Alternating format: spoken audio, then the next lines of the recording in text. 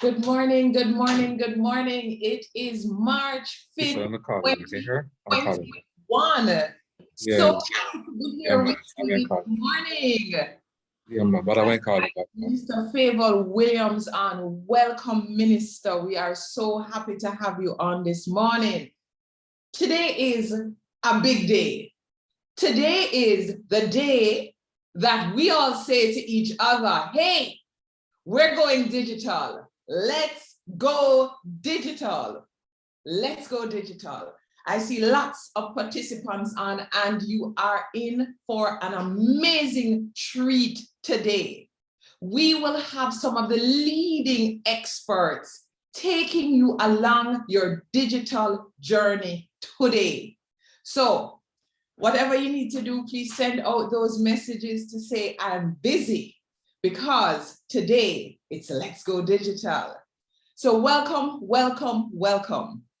Without further ado, I'd like to welcome the Honorable Daryl Vaz, Minister of Science, Energy and Technology, who will bring us greetings and opening remarks.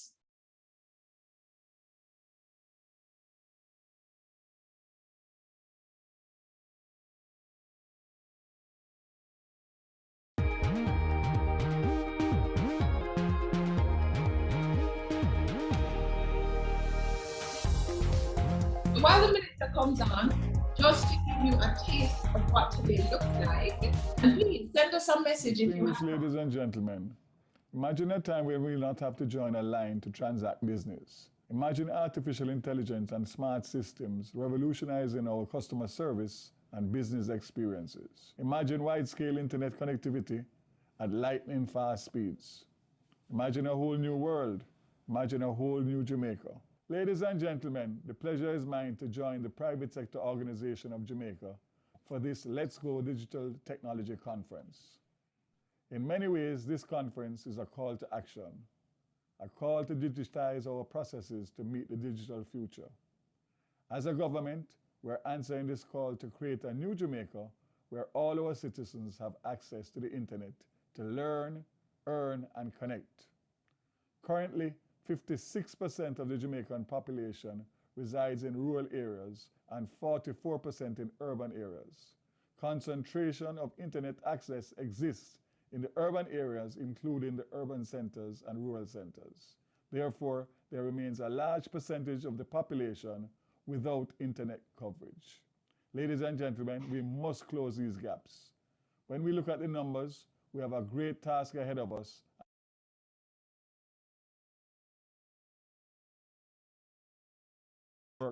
In an effort to design a national broadband strategy which will guide our approach to the rollout of the National Broadband Plan.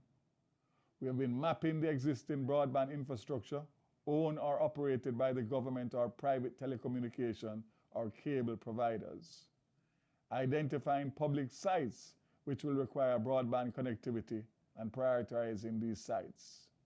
Identifying critical policies, laws, and regulations which may be required to ensure sustainability, and identifying high-level technical specifications of the physical infrastructure that will be required. Ladies and gentlemen, creating a digital future for Jamaica is an important policy imperative of the government of Jamaica. The National Information and Communications Technology Policy recognizes that the efficient deployment of high-capacity networks along with international connectivity has been important to stimulate entrepreneurship and accelerate the provision of the public and private services. The policy identified as a key objective having island-wide ICT infrastructure which facilitates greater access to the internet. The COVID-19 pandemic has demonstrated the need to accelerate the policy objective. It has laid bare the reality of the digital divide and exposed the need for internet access to support the national response to the crisis, especially access to online learning, provision of electronic financial services, access to e-commerce. Under what we are calling the 100-day COVID-19 project, we have received the support of existing telecommunication providers, cable operators, and other partners to allow the government through the National Works Agency to have access to existing fiber to support connectivity to public institutions such as the municipal corporations, from which the government will be able to provide connectivity to schools which are not now served with the internet.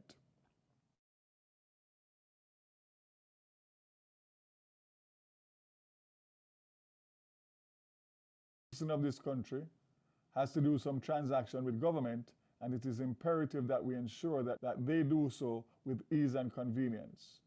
The National Public Key Infrastructure Project is one initiative that will propel us towards becoming a truly digital society. At the heart of the PKI is the digital transformation of the public sector, the conduct of government to business, business to business, and government to citizen transaction. The project will enable trusted electronic identities for people, services, and things, and make it possible to implement strong authentication, data encryption, and digital signatures based on a certifying authority. We are connecting government through GovNet, which is an all-encompassing GeoJ-secured, high-speed, reliable, and resilient wide area network which will connect government ministries, departments, and agencies to facilitate shared services such as data center computing services. GovCloud, Consolidated Voice Communication System, GovTalk, and Consolidated Email Systems, GovMail.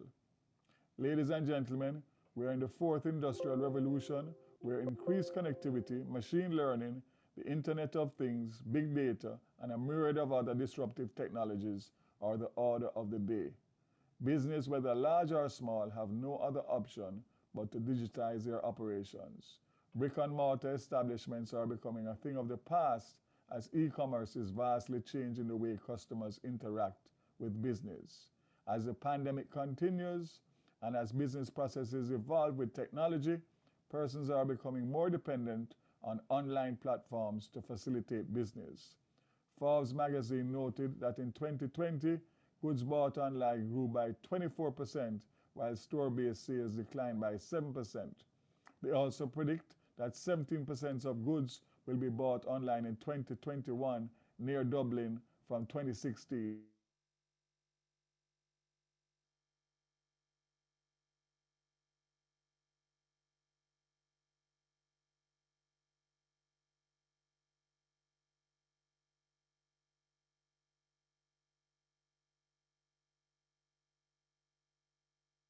Businesses that will take us into the future. Let's go digital. Let's go Jamaica. Thank you. Let's go digital, digital. We wanna go digital.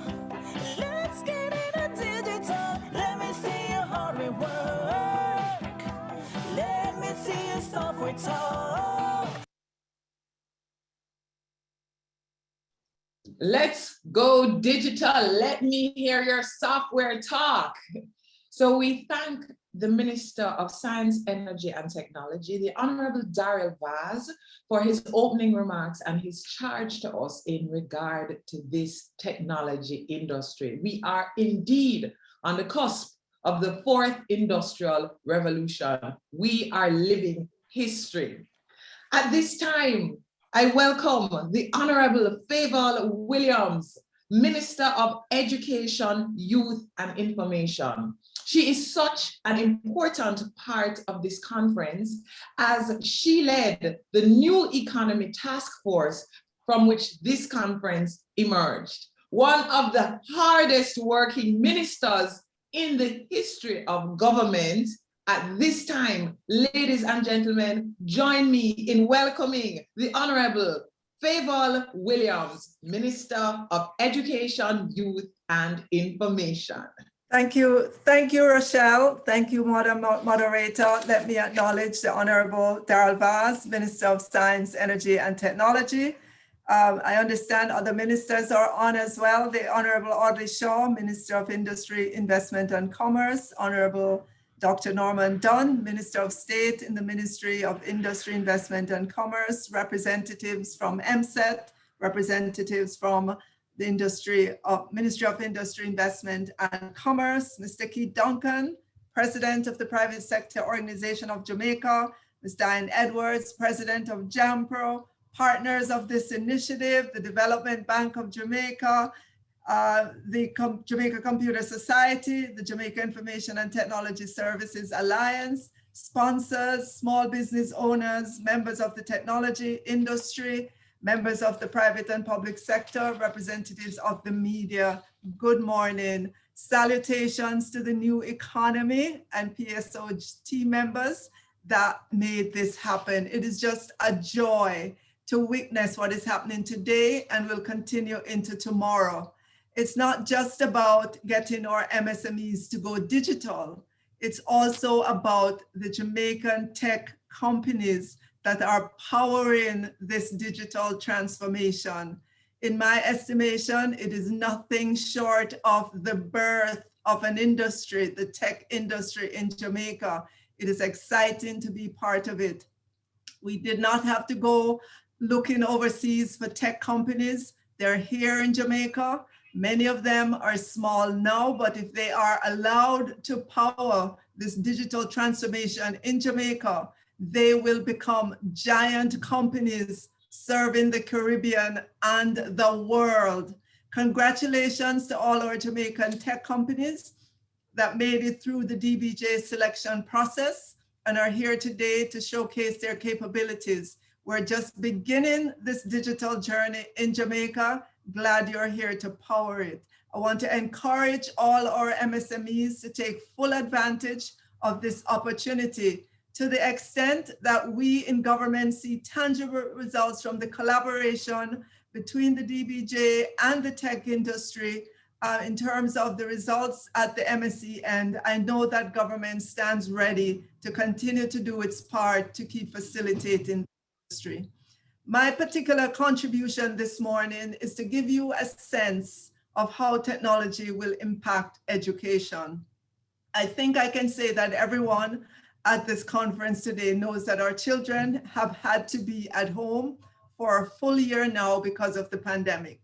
There was a very short period of face-to-face, but for the most part, it's been primarily focused on online learning. So imagine taking over the Ministry of Education, Youth and Information last September, when children should be streaming back into schools, right? We were 7 months into the pandemic. Half of Jamaicans were saying them need to go back to school because them are go dunce. The more polite part of the society was saying, oh, the children are suffering learning loss. While the other half of Jamaicans were saying, them not send them picnic go to school, they would rather a dunce picnic than a dead picnic. So what was the Minister of Education to do? Well, we declared schools open on October 5, 2020 in the online world.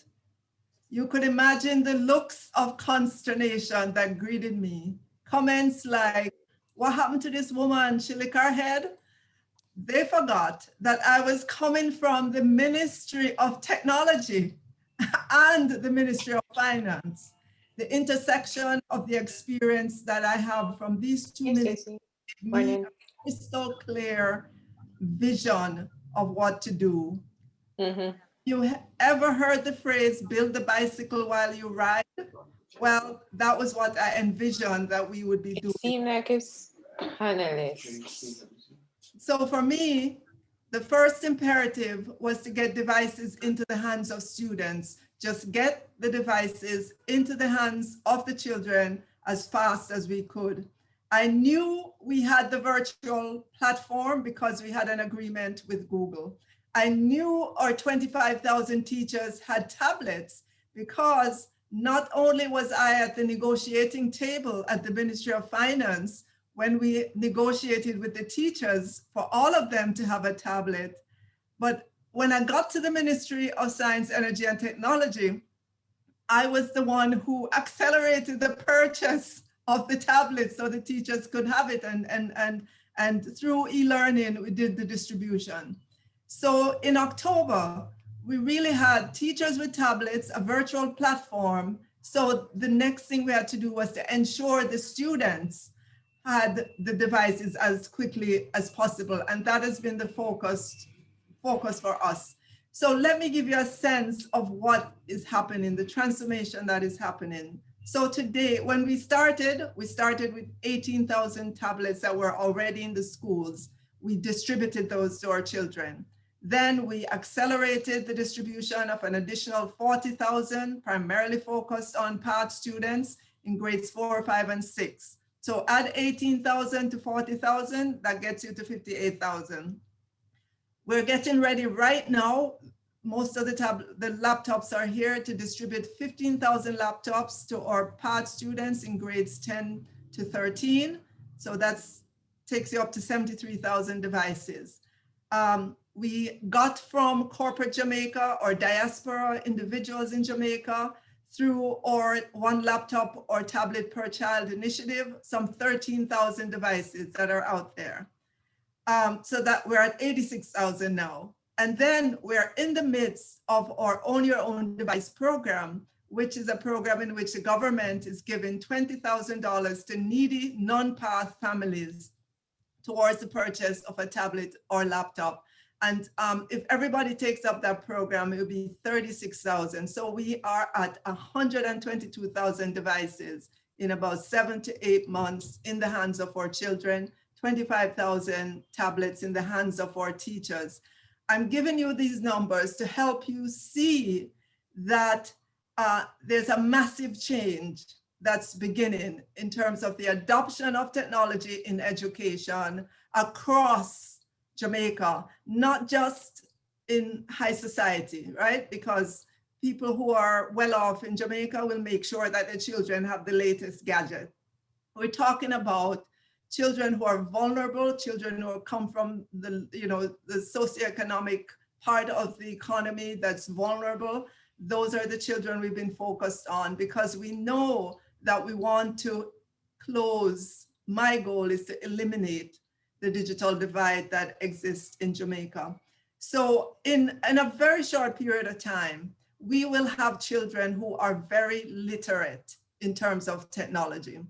The 10-year-old today that is in grade 4 that gets a device and is able to use that device for educational purposes to accelerate learning, to deepen learning, is going to be the 20-year-old in 2030 when we're all expecting Jamaica to become a developed world country. That 10-year-old will be so much more technology savvy.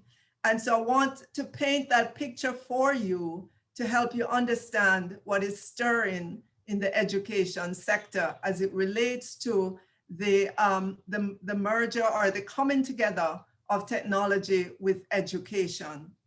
The students in the Jamaican society today account for approximately 20% of the total population. And each year we envision that we'll be rolling out at least 40,000 tablets to the incoming class so that, they're kept up.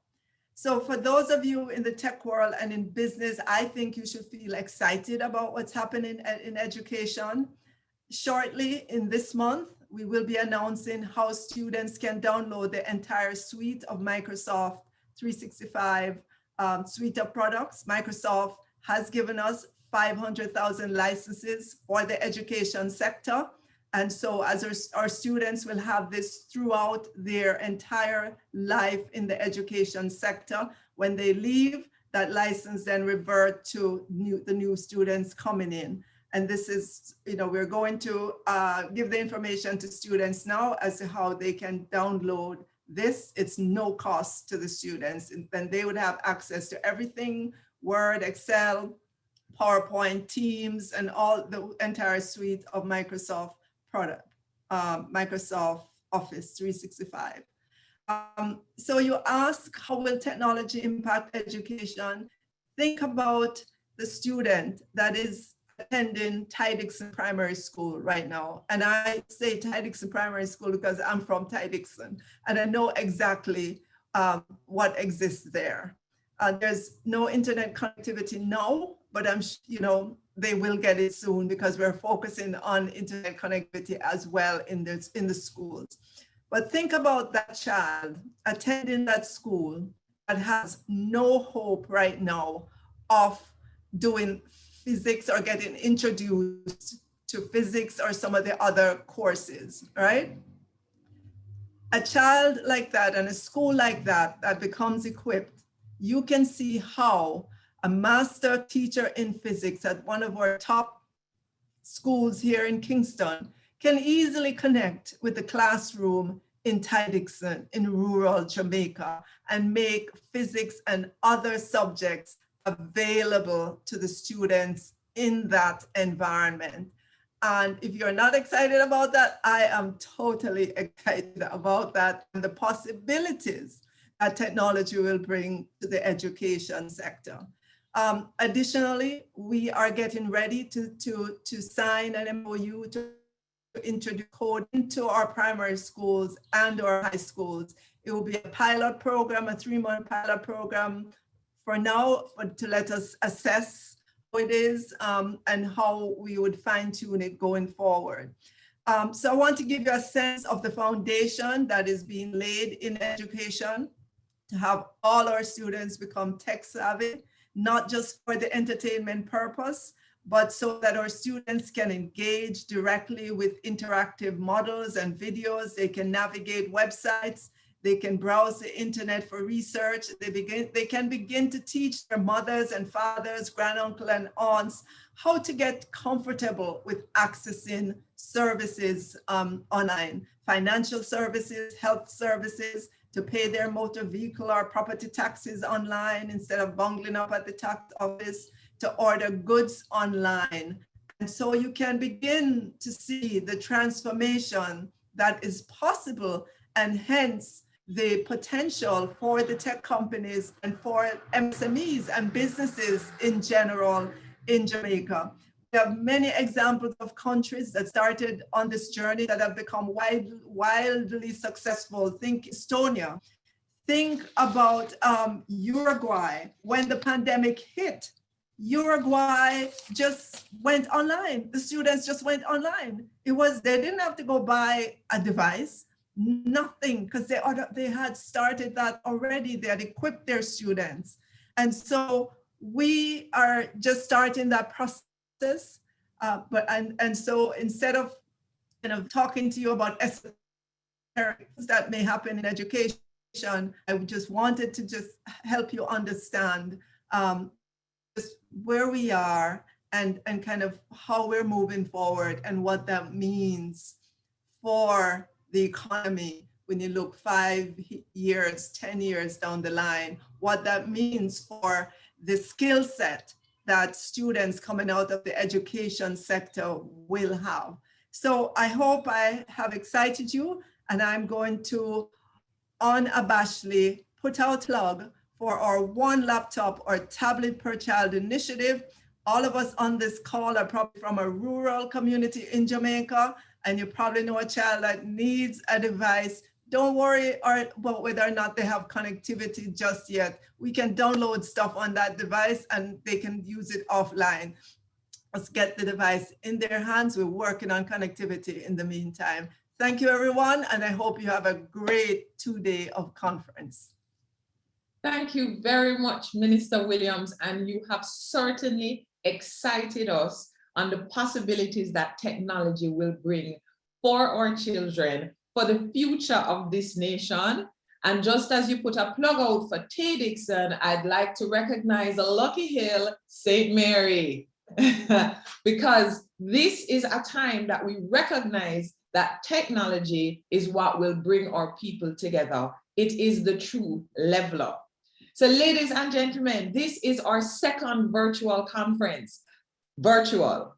We never thought this was possible, but COVID has propelled us into possibility.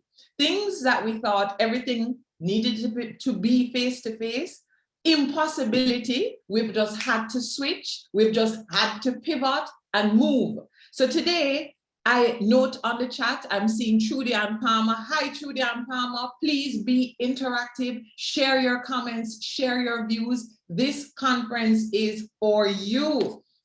And this conference is brought to us, the PSOJ, the private sector organization of Jamaica. It was very important that our SMEs were able to access this kind of information for an investment of $0. The investment is your time. So welcome, welcome, welcome. We'd like to acknowledge at this time the support not only of Minister Vaz and Minister Williams, but the tremendous support that we have received from Minister Audley Shaw, and I think Minister Shaw is watching us virtually. Minister Audley Shaw, I'd like to acknowledge the support of the Ministry of Industry, Investment and Commerce, as well as Minister Norman Dunn. We have received tremendous support because this is truly a public-private partnership. So our sponsors, as Jamaicans would say, did not hitch to provide the support for this conference. The NCB Group, the JMMB Group, our print media sponsor, the Jamaica Observer, Flow Business, Microsft. We acknowledge and we thank our sponsors.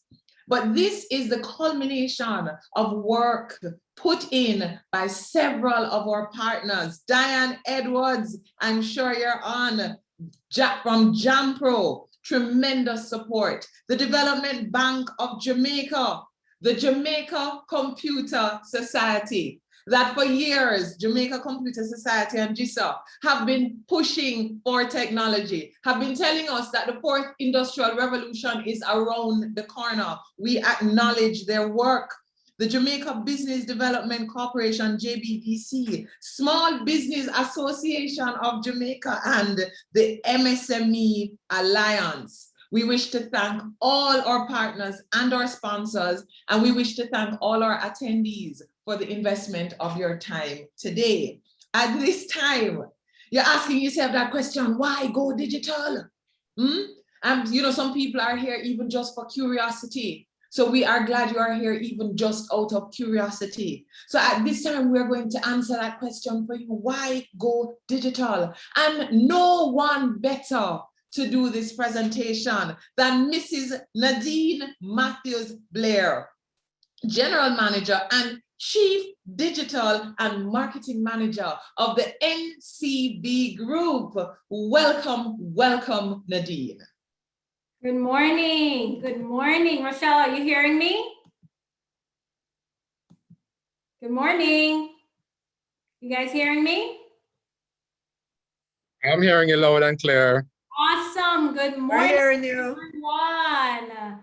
Honorable Minister Vaz, Minister Fayval Williams, Keith Duncan, President of the PSOJ, other members of the PSOJ, organizers, Nevada, Rochelle, our moderator extraordinaire, Justine and Dania behind the scenes. I see you and I appreciate you, fellow speakers and panelists, members of the New Economy and PSOJ Innovation Committee, our MSMEs who have joined, distinguished guests. Good morning, everyone. Let's get digital. So I love that Rochelle started us off by challenging us to think about possibilities, because throughout history, one thing has been consistent: the tendency to doubt the likelihood of adaptation and the adoption of new technologies. So let me take you back to 1876 when Alexander Graham Bell invented the telephone. And he went to an American telecoms company and wanted to sell his patent. And they said, no, this is like a little toy. And let's move forward to 1903 with the airplanes. We have famous scientist Simon Newcomb, who said flying through the air with machines is impossible. Impossible. And today, many of us are waiting for the days to get back on a plane. Is that correct? Then we get to the TV. And another person, another expert said, that's a development that we need not waste time developing. People will soon get tired of staring at a plywood box every night. You guys tired yet? Well, maybe now because of COVID. And this one from my women about online shopping. And in Time magazine, they wrote an article in 1966 saying remote shopping, while entirely feasible, will flop because women like to get out of the house, like to handle merchandise, and like to be able to change their minds. And finally, in 1981, with the cell phone, the director of research of Motorola said these phones will not replace wire systems because in our lifetimes, it just will not be cheap enough. And finally, Netflix, 1997, Reed Hastings finds this company. He actually offers it to Blockbuster for $50 million and they turn it down. They go ahead and work on their own streaming system, but never launch it. And the rest is history. Here we are in the pandemic and probably Netflix to death. So I raise this because throughout history, we have doubted the possibilities. And those who have doubted or failed to embrace technology have continuously been surprised. And in some cases, those surprises have been unpleasant because it's come in the form of disruption of our businesses or missed opportunities. And so the lesson for me from these examples is what the mind can conceive can be achieved. And we must never say never. How many movies with crazy ideas have we seen unfold in front of our very eyes? So I share this context because going digital is not the in thing. It's history repeating itself and it's life staying true to the adage that the only thing that is constant is change. The other thing I want to share is that going digital is not about just technology. It's a way of being that's critical for us to thrive in the new normal. It's not about just having a website and an Instagram page and a CRM system. It's about how you leverage these technologies to transform processes, customer journeys, and even business models. Because Blockbuster had the technology, but they did nothing with it. And so my challenge to you is, what will you do with the technology to become faster, simpler, more reliable, offer a more delightful customer experience? That is the challenge that we have to take up with going digital. It's not just about the technologies. In summary, going digital means leveraging the technology to create a positive change. So we know there are many reasons to embrace and go digital. We shared a lot in the marketing of this conference, but allow me to offer a perspective on some additional reasons for going digital. And I'll start by sharing this quote by Jack Welch, former CEO of General Electric. And he said, if the rate of change on the outside is greater than the rate of change on the inside, the end is near. And so the rate of change on the outside is very rapid. And so we must meet and exceed that rate of change within our personal lives, but also within our businesses. Because the first benefit of going digital is resilience and avoiding obsolescence. Being unable to conceive of something doesn't make its reality an impossibility. Let me say that again. Just because we can't conceive it doesn't make the reality an impossibility. Hello, COVID. There is no business that is immune from disruption. And if we look even locally, even Amazon has had effects in Jamaica because we have the opportunity to shop online. And so business and individuals have shopped online, and that has had implications for local businesses.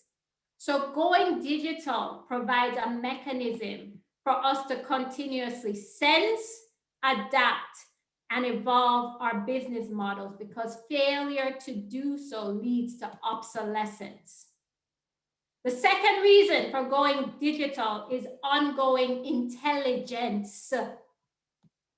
Digital gives us access to intelligence like never before. If we have a retail store and a customer walks in, looks at a product and walks out, we have no other information.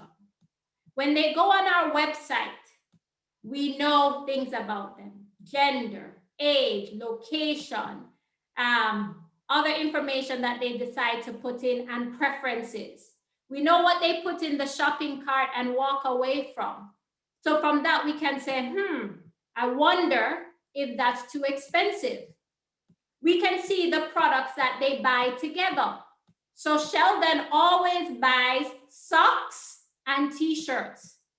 So that allows me to, in a very Amazon way, offer socks to the next person that buys t-shirts that look like Sheldon, because maybe that's a natural bundle. So going digital offers intelligence. If you have, you want to see your inventory levels. If I bought this on Monday, how long did it take to stock out? So if I know it's normally a 5-day window, let me order that in day 3 going forward. Amazon wins because of intelligence, not just because they have lots of products. So they send me lots of information about being a mom because they know me. They've pre-approved a credit card for me because they think I, offer probably a good pair or something like that. So going digital offers intelligence. The third benefit of going digital is omnipresence. In one fell swoop, you can go from a 9-to-5 business to becoming a 24/7 business. In one fell swoop, you can go from being in one parish to being in multiple parishes and also multiple countries. When you go digital, you're moving from having a product to having a platform. And that platform can be leveraged to extend and evolve your business model. So if we think about Amazon, they started with books. And there's a famous picture of Jeff Bezos in a tiny office with an Amazon.com sign spray painted on the wall, operating a global company. But now from that very platform, not only is he selling to many countries in the world, but they've gone into music and content and not just physical products. And I say this because even if we have a local company. So I'm going to use QuickPlay because I see them on the agenda. Going digital and going global means that maybe some persons from overseas can buy some food for persons locally. And now you have a different business model, just like that. So I saw someone put in the chat, they missed number one. Number one, going digital builds resilience and insulation from obsolescence. Number two, going digital provides intelligence, data, ongoing information about your customers, your products, your people. Number three, going digital allows you to create omnipresence, being in many places, even though you might just be in your bedroom. And last but not least, going digital allows for independence. As a CEO, it's natural for you when you start up to be head cook and bottle washer, but that cannot continue, or else your business will not continue. Your role is really to invent the future and to keep the business going and growing, not just going and growing. So you need to free up yourself, right? If you want your business to grow, and digital creates that independence. Top CEOs spend as much as 30% of their time just thinking and not doing. So it can be as simple as putting things to sign on Adobe. So you can sign documents on the beach or in your bed and not have to run into the office. Or again, having all that intelligence that I spoke about on a single platform so that you can look at it anywhere, anytime. It can be going to virtual conferences because you need to be constantly assessing your business. And that means looking at the data, but also looking externally and keeping your eye on what is happening in the world. But you have to free up yourself.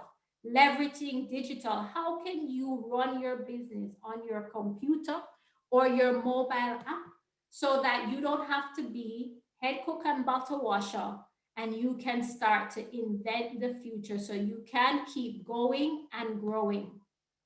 So this is the opportunity we have for going digital. And like I said, it's not about the technology, it's about creating positive change with that technology. My take from the overwhelming registration today is that as Jamaicans, we get it. We have recognized that going digital is not an if, but it's more a how fast can I go?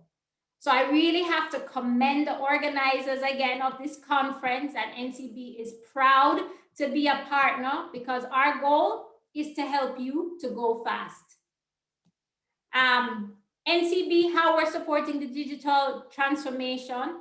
We are partnering with the PSOJ. We have partnered with the Ministry of Education and Information in terms of the devices. Commerce is a big part of going digital. And we have done a lot of work to eliminate that friction in buying and selling. So we've partnered with a fintech called Figaro to expand the suite of e-commerce options available to our customers. So if you want to sell from Instagram or WhatsApp, we have created a solution for you to do so. If you cannot build a website, we have website templates. So you're not required to get an expensive developer to create a web presence. And then of course, we have our marketplace providers, which are like our local Amazons, where you can put your products on their pages. For instance, if you don't have a business account, and put your products there so that you can sell and market your products and services. And based on the feedback from our customers, our pricing for these solutions are very competitive and affordable. So this is not your expensive, intense website and integration setup. We have things that you can get moving on in a very short time. So that's what we're doing from the bank side. On the foundation side, we remain committed to education.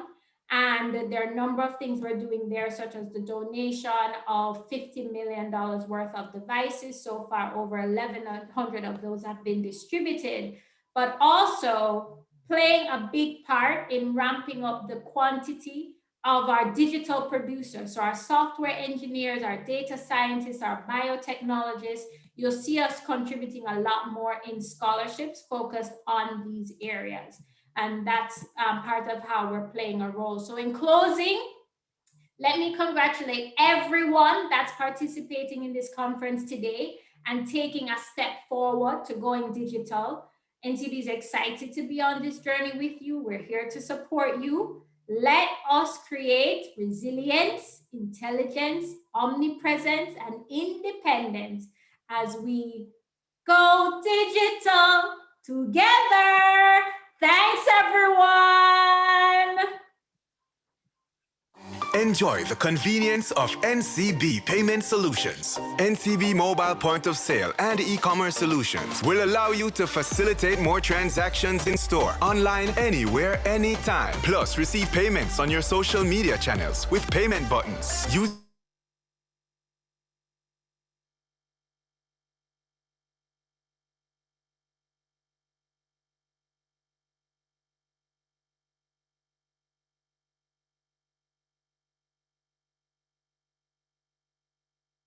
at jncb.com/e-commerce and get your first monthly fee waived. Or apply for your credit card via email at ncbspecialoffer@jncb.com. Enjoy the convenience of NCB Payment Solution. Thank you so much for that presentation, Nadeen. And you know, I love that at these virtual conferences, but you know, sometimes face-to-face, we don't hear from the people because we can't talk so much. And I am seeing the chat light up. Awesome presentation, love your energy. I saw an earlier comment that one of our SMEs says, I was inspired and motivated by this presentation. And I know people are saying to themselves, but this need crowd.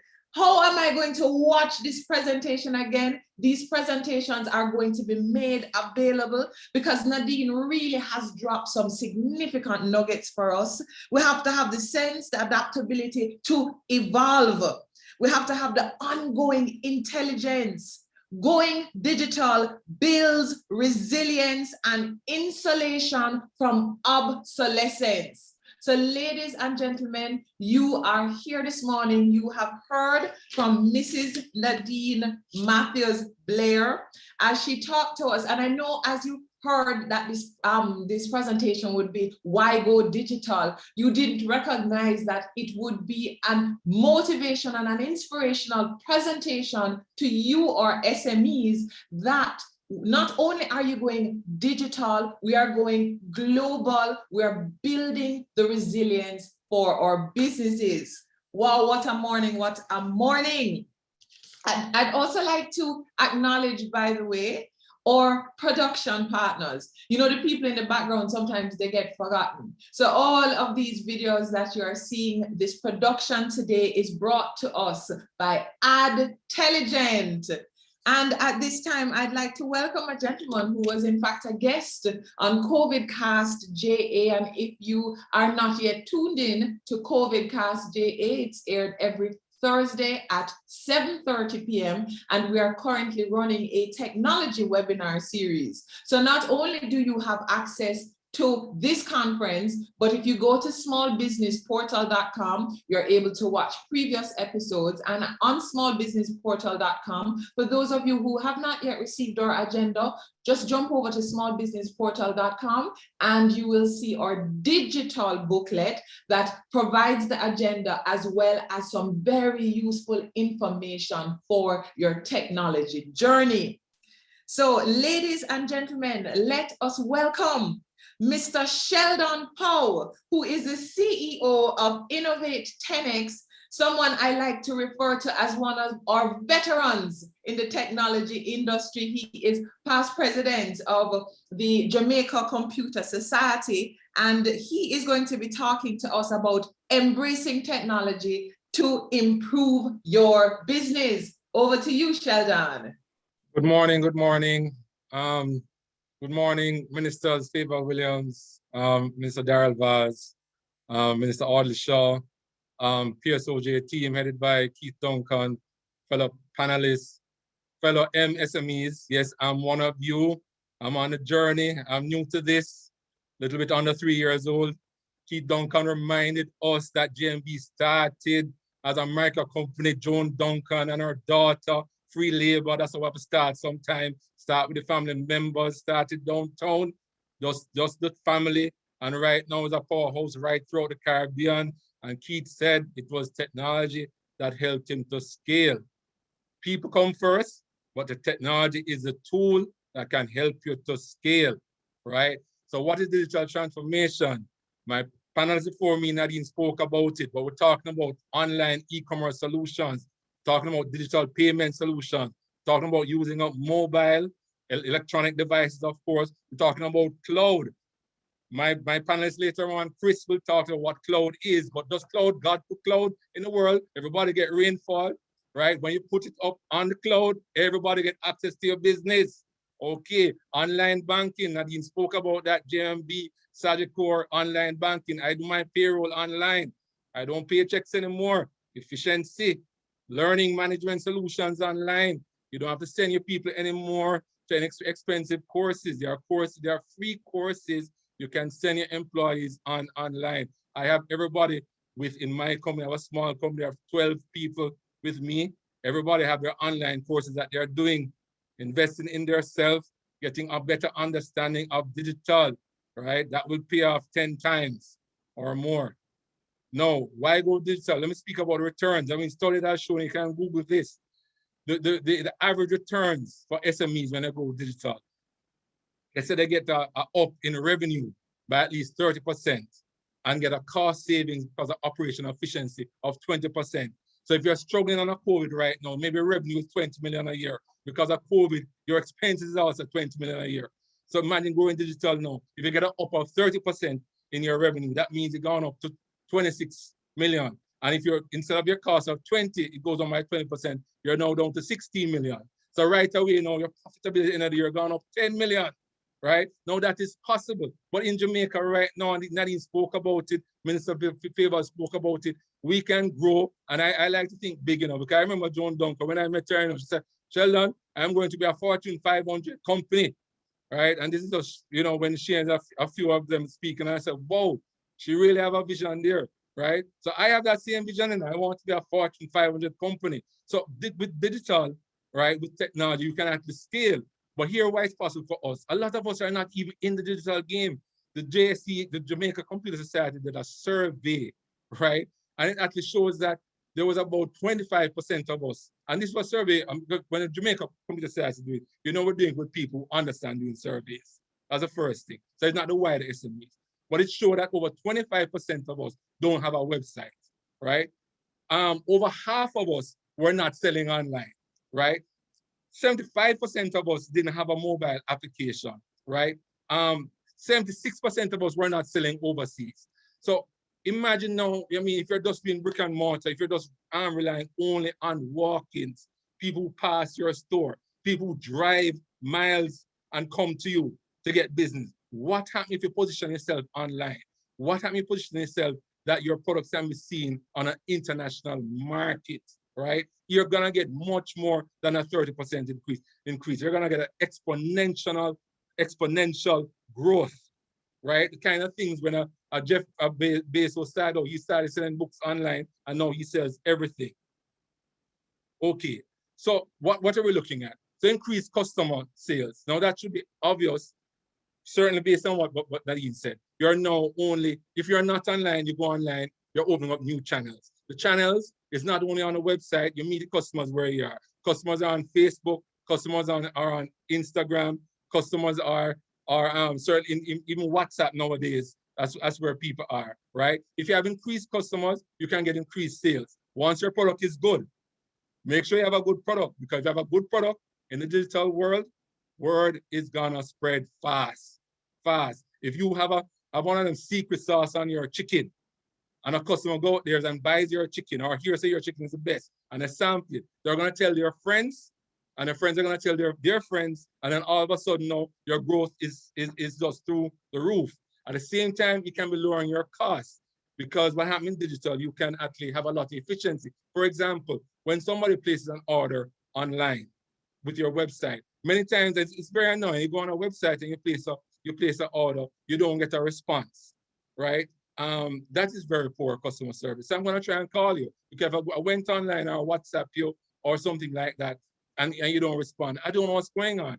There are chatbots that you can use. I mean, other people talk about that. These chatbots actually allow you to actually process orders automatically, right? And send the messages for whoever needs to send them. If there's the chef in the kitchen that needs to see the order, it will probably send a WhatsApp to the chef. If the driver needs to be alerted that these amount of orders came in, the driver will be alerted. So that's lowering your costs, that's improving your productivity. What happens when you improve your productivity? You have time for other things, more value-added activities, such as maybe calling your customers and say, did you receive the order? How was it? Did the dress fit you properly? How was the food? Things like that. Things that you get back more time in your life because of digital. Maybe you choose to spend your time with your family. Like myself, I have young children. Sometimes I want to go home early, and every now and then I can check my my email and say, oh, I have another online order. Oh, I have another online order. Oh, I have another online order. It really can happen like that.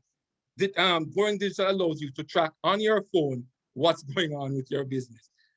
Fortunately for me, I mean, from day one, I'm a native digital business. I started out being in the cloud. In my business, I don't have any servers. Up to my PBX right now, on my PBX system, right? I went online with my credit card and put in a PBX system. Right now, both Flow and Digital offers PBX systems, as a package to SMEs. Very beautiful. So, let me tell you, coming from a JMMB, which had all the resources that one could have, one would want to grow a business. And when you're a small business, you don't have that. So for me, I still need to have, be able to offer good customer service. I still need to have technology. But what I like about the cloud especially, things are for SMEs, they actually make it very affordable, right? In many cases, it is true, it is actually free. And let me explain to you why it is free in some cases. CRM sometimes is free because the tech providers, right?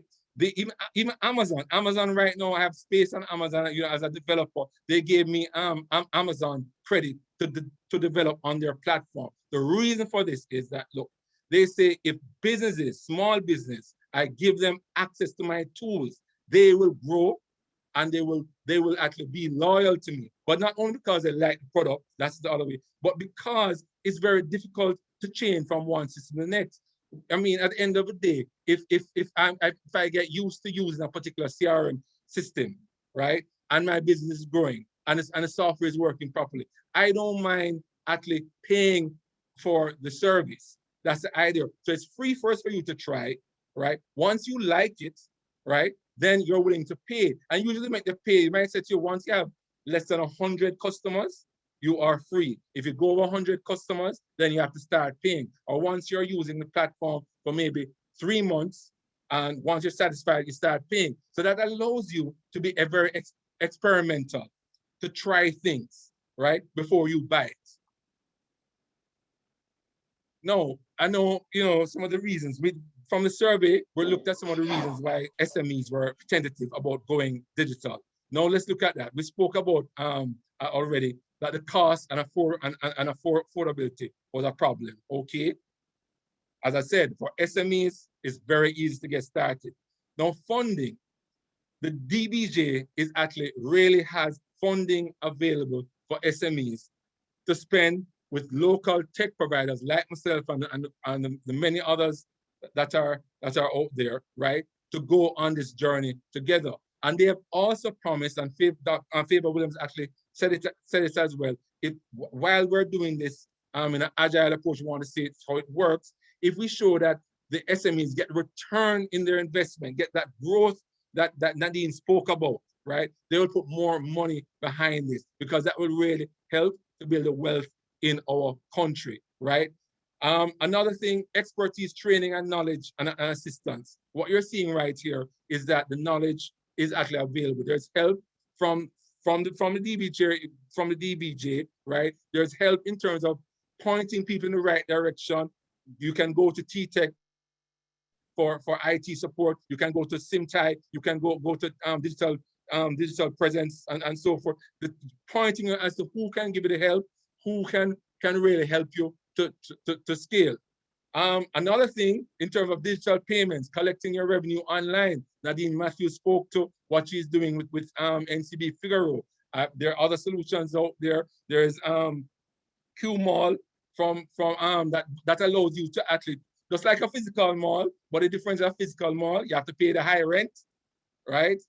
In the Q-Mall, it might just give you, I'm not sure how that one works, but I'm sure it's probably more a commission sharing model than a pay rent model. So again, it's not hard to get started. We also have We Pay shops that has similar thing to Figaro, where you can actually quickly put up your shop online, do the plugin for any bank that you want to plug into in the back, and then you're up and running quickly. The other thing in terms of internet connectivity, you don't have internet in the area. I'm very happy that under the Honorable Daryl Vaz, he has a big project working with his ministries and with the people in the new economy, PSOJ, Jamaica Chamber of Commerce, working with the current service providers, Digital and Flow, in making sure Jamaica, and it's gonna happen very soon, it's gonna get reliable and fast and very economically priced internet services, right?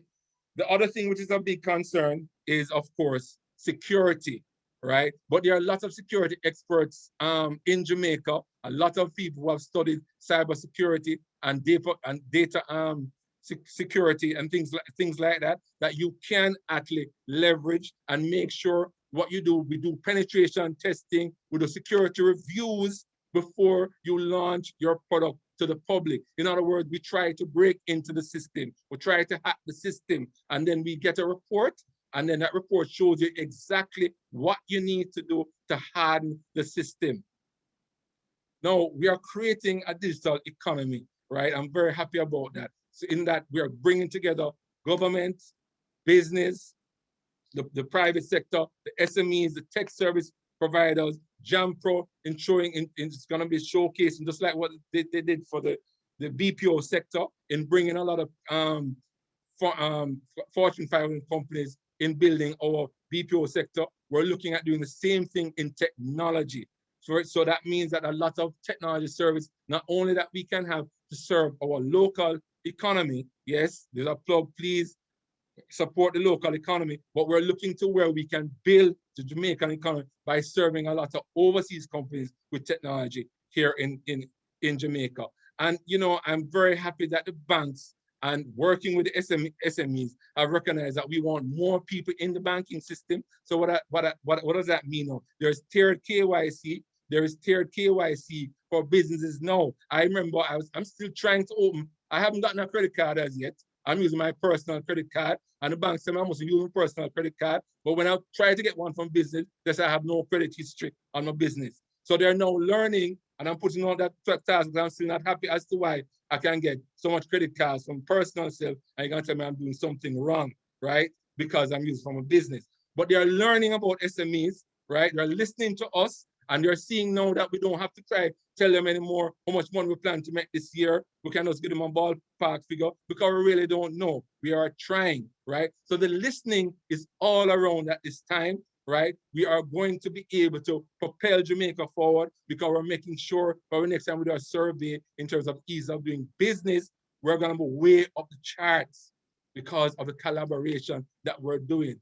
Thank you very, very much. Please, you know, there's a lot of things to learn today. If I confuse you, I'm sure my partner, Chris Record, speaks, he's going to break it down much easier than I did. Thank you.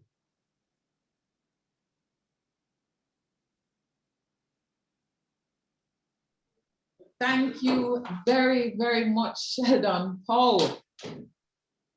Sheldon has really, and I think I'm looking at the commentary. I see awesome presentation. Well done, Sheldon. But I also see a lot of persons saying very eye-opening. Sheldon is himself a small business operator. He reminded us yesterday. So it was very important that we're hearing not only from his perspective as a technology provider, but he also moving through his journey as a small business operator as he went through for us embracing technology to improve your business. Now, at this time, we welcome the Vice President of the Private Sector Organization of Jamaica, Mrs. Jackie Sharp. Jackie will be moderating our next session, which is Basic Technology Solutions for MSMEs. Good morning, everyone. And thank you, Rochelle, for the introduction. It's been going great so far. As Rochelle said, I'm Vice President of the PSOJ and very happy to be a part of this very important conference. We mentioned the topic today is Basic Technology Solutions for SME. And I'd like to welcome Neil Abrams. He is CEO of a leading ICT infrastructure firm in the Caribbean called Innovative Corporate Solutions, and has tremendous experience over 20 years in the delivery of technology solutions. So Neil is well equipped to walk us through the factors that we should consider when getting basic technology solutions for our businesses, and telling us, what are the absolute must-haves, regardless of the size or the age of your business, whether you're a startup or whether you're well established and have been operating for some years. So we just heard from Sheldon and Nadeen about how important technology is for the growth and success of your business. And the reality is that if we don't incorporate technology in our businesses to do more, to be faster, to be more innovative and more effective, the chances of survival become slimmer and slimmer as our competitors forge ahead and our businesses and our models get disrupted. So Neil, welcome. All of this can be very daunting for our small businesses, most of whom do not have the luxury of large IT budgets and technical resources at their disposal.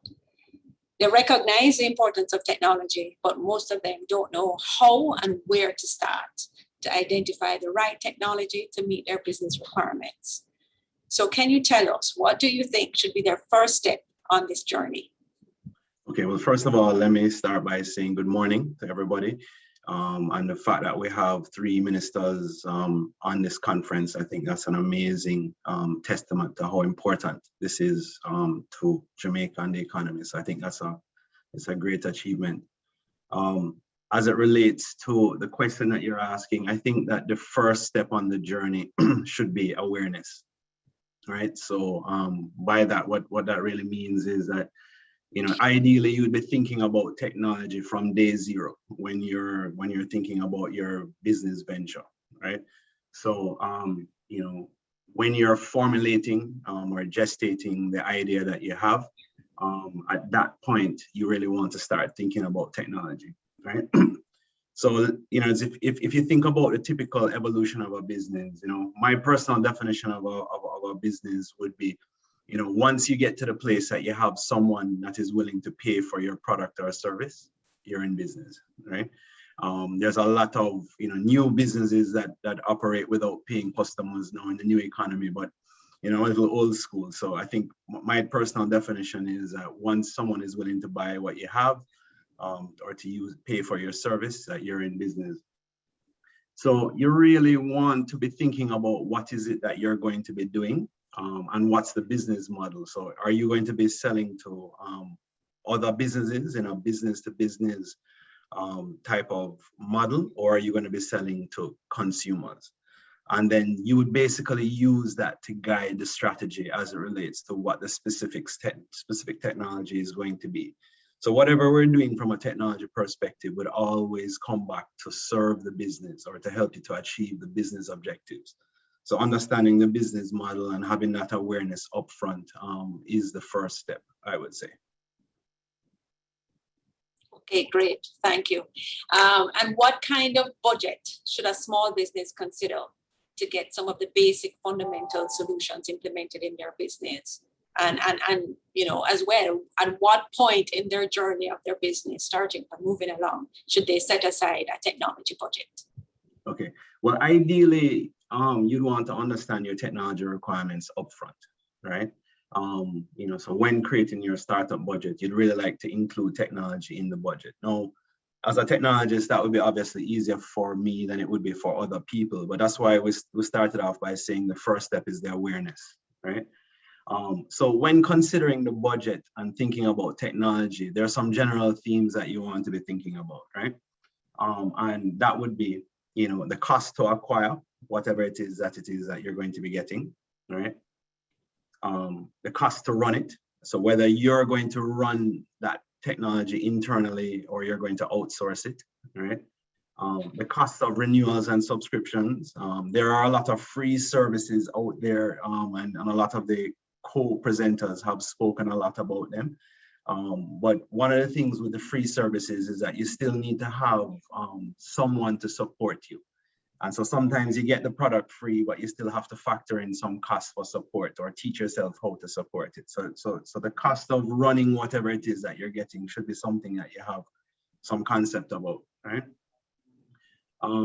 Renewals and subscriptions are very important because the industry has changed or is changing away from one-time purchases towards more of a consumption model. So when you heard Sheldon and others talk about the cloud, you're really in this this service type model where you're basically consuming a service over a period of time and you pay a subscription for it. So that you really want to be thinking about from a budgeting perspective, X dollars per month or X dollars per year or per quarter for whatever service it is that you're going to consume that has a cost attached to it, right?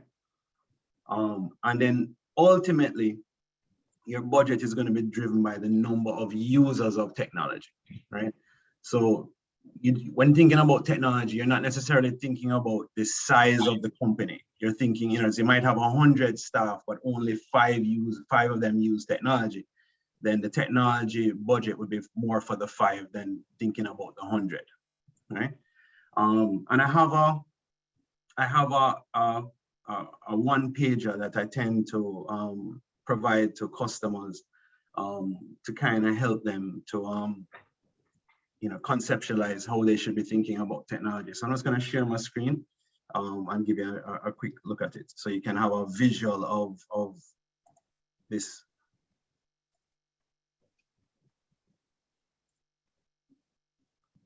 So is everybody seeing my screen?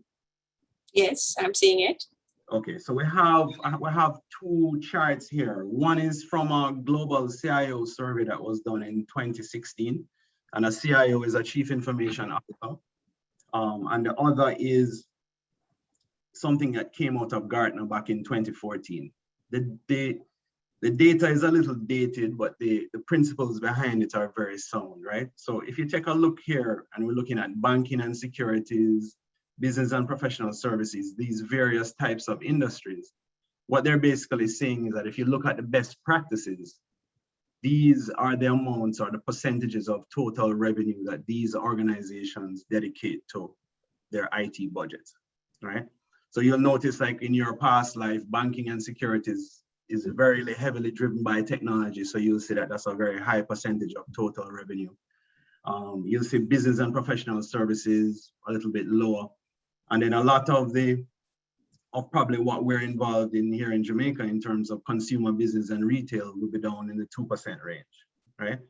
And so that kind of gives you an insight. So if you're planning to do $1 million of revenue a month or a year, then you can use these rough percentages as a guide to what you should be spending on technology. I think this is very important because, if you don't have a budget, and you don't have that mindset of how important technology is, then it becomes very, very, very difficult. And the one from Gartner is also very similar, but the percentages are a little bit different. So when we present this to the decision maker, they're like, okay, this is the industry I'm in.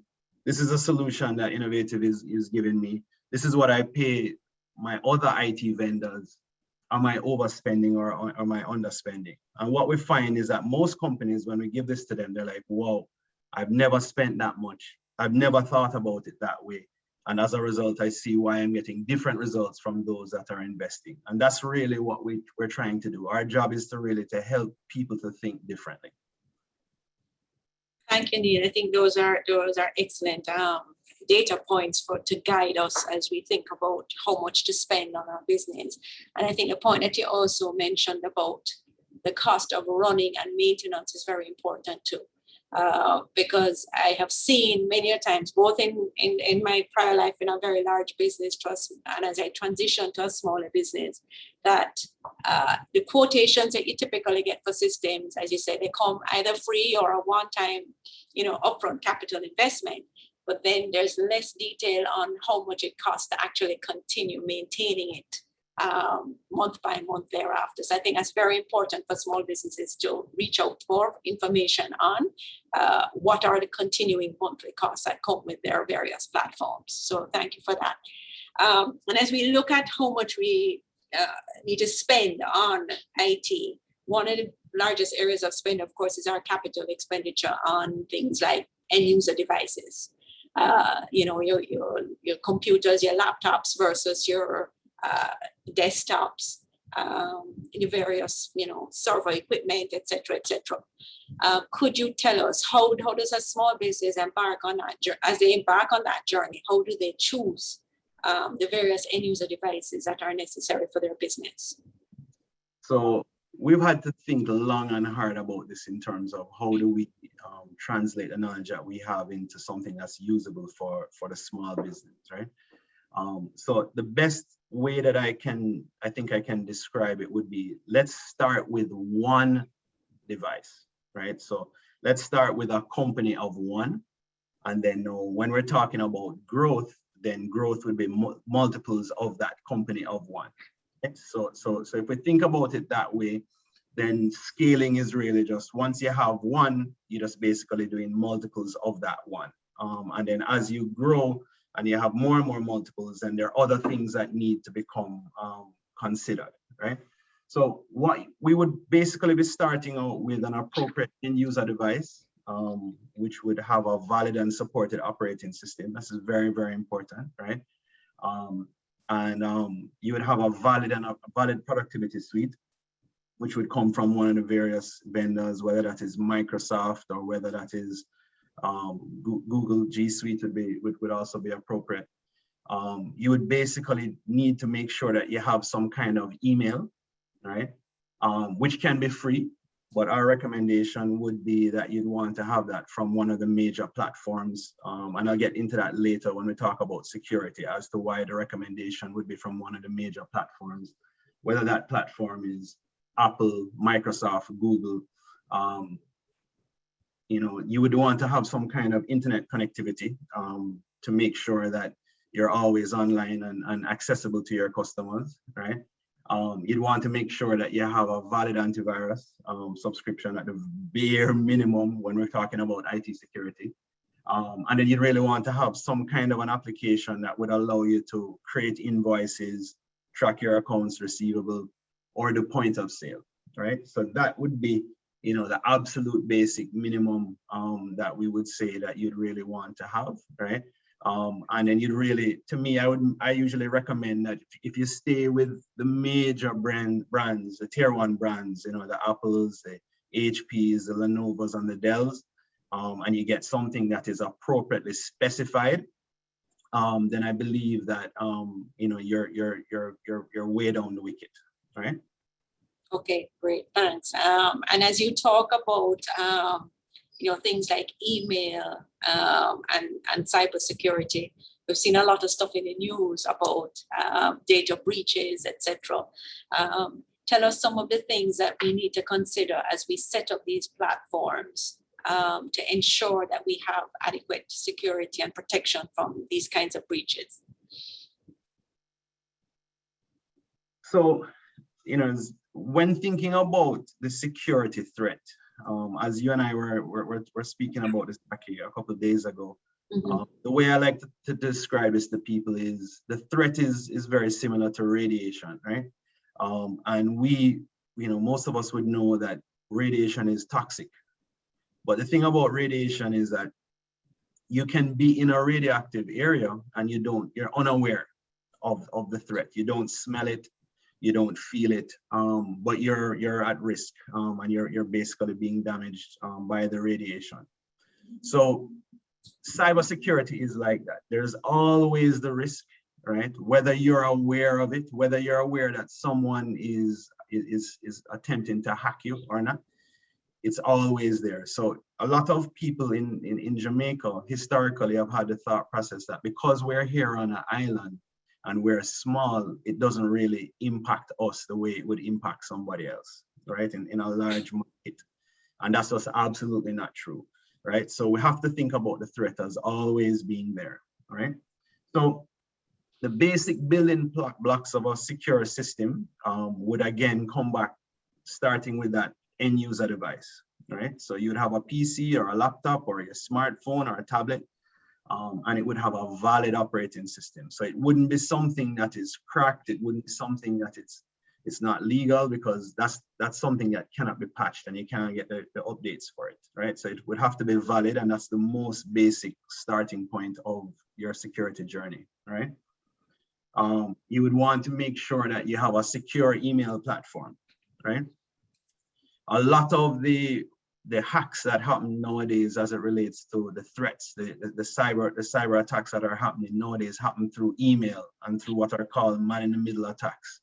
And it's really because a lot of these entities don't have a secure email platform. So your email platform, again, it can be free, is a very central point or place in the security ecosystem that you're building for yourself, right?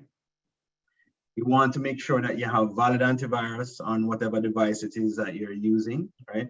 And if you can afford it, and you're going to be connected to the internet all the time, then you would like to have some kind of a firewall, whether it's some kind of a software firewall that you would have on your end user device, or whether you can purchase a hardware appliance that you would have, and it would basically protect your home, or it would protect your entire network. That would be the most basic form of security that everybody should be thinking about, to make sure that as they move forward, they're protected. And then as you grow and then you scale, then you would basically be adding to that. So unfortunately, growth of the business does not take away our responsibilities, or it doesn't take away the requirements. They grow as we grow, and that's just a part of life.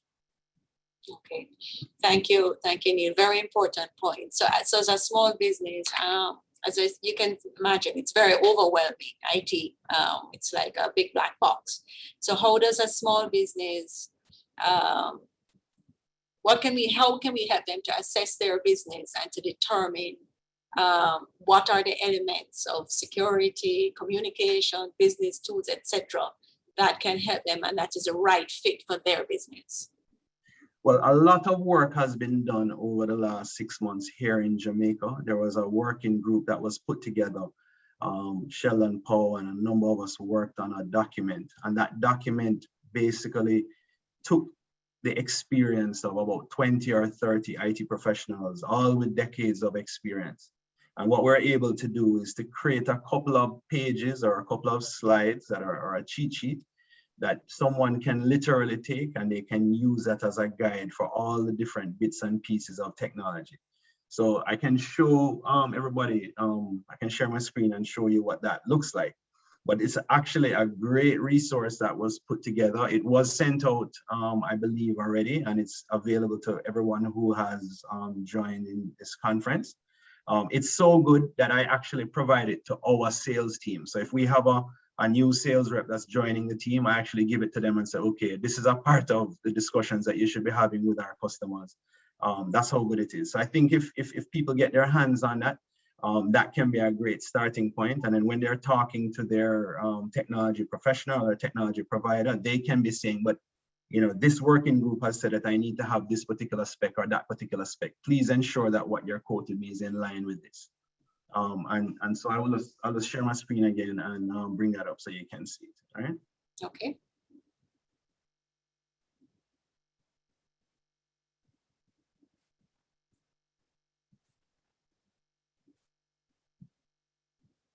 Are you seeing that?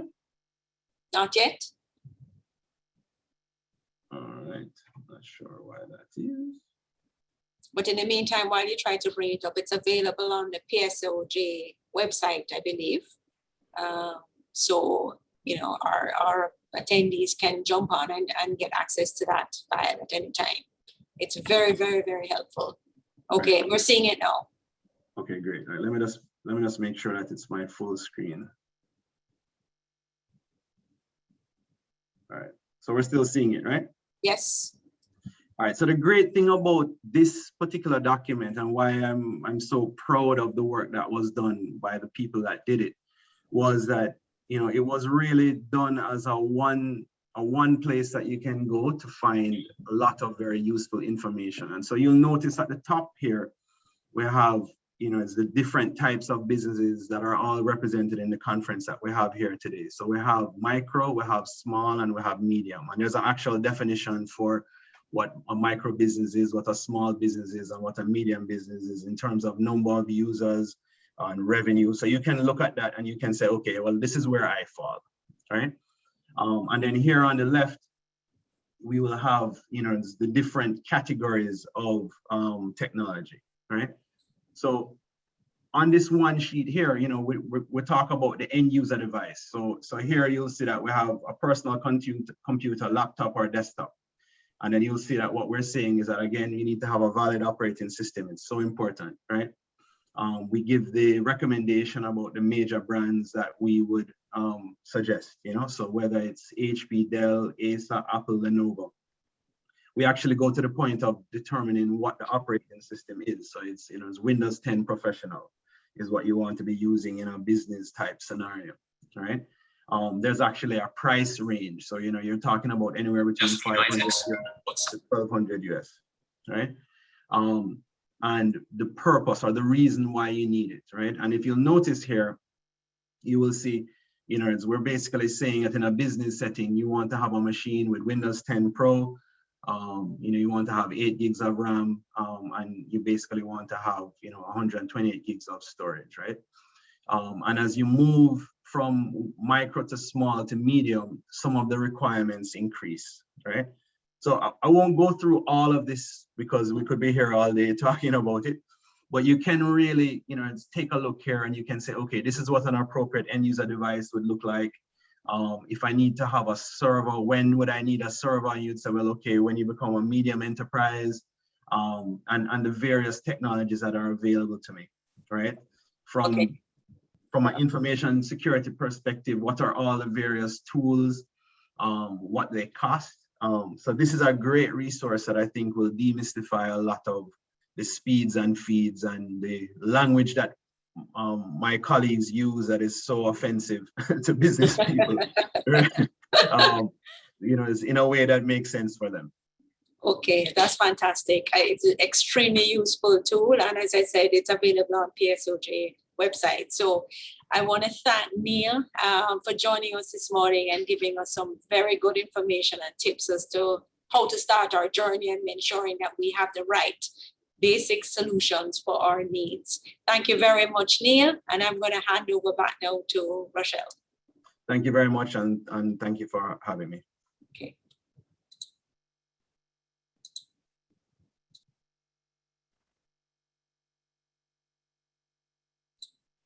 Rochelle, over to you. Thank you very much, Jackie and Neil, for that presentation. The document that Neil mentioned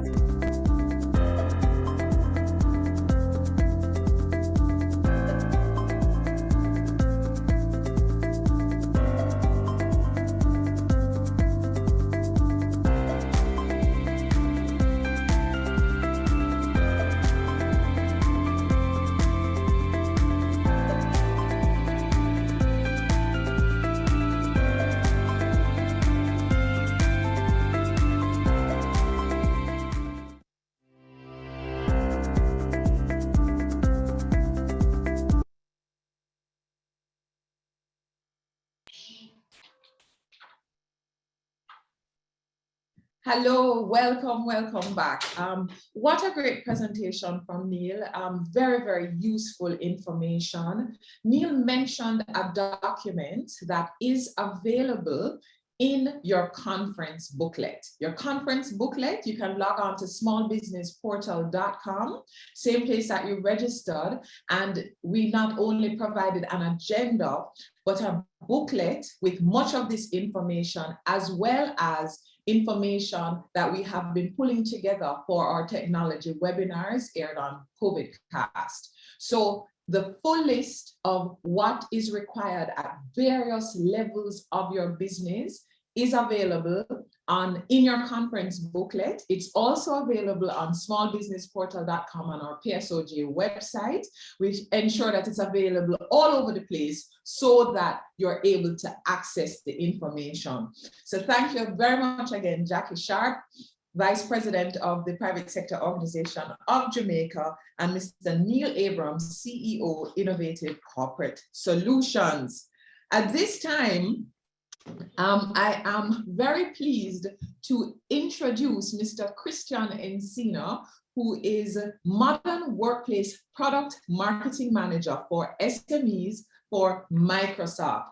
And Microsft is also one of our very proud sponsors today. So Crisitian, welcome, welcome, welcome. Thank you, Raquel. I'm super happy to be here. I wish I could be with you in person, drinking a nice Red Stripe beer or something, but unfortunately I'm located in Chile, very far away, but I will enjoy talking with you today, this morning. So, well, I believe I'm a little bit behind, and we're a little bit behind the schedule, so I'll try to go fast through what I had to tell you. I'll try to run as fast as Usain Bolt or something. So let me share my screen really quickly so that you can see a little bit of what I wanted to tell you about. I don't know, here. Okay, so I guess you must be seeing my screen right now. It's okay. Rochelle, can you see my screen? Here you see screen. Okay, good. Yeah, good. I'm seeing your screen and hearing you well. Perfect. Okay, seeing so your screen. Yes. Okay, perfect. So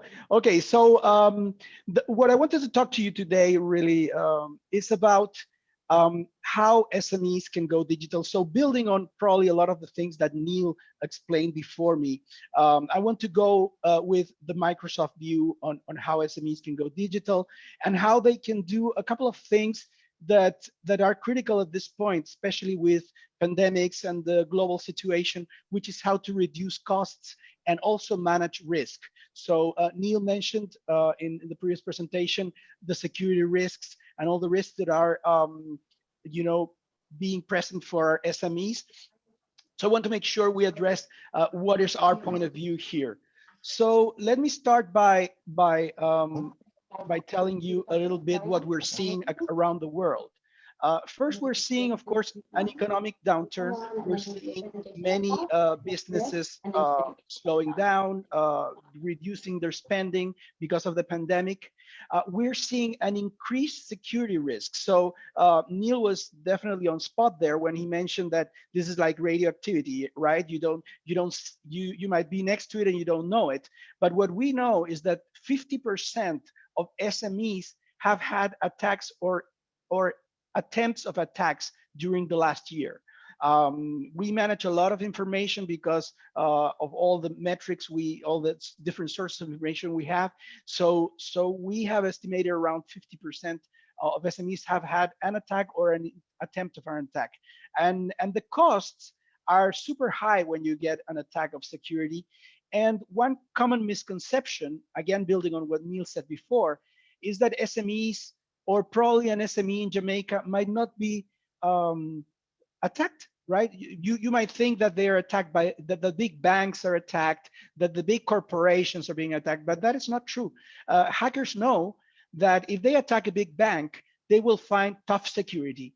They will have a team of lawyers going after them, the whole police going after them if they succeed. Whereas if they attack an SME, a small business, they will surely have little protection.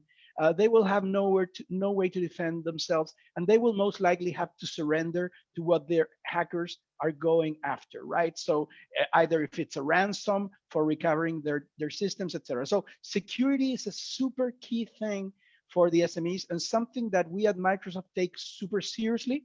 We have been building a security business of that became $10 billion business this year. So we're very serious in that. And then there's the workforce impact. We're seeing fewer employees. There was an employee workforce reduction around the world because of COVID, and many of them working from home, right?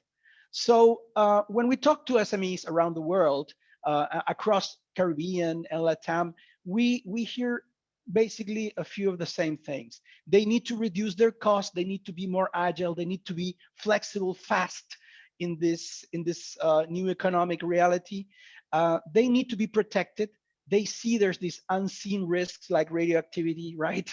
Unseen risks. They need to be protected, and they also want to be more productive. Many of our customers in the SME space had to quickly set up a video conferencing solution, had to quickly set up some sort of file sharing solution, and they need to go beyond that, let's call it a patch solution, and get a solution that will really be effective and productive for them. So when we talk about cost savings, we're seeing 5 major places where SMEs can save money with the right technology. The first of all is vendor license and product consolidation. So I think Neil did a good job there showing you that in order to get running and get the proper technology, you need to purchase several different pieces. So how do we make sure I'm spending the right amount of money for each piece and I'm not buying from too many people and keeping too much of that complexity? Then how do we reduce the total cost of risk? Risk can be super costly. We see in the US, that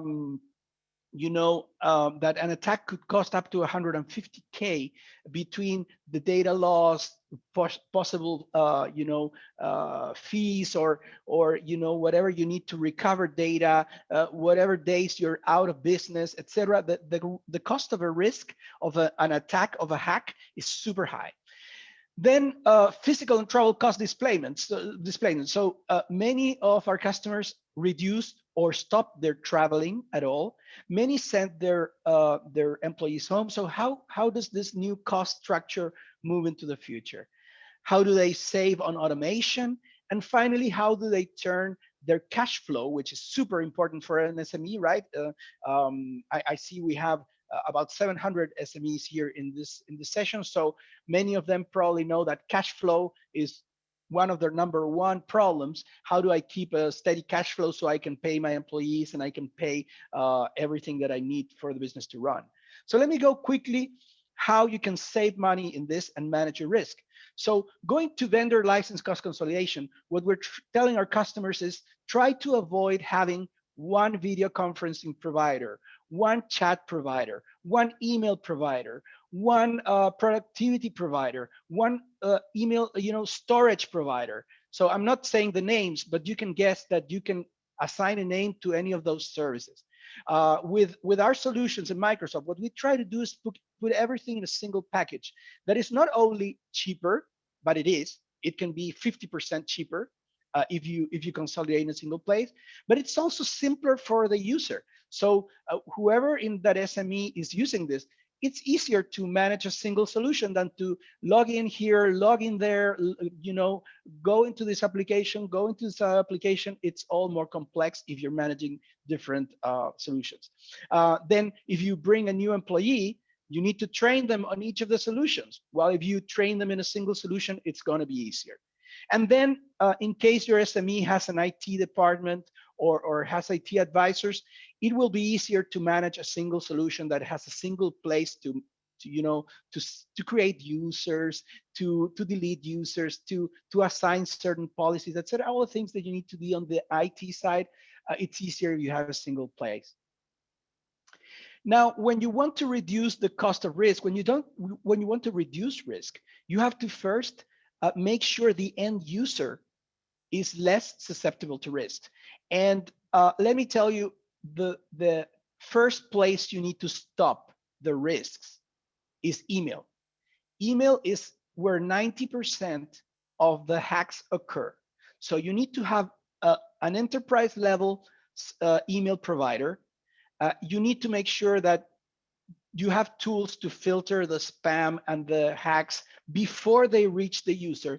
You cannot and you shouldn't trust the users that they will recognize the phishing or the hacks. You cannot ask so much from them.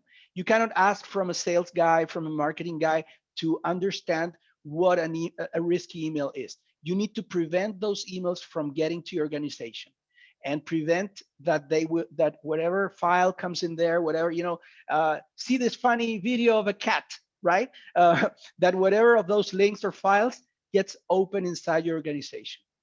Then you have to prevent from data loss. You have to prevent that you don't lose your customer list, your accounting, your product list, your presentation. Maybe you are an SME that is preparing a large presentation to a customer, right?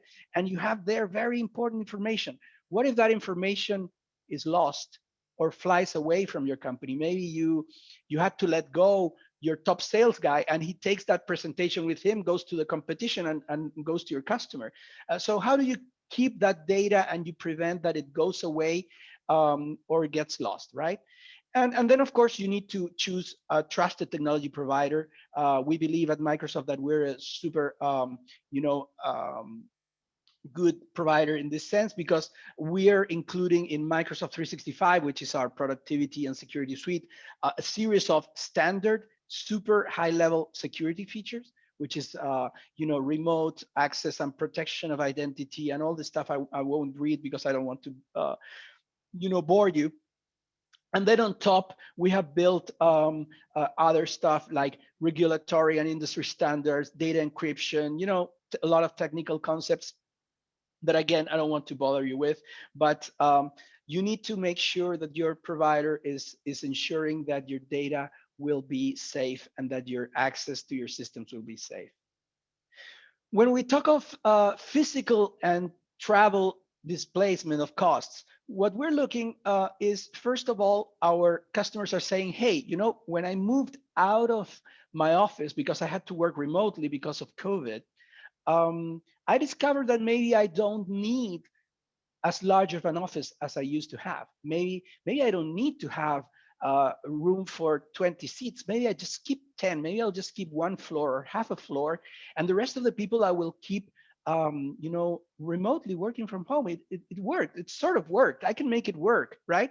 And then you can save a lot of money. You will save in communication costs. You will save in real estate costs. You will save in utilities. So that's something we're hearing. And this is where Microsoft Teams, which is our solution for video conferencing, chatting, and working remotely, has played a super important role in our customers' lives.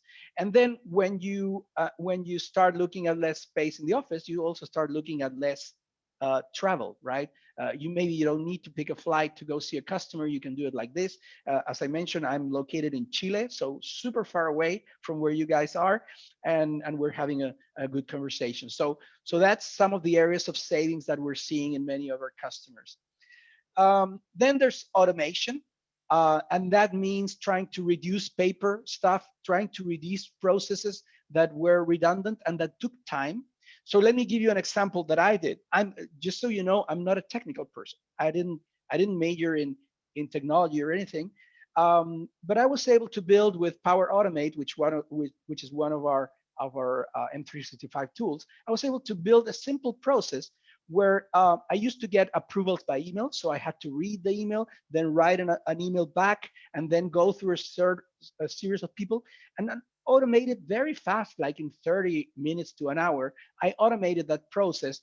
And now when I approve, it gets immediately added to an Excel file, so I can keep track of all the things that I approved. I can make sure I can analyze who I approved, when I approved, and so instead of looking in my email inbox, instead of keeping an offline list in my Excel where I have to type everything. So I did that, and I'm saving a lot of time every week because of that. Those are things that in an SME in particular, those savings of time are super critical. And you can then extend it and probably incorporate stuff like your travel expenses, your inventory checks, your sales proposals, and put them inside Teams, for example. Teams is our as I mentioned, is our hub for teamwork. You can, from your cell phone, do stuff in a simple way without having to go through very costly platforms. And finally, this is where I want to wrap up my presentation. You need to think of how can I go from capital expenses, so from one-shot money expenses, to OPEX expenses, so operating expenses, so paying monthly for what I really use. Stuff like hardware, like your servers, your computers, is stuff that you need to usually pay up front, and guess, unless you get a lease or something, but it's usually part of those super costly stuff at the beginning. If you buy licenses, it's going to be something that will cost you in the beginning. So our recommendation is move to the cloud systems where you pay usually a monthly fee per user. If you have to reduce your employee count, then you reduce your cost. You increase your employee count, you increase your cost, but you pay on a monthly basis, so you don't need to sacrifice your capital, and then you can have a healthy cash flow, right? So those are things that could apply to many different solutions, but what we're doing, and I don't want to go back to this, is we're going to a single platform where you can consolidate vendor cost, where you can reduce your risk, when you can use the ability to work remotely to the most of your capacity, save on automation and automate your processes, and of course a subscription-based model where you pay as you go on a monthly basis on a cloud service. Okay, so we basically offer this in 3 major flavors for the SME. So I don't want to go in detail here, but basically you can either just get the cloud services like email, like Teams, like SharePoint and OneDrive to store your files. You can also, for those of you that want to have Office, the Office suite that you all know, and I hope you love, in your computers with Business Standard, and then you can have Business Premium with a lot of additional security features on top of the previous products I mentioned. So we have a lot of partners that can help you with this. We have a lot of stories of SMEs around the world using this. We have also tools that our partners have to help you assess what you need. So where you can say what is important for you, and then we can help you pick the right solution. So I hope that was interesting for you. Let me see if I had another slide. No, I didn't. So so that's basically what I had for you. I don't know if there's any questions. I will gladly answer them in the chat window, I guess, right? Thank you so much, Christian. Great presentation. Hi everyone. I'm Lauren from the Brainz Center. I just want to thank you, Christian. That was so great. So much jam-packed information in there. Some of what you explained, I know a lot of entrepreneurs need that information. They have been using some of those strategies to save on their costs. And guys, if you need to reach out to Christian, I'm sure all the details are going to be provided for you. Guys, we're moving into the next segment with me. As I said, I'm Lauren Ainsworth. I am CEO of Brainz Center of Entrepreneurship, and I am loving this conference so far. And guess what, guys? It's about to get even better because we're talking all about digital marketing. The thing that entrepreneurs and small business owners have been asking about since we got thrown into this COVID madness. How do we get in front of our customers? How do we let people know that our store, our shop, our business is still open? And that's digital marketing. But guess what? Things change so much, the space evolves so much that we constantly have to be updating ourselves. And we are lucky because we have 2 experts who are going to be telling us what's working today. So my first guest is Craig Powe, CEO of Adtelligent. Welcome, Craig. Hi, everybody. Can you hear me? Can you hear me? Yes, I can hear you. Okay, fantastic. So you have I'm a really for us. Yes, I do. So let me share my screen. Great. And we can go ahead. Okay, 1 second. Let's just allow it.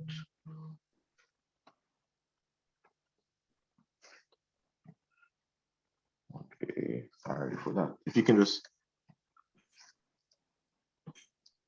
I think my computer isn't Of course, okay, Murphy. 1 second. Yeah, 1 second. It's just, you know, that's how it happens sometimes. Of course it happens, but guys, this is why it's so important for us to understand how technology works and understand, as Christian said a while ago, have Yeah, two, I'll just talk. I'll just talk. right? Okay, so let me just begin because I mean, it doesn't seem to be allowing me to go through. So, okay.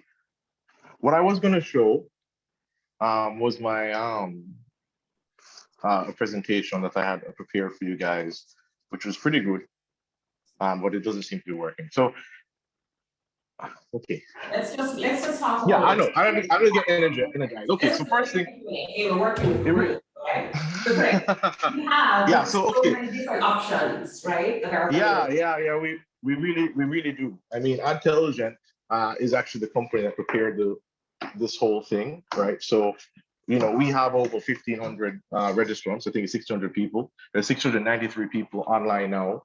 And the fact is, I have not met most of you guys. I haven't seen any of you, but you all saw this conference on social media. To the tune of, I think, 200,000 people have actually seen the full conference, which is fantastic. But it's because we went online. Now, to give you a start, Q1 of 2020 was our worst quarter ever. That means for business, we lost money, and we've never lost money before. Our revenues were down. We had a lot of big plans with clients and big shows with some of the big financial institutions, and that was all canceled. By February, we had no more hotel clients, and we had quite a few. So that was no more US revenue from that.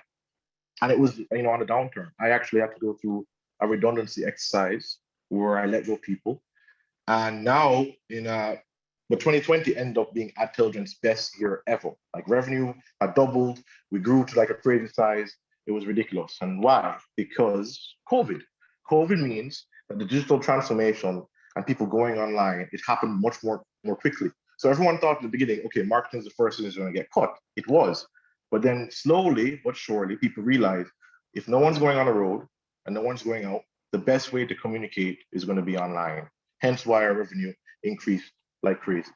So this year, the stats, Jamaica's population only increased by about 13,000 people, but the amount of social media users increased by over 200,000. So last year, since 2020 to 2021, we had a huge amount of increase in social media users. This means people are more on Facebook, they're more on Instagram, they're more on TikTok. They're really getting excited. Now, my advice to you guys is back to basics. It's all about getting signed up. I would like you to think about a couple things. Zoom, sorry, not Zoom. Google My Business, right? Facebook, Twitter, and Instagram, right? These are the things I actually need you guys to do. And hold on 1 second. So Craig, all of those platforms, right? So you have Facebook, you have Instagram, you have LinkedIn, you have all these different platforms, right? And each SME is going to have a different business need. Now, how do you start approaching digital marketing for a small business? Should you be on all the platforms, or should you really zero in on where your customers are? Yeah, okay. You don't need to be on all the platforms. You don't need to be on all the platforms. The first thing you have to do is get on Google My Business. And Google My Business is really, really simple. That's actually, yes, using SEO to get more customers. I have found many, many people on Google My Business. That means you type in the name and you search them, all right? And once you search them, they can actually pop up. It's easy. All Google does is they send you a barcode to your mailing address. It takes about 2 weeks to come. You use your phone, take a picture of it, scan it in, and then you're good to go. And your business is there. You add some really nice pictures, and also, you know, I have spent at least $60,000 to $70,000 within the last year on just random things on Google. I searched tire replacement near me. I found this dude who operates out of a taxi, but he actually replaces tires and just drove to me. Spent 20,000 with him. Wouldn't have found him if I didn't type in tires near me.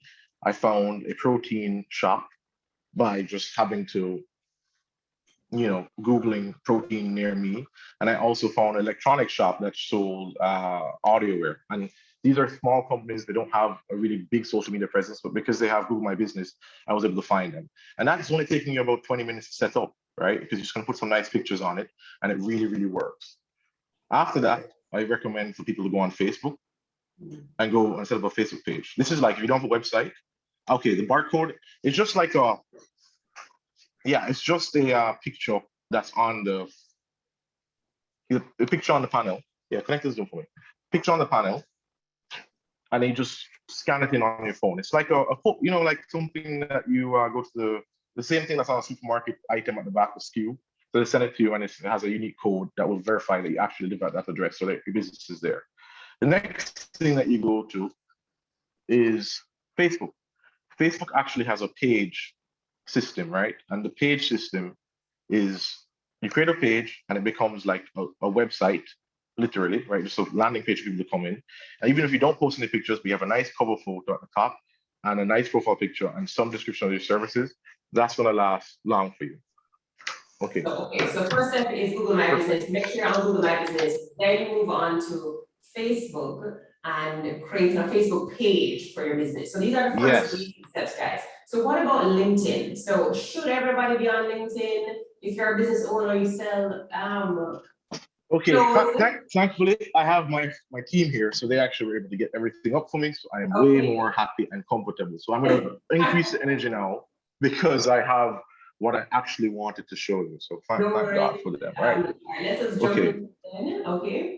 Yes, because the first thing I wanted to talk about was all this information, guys, right? If you can see, is available at something called smallbusinessportal.com, right? Which is a site that Adtelligent has actually built and manages, right? Along with the PSOJ. You can go on something called COVIDcast, which is a show that we produce. We have about 40 something episodes, and you can actually get training memos for each topic. So Neil's thing is there. How to go through redundancy exercises there. My thing is right there for get training memo. And you can actually see a listed item by item memo that talks about how to actually register. So it goes on Facebook. You can see here, email marketing is there, SMS texting is in a Jamaican context, which is fantastic. And you can see my line item bullet points that you actually need for each system. So this is really, really useful for people. Just go on smallbusinessportal.com. Also, funding is there. All the loans that are available and grants from all these other banks and companies, that's all there. So it's really a one-stop shop for SMEs to kind of use. It's free. It's a free resource that we're built, with the PSOJ to help, small businesses really get through this period during COVID, especially when you can't go out and talk to people. It really makes a huge difference that you can actually, just go online and find everything there. The next thing I'm going to show you is my SBA presentation for the Small Business Association, right? Which is this. And this kind of will guide us on the stuff we're actually talking about. So let me just bring that up. Okay, so we finished Google My Business. It's free, it's easy to set up. And we're going to Facebook. Okay, most of you guys need a Facebook page. I would say every business needs one, right? Mm-hmm. Because it connects you to a map location, has simple templates, which is really great. And the next thing is when you're actually running it, you have to focus on posting at the right time for your product and service. So what do I mean by that? If you're a supermarket, definitely post on Saturday. If you are a bank, I do not recommend posting on Saturday. That's not necessarily a time when people are trying to engage with your service. If you are a tea or clothes girl who's going to call on later, I would definitely post on Saturday because people are thinking about those things in that time frame. For example, our clients like Butcher Block, we post on Saturday. And people get, are really happy to see meat products and that type of thing on that day because that's when I'm doing grocery store shopping or home and things. We also do that there. But for our finance institutions, that's not something we're doing. We're looking at Monday, we're looking at Wednesday, we're looking at Thursday. Now, if you post too much on any of these platforms, you get punished by the algorithm, and that really, really sucks. Facebook literally says you're not getting that much engagement, so we're going to show your content to less and less people. So that's not useful to you. Next thing, you can also create your own ads on Facebook. This is where you get most of the bang for the buck.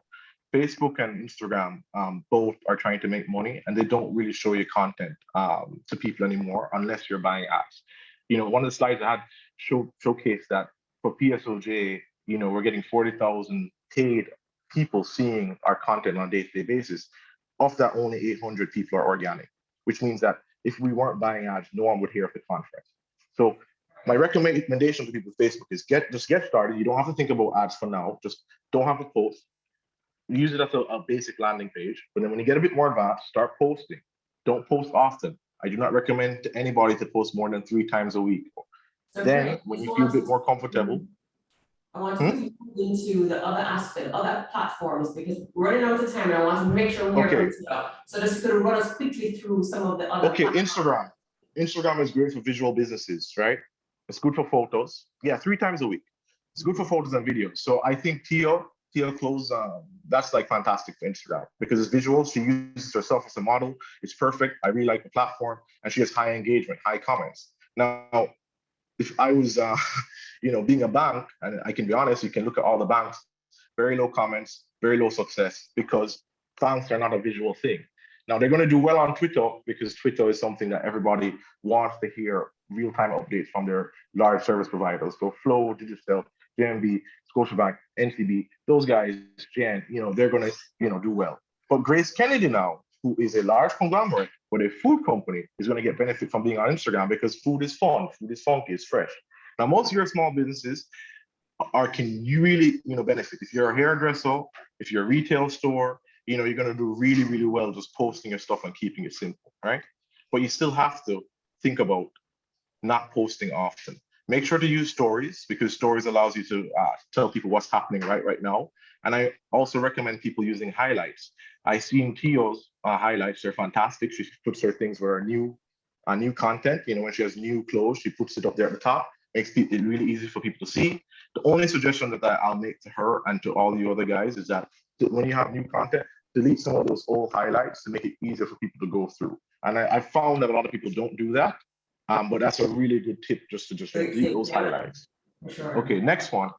It's the other online marketing platforms. Now I leave these out because they're not as relevant. The most basic ones that I talk about is Google My Business, Facebook, Instagram. Now you can get a lot of benefit from YouTube because if you're an interesting person, like let's say, you know, I'm talking about social media. If I put a video talking about that, that's going to do really, really well on YouTube.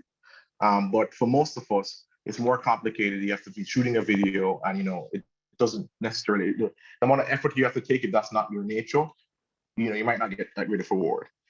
But if you have any content, just any content at all, upload it on YouTube and just leave it there. A good example is Sora's Sky Cuisine. I've seen Sora's video, just typed in Japanese restaurant and it popped up. It has like 17,000 views on YouTube and has no content, no talking, no nothing, but I get to see the restaurant and it makes me want to go there. Okay, next thing, WhatsApp. WhatsApp is really fantastic for retail businesses and people are speaking to B2C because they have a new thing called WhatsApp for Business, which allows you to have, you know, a kind of centralized managed WhatsApp. So you can say, hey, my employee, I'm going to give you access to this number. We can all see the same chat threads. Very useful. There's user access control, meaning that if you fire somebody, you can get rid of the WhatsApp, right? You can make sure, you know, it works pretty well. And that's a really useful thing. Yeah, TikTok now. So it sounds like all these platforms have different purposes. And I love how you put businesses that are actually using the platforms for different purposes. So the banks are using Twitter for a reason, Instagram for more visuals, YouTube for more detailed explanations. So there's a plethora of information here that and tips. And Craig sounds like you have a lot of tips, especially with the Instagram and the stories, etc. I only have 2 more to go through the Twitter thing, so let me just finish. Because I was bad. It was my fault that I, you know, got to with the presentation out there. So, okay, so Twitter, I think is really good for service professionals and people who can talk about their own service on their Twitter, plus people who are inherently interesting. Now, I don't mean this to be offensive to everybody, but most of us are not interesting people. So Twitter, as you know, is about, you know, live news, live things, live opinions. I know a guy, Gordon Swaby, I always mention him. You know, I don't think Eddie Focal per se is going to do necessarily well on Twitter, but he is doing well on Twitter, and therefore he gets a lot of brand recognition from that because he's interesting. So I would say, hey, Gordon, you should keep on Twitter. You can always plug in Eddie Focal. But for somebody else now, for you to actually think through on a day-to-day basis, because a lot of times we get stuff like, hey, Wendy's has Twitter and they're doing really well. I'm like, Wendy's pays someone over $100,000 US to think and be snarky. You know, if you even hire an agency, the reality is that the coordinator at the bottom grade, who they're going to be paying to do the Twitter handle, is not necessarily able to think through to make a dynamic thing for a company. So only if you have a large budget. I think Grace Kennedy has done a fantastic job. And I know they hire smart people and they're pretty snarky and they also have a brand flexibility.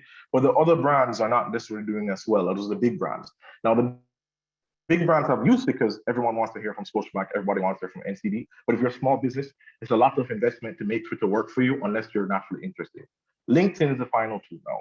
LinkedIn, everybody should be on LinkedIn, literally. If you're in this meeting, you're a professional, people are going to reach out to you either as a business or as a retail. Be on LinkedIn, have a nice profile picture. It's only going to take you an hour to write out some of your details. And when people Google you, they'll actually find you and say, oh, this guy has sense, or this woman has sense. This person is a logical person. They'll see the references. They want to work with you.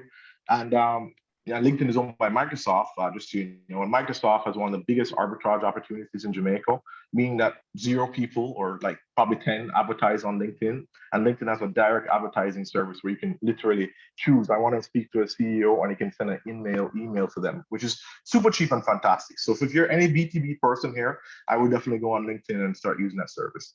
Finally, TikTok. TikTok is the newest arbitrage opportunity. And I think if you're trying to reach out to young people within Jamaica, like, you know, let's call it 13 years old to maybe 28 and maybe 36, something, that's probably the cheapest place to do it. There are a lot of influencers who have no idea what they're worth, right? I mean, you could probably pay them $10,000 and they have literally, you know, 80,000 followers, 90,000 followers, way more reach than any of us combined. And you could, you know, literally pay them a very reasonable rate, and that will get out your brand very, very fast. I'm not recommending this for people who are trying to speak to, you know, lots of serious business people, but for consumer grade products, right? Jump on TikTok and you're going to get a lot of opportunity. Yeah, no, thank you, Greg, that's so my much. spiel. Thank you, Greg. Thank you so much. This has been great information about all the different platforms. I'm going to bring on Tia now, so that we can hear how bring up her store. A small business owner has okay, been with social media. Hello, Chris. Hi, thank you so much for having me. Yeah, fine. How are you? I'm great. How are you? Not bad. So, Kristia, you have been using social media marketing to run your business. I checked out all your platforms. You're doing amazing things. Just explain to us how it is that you are leveraging social media with your business. Okay, so my business is an online store. I sell female clothes, but prior to even having my website, I had my Instagram. So it's like I started to do social media marketing before we even taught it, because I was attending the University of Technology while doing my business, and I graduated the year before we started to really learn about social media marketing. So when I'm in school, I'm learning about email marketing and sending emails and stuff like that, but not about social media and the platforms itself. So I got a very hands-on experience because I was doing it at the same time that it was coming about and I was applying it to my business. So I was heavily on Instagram. Now in selling clothes, as you were saying earlier, thank you for that, is that Instagram ties in with clothes because it's all about the visual. You want to see what you're purchasing. You want to see how it fits on the person. You want to see how it would look on you. You want to make it to be relatable. So as it relates to selling clothes, Instagram ties in perfectly with that. And it's all about being consistent with your posting and with being consistent and update with what you have. And like you were saying earlier, using the highlights, using Insta story. Persons want to feel like they're a part of the whole thing. They want to hear about experience in the clothes because people don't think about that experience. But I mean, even this jacket, is it tight here? How does the fabric feel? All of these things you can communicate to your consumer without being face-to-face through Instagram, through Insta stories, through posting about them, posting videos now where you're showing the fitting of the clothes so persons can visualize themselves in it before even making that purchase. And whereas the time like COVID, I used to sell physically, that has completely ended now and it's just strictly online. So it's very important to let your persons know about your brand and about the clothes as much as possible online. And the best medium to do that is actually through Instagram. Yeah, no, that's great. So you're actually just taking it a step further. It's not just posting the image of the clothes, it's actually creating. No.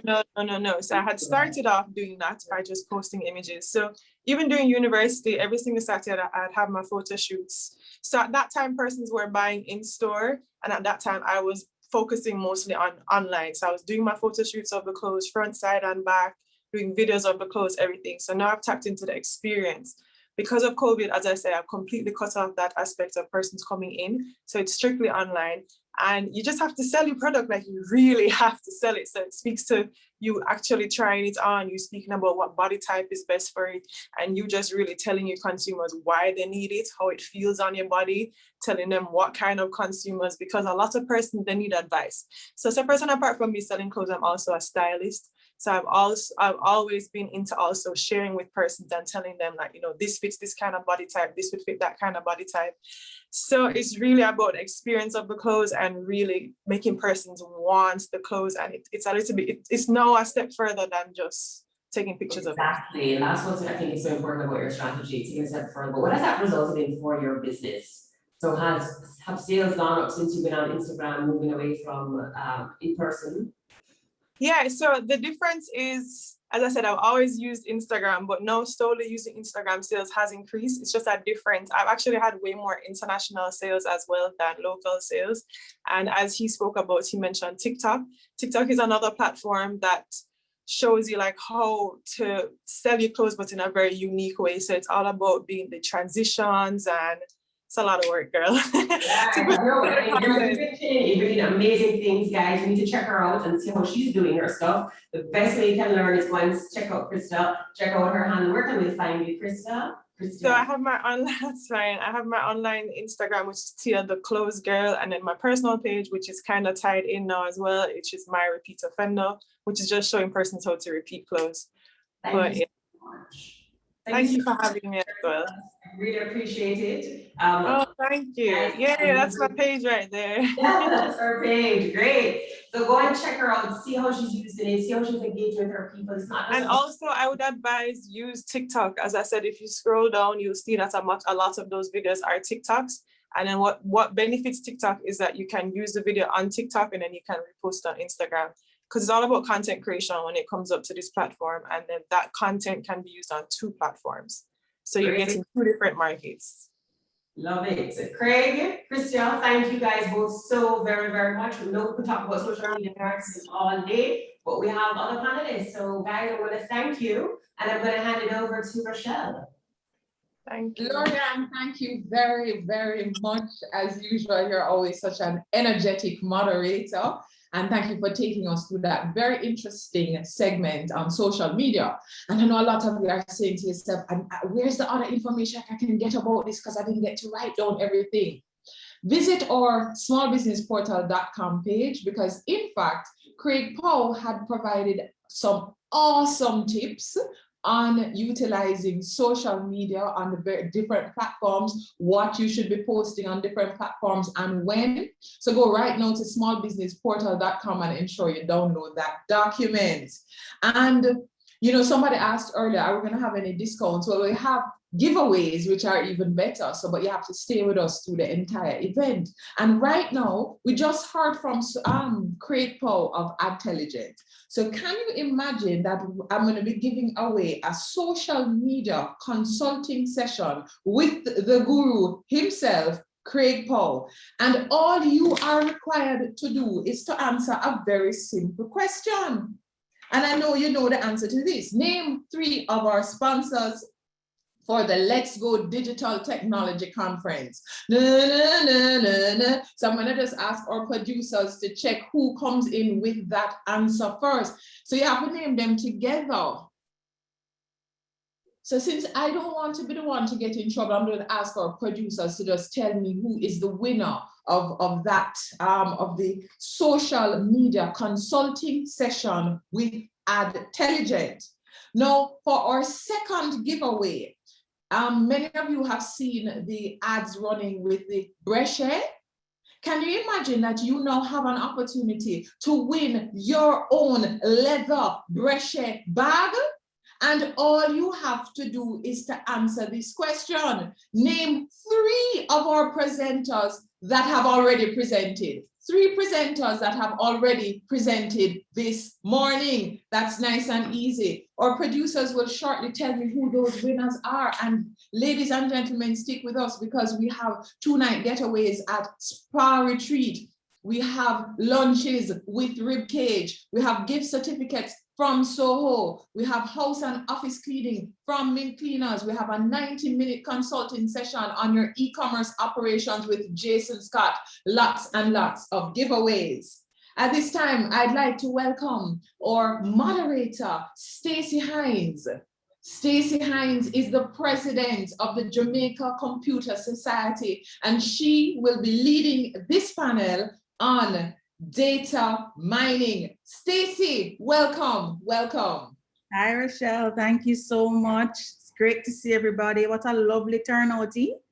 I'm really excited. Exciting turnout. Awesome.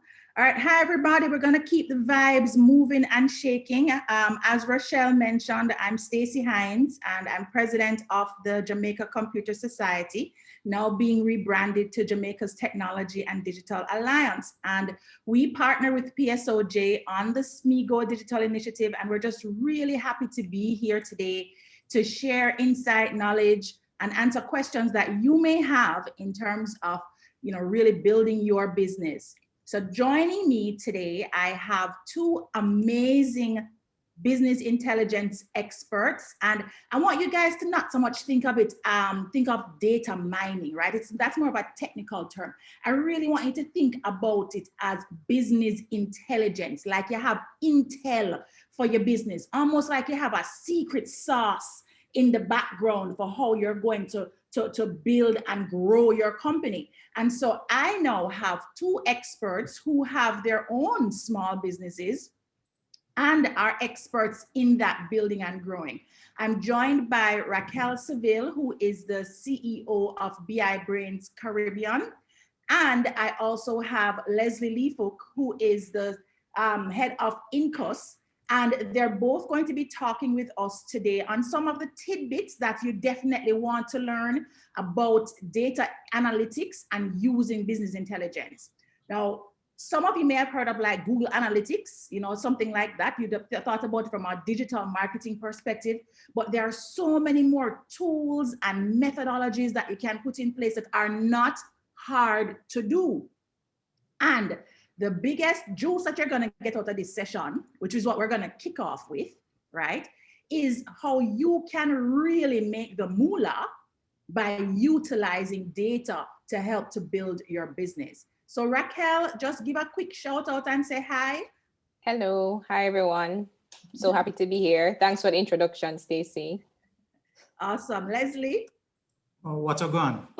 What a guan. So Leslie is actually going to be kicking us off with conversations that are going to lead into the discussions that we're going to have around the power and purpose of data and really getting you guys acclimated or familiar with the tools that we're going to use. I'm going to hand over to Leslie to just walk us through this presentation.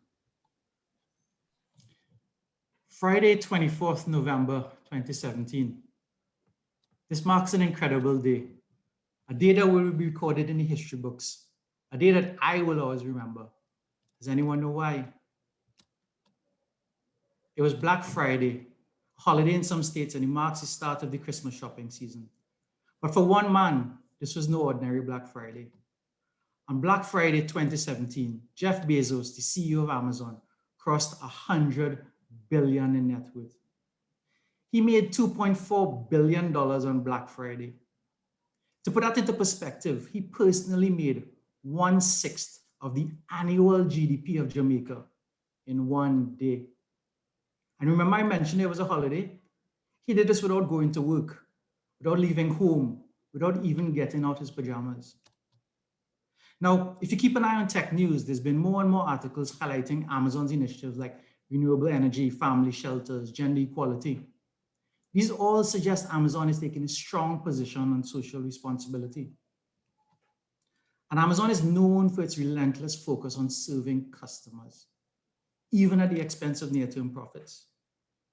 Isn't that the agenda many of us, especially government, struggle with today? Haven't social programs always come at the expense of taxpayers, to the state, or to someone else? But at Amazon, they take a long-term view, which is socially responsible, profitable, and sustainable. So the question is, how can we improve our customer experience and improve bottom line at the same time? In the case of governments, how can we improve the lives of our citizens and generate new revenue streams? While it sounds like opposing ends of the scale, Amazon is doing it using data and artificial intelligence. What if we use data? My name is Leslie Fook. I'm a Caribbean thought leader in data, and I'm a millionaire. I'm not greedy, but this is my number. And when I get to this number, I'll retire. Today, my job is to convince you all to become millionaires as well. My data journey started 10 years ago. And for us, it was a time of adversity. My company was in decline. We had limited resources. We faced budget cuts, and we struggled just to make ends meet. Projects that we would normally won were being lost. Clients that we had for years were terminating contracts. And the scary part was, we didn't know what to do about it. So I set out to understand why. I wanted to analyze my data to make better decisions, but I couldn't program, I couldn't script, I couldn't code. I wanted the ability to look around corners, to predict the future, but I couldn't even make sense of the past. I spent weeks banging away at it, and I wasn't making any progress. Eventually, a light went on in my head, and I did what anyone needing to answer complicated questions does. I Googled it. I stumbled across a Gartner report which highlighted a market leader for business intelligence. I did some more research and eventually I landed up on YouTube. That day, I saw a presentation that changed my life.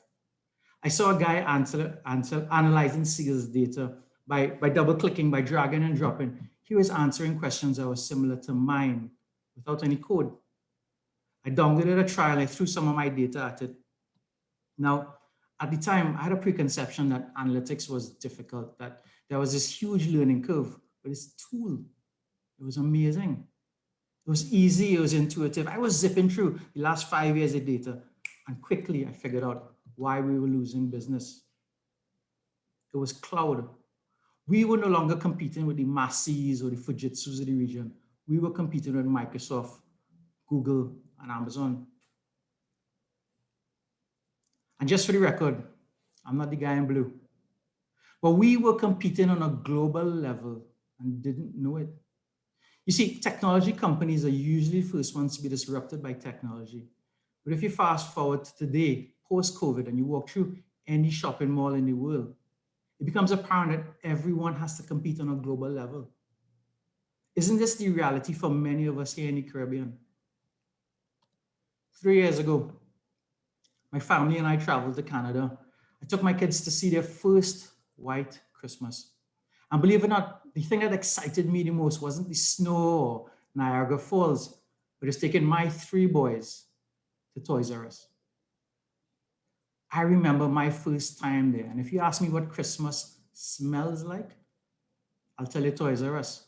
So I know it's something they will never forget either. Sadly though, sooner or later, Toys R Us will be closing their doors for the last time. And there's a lesson for those who are slow to evolve. Disrupt or be disrupted, a lesson that hopefully we can learn at someone else's expense.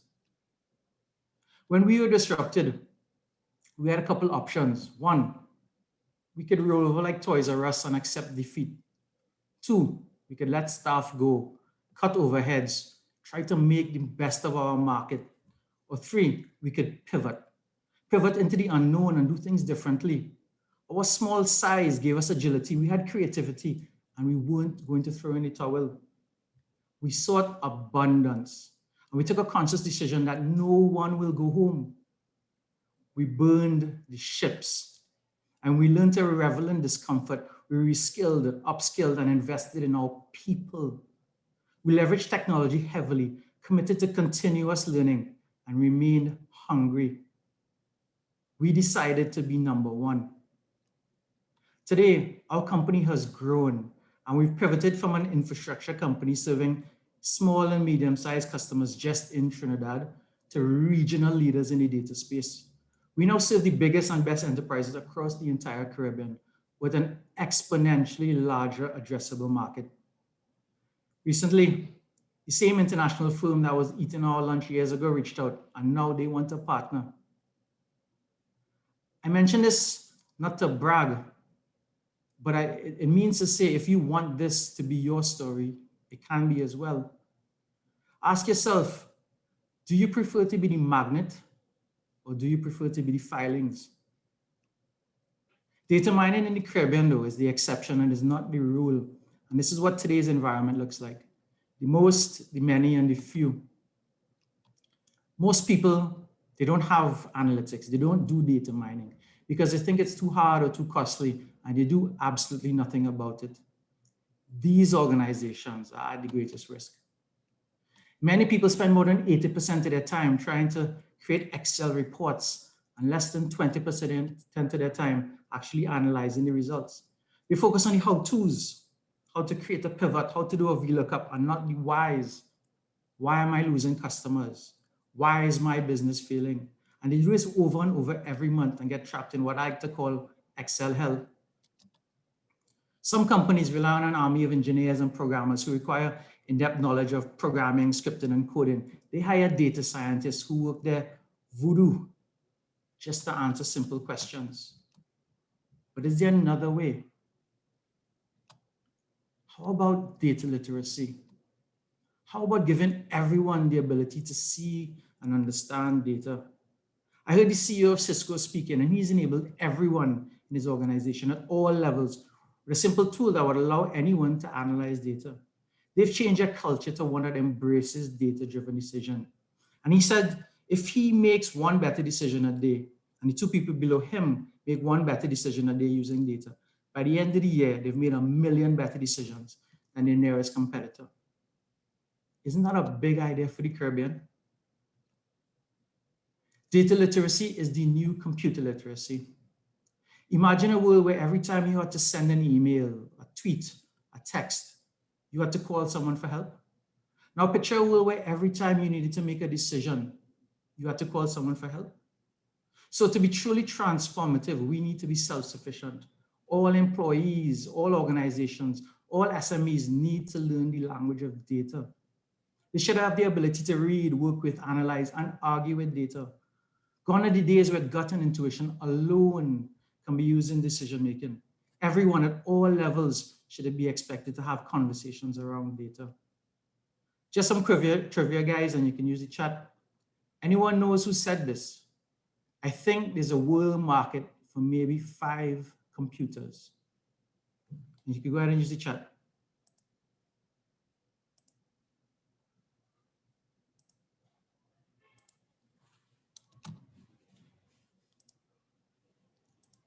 So it's Thomas Watson, president of IBM. And Watson just didn't see it. You see, back then, computing wasn't accessible to everyday people. This was way before the age of computer literacy, and with good reason. Computing was complicated as is data today. But what changed? Apple. Apple made computing simple. They created GUIs, click, drag, drop. Now everyone could use data. What if we applied that same thinking to data? Adoption would skyrocket. So what's the solution? I say, let's keep it simple. So simple a 6-year-old could do it. But why? Because we need to prepare our next generation to be globally competitive. Every year, I have the honor of participating in this technology summer camp in Tobago.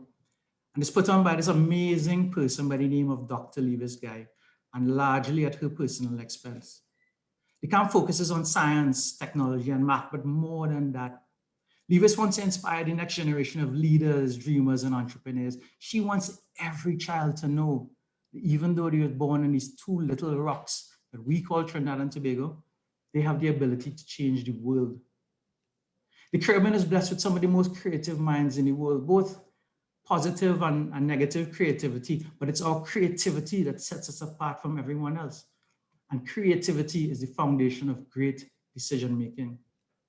I travel the Caribbean extensively, and country to country, I'm always able to find that bright spark. A guy or girl who's doing something incredible. A guy or girl who's creating something from nothing. A guy or girl who's challenging the status quo. Like today, great things happen when there's a gathering of great minds. And it's my vision to make the Caribbean better, to make the Caribbean competitive, to make the Caribbean a leader. We can no longer rely on blue waters and white sands or oil and gas, but if we unify, we can develop world-class products, export, and stop being consumers. I want us to be the India of analytics. And if you keep it simple and we start with our youth, who says we can't be number one? We've produced some of the greatest leaders, people that have shaped the world, people that have redefined the arts, sport, business, beauty, and someday technology. This is a room of trailblazers, a room of leaders, all with the ability to effect change. We live in an age of artificial intelligence, robotic process automation, and machine learning, where we've already built the tools, and the tools are now building us. And for the first time, we have the ability to overcome our human limitations. Therefore, it's our responsibility to positively and exponentially impact more people. My name is Leslie Fook, and I am a millionaire. But I belong to a new generation of millionaires, one that doesn't measure success with money. We measure success by the number of lives we positively affect, the number of people we touch. This is my number. What's yours?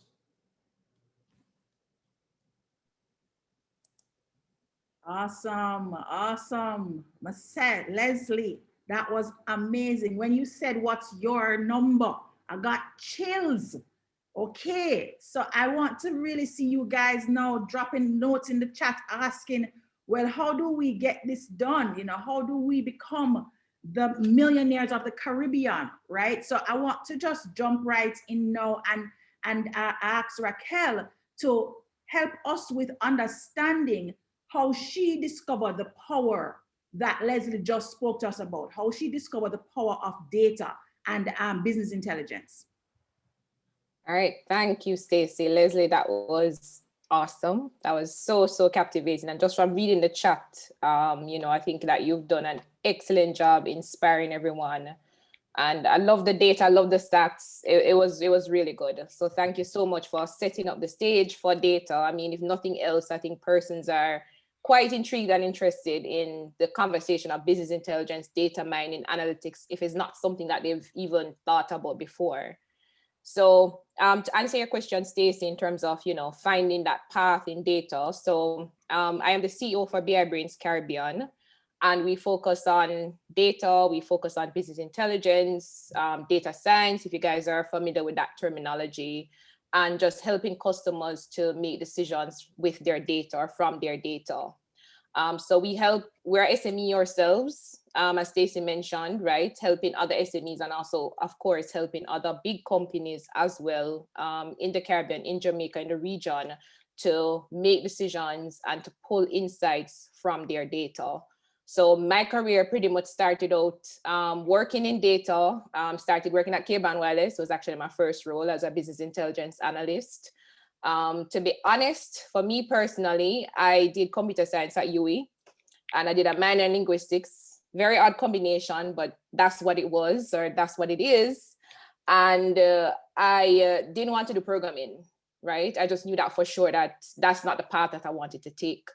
But I sort of just fell into data. I got an internship working on a coding project, actually, building sort of like a project management software for Cricket World Cup. So I dated myself a bit. And coming out of that internship, actually, was offered a role on the business intelligence team at K-Band Wireless. And I've literally just been in the data space working with the telcos at Digicel at K-Band Wireless for the bulk of my career. So for me personally, I'd say that data sort of found me. It's not something that I even thought was an option because I was just being exposed to computer science. The most that I was exposed to is sort of database and database design, right? So when I started working and hearing about business intelligence, I learned about ETL, learned about At the time, it was SAP, business objects, crystal reports, all these different things. I'm like, okay, you know, to start figuring it out. And to see where the industry is today, even what Leslie's speaking about, you know, Amazon, Jeff Bezos, like, you know, people think Amazon is a sort of e-commerce platform, but they're a data company, just like Netflix, just like Google. These are data companies. They're not in the industry that you think they're in, or the most obvious. What they do is use the data on their customers and use that insight to push more money and to drive decision making and to drive more business. That's what they do, and that's what they'll continue to do. And so I just love what Leslie has spoken about, because as Caribbean companies and as persons operating in the Caribbean, we have to see the value in data. We have to start pulling the insights. We have to start ensuring that we sort of pivot and switch to data companies going to support our decision making if we want to thrive and survive in this current era that we're in. Okay, awesome. Thank you so much for that. Now, you mentioned a couple of things there that are really critical for this audience. One, everybody is hearing about the big companies. So the big telcos, you know, or the Amazons or the Netflixes, etc. But I'm a small business, you know, I'm a small business and maybe a one-man shop or a three-man shop, but it's really me still, I run everything. How exactly is it that I can utilize the power of data for the benefits of predicting the future of my business and figuring out what my number is? Where do I begin? And I'll have Raquel go first, and then I'll ask Leslie to follow up with that. All right. So yeah, that's an excellent question, because when you hear these stories and you talk about Amazon, you talk about even just the companies that are dominating in the space, whether it may be Caribbean Airlines in the region, NCB, all these companies, it sounds like it's out of the reach of the small business, but it's really not, right? Because from my experience, what I've noticed, it's not necessarily about the technology. So some person may say, what tools do I use? Just tell me what tools. It's really about the people and the processes. Right? So even when you hear Leslie spoke about, it's really that we need a mindset shift. It's really that we need to shift the culture, right? You have to start understanding and believing that, you know, you need to be looking at your data, looking at your customers, start asking the right questions to push your company and to push your organization to that next level, right? And you don't know where it's gonna lead, right? So I can't tell you that, boy, you know, if you just focus on, you know, your sales, or focus on your churn, your customers that are leaving you, then you'll find the answers. You really don't know. But once you start asking the questions, the data will lead you, you know, into the right direction. So I would say for small businesses, really and truly, the biggest hurdle that you'll have is to shift that mindset. So instead of having things manual, instead of having things paper-based, you know, start somewhere, just start documenting. As I said, even if it's just working in Excel, you know, just have digital records of what it is that you're doing, because the Excel file can be uploaded to a database later on, or it can, you know, you can even put any of these data mining tools or presentation tools to an Excel file. So just at least start by ensuring that you have digital footprints for your data, whatever that is, whether it is, okay, I made a sale, or, you know, just document it. Just document everything and ensure that you have something digital, because you cannot measure, you cannot analyze, you cannot do any data mining on data that does not exist, or data that is stuck on a paper form or a PDF document.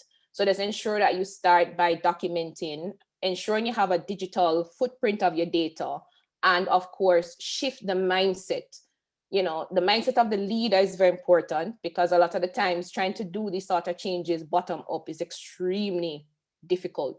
It has to be done top down or in tandem, right? So I'd encourage the leaders of your small businesses, you know, your different organizations, just to start, you know, with that shift, to start understanding and knowing that the data that you have, there is a lot of power in that data. And if the big companies can do it, you can also do it, right? It's possible for you as well. Awesome. Thanks, Raquel. Leslie, where do we begin? What are your points on that? Yeah, sure. And you guys are here. You all showed up, right? So I think in terms of mindset, you guys are already thinking differently. So that's not going to be a massive concern. The next step is going digital. And I've been in a place in my life where, you know, we were just trying to keep the lights on. And, you know, we took a big leap of faith, but it wasn't a gamble, right? It was calculated risk. And that calculated risk is in going digital. It is in automating things. It is in creating digital processes. And a very big part of thinking differently and changing that mindset is knowing that digital is not putting what you have online, right? It is rethinking, reinventing the entire process. But when you do that, you also need to figure out, are you competing with Amazon? Can you give Amazon a run? Because if not, they're going to squeeze you out to the market. So whatever you do needs to be first class. It needs to be, as good as or better than the best in the world. And that's how we try to go to market. So you guys are on the absolute right path. Knowledge is key, guys. So get into a program, learn how to do these things, because it is a new computer literacy.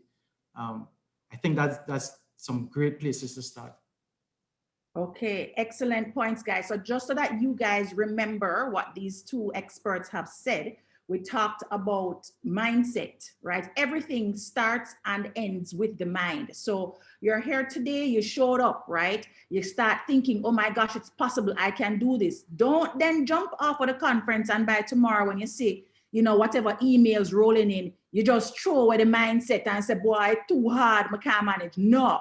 It starts and ends with the mind, right? So whatever you pick up from this segment and every other segment, just hold on to that key thing that you thought of that is inspiring you and encouraging you. If it's what Leslie said about the number, if it's about impacting, if it's about the Caribbean becoming, the global leaders in this space, whatever it is you need to do to fuel your potential positive mindset on a daily basis, because it takes everyday thinking in order to shift that needle, right? So even the data that you have in your head is the first place that you start.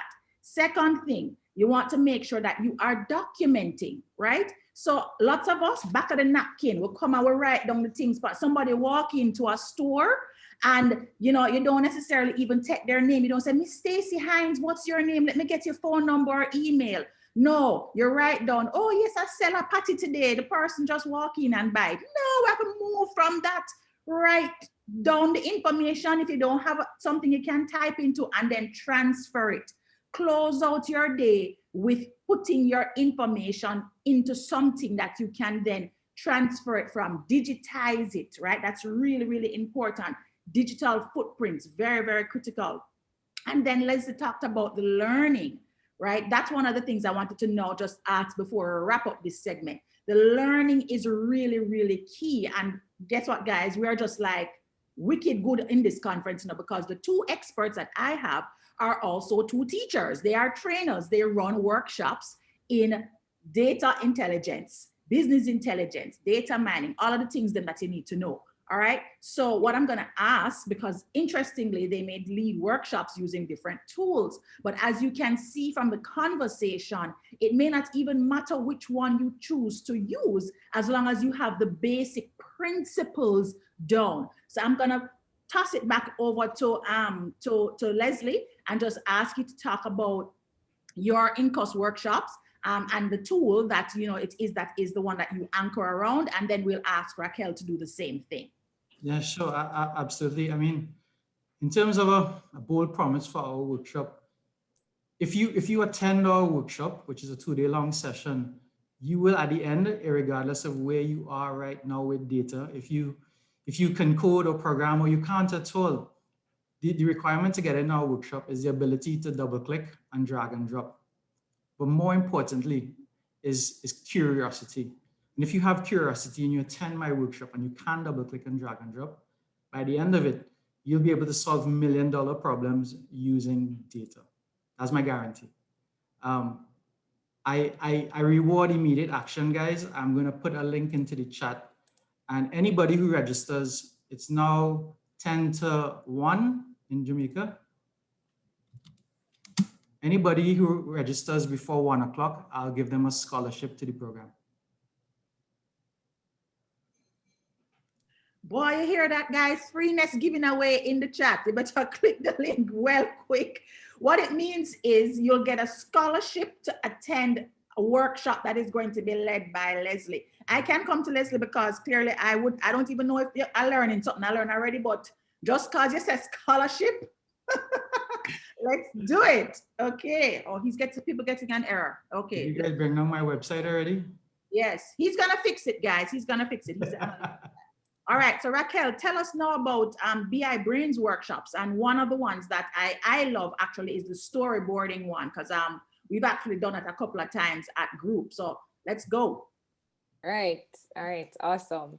Yes, so we have a data storytelling workshop that we do, and it is for any and everyone, as in it's not technical. There is absolutely no using of any technology in the workshop. It's really getting you back to using your natural inbuilt skill that we all have to tell stories, but applying it to data. So we're all natural storytellers. We're all wired for stories. It's just the way we are. I'm sure you guys will remember Leslie's presentation, which is a form of storytelling. It's just how we are wired naturally. It's how, you know, all these hormones get released in our brains and all of that. And all of that information you actually learn, the neuroscience behind storytelling, how stories connect to the brain and to all these different things, right?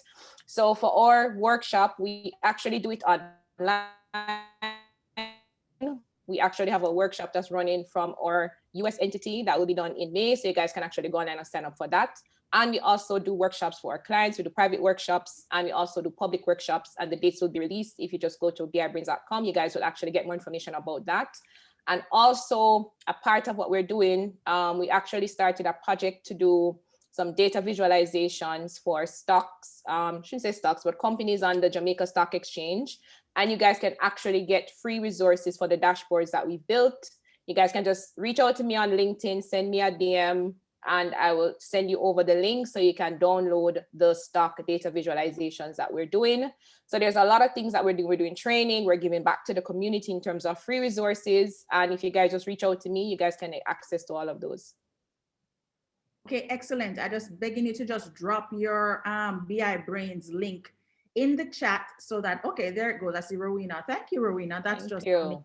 Thank you for doing that. And guys, I encourage you that you reach out to these guys on the information related to the workshops, because of course, learning is key in everything. We are all continuous learners, and in this space of technology, you have to continuously learn. So the conference is a great start, but you want to back up the conference now with actual insights and actual learning tools that you can use and have at your disposal. Leslie has dropped a link to a Google form that you guys can utilize to sign up to see if you can qualify for that scholarship that he mentioned that I automatically get as a moderator. I'm just saying, thank you very much for that. And it's a lot of you on here, so I don't know that if we have any questions that anyone would want to drop aside from the link at this point in time, we would take those very, very quickly.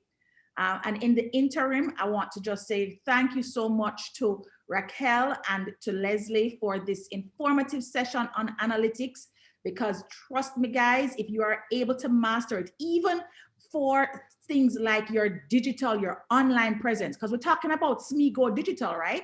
So for your online presence, you want to start to look at how people are interacting with the business and how people are actually, you know, looking at your website or visiting your social media pages. There's just little things you can start to do right away, even before you take the course. If you're on Instagram, use insights on Instagram. You can, and I'm going to give you the instructions. No, you can Google it.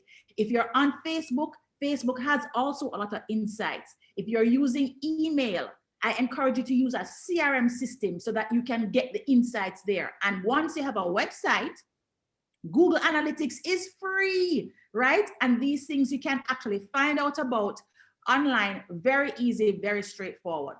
So thanks again for joining us, guys. I really appreciate all the attention and the excitement in the chat. You guys are amazing. And I'll be back online this afternoon to talk with you about e-commerce. So make sure you come back and check out the e-commerce panel, okay? Thanks, Raquel. Thanks, Leslie. Yes, thanks for having us. Thank you.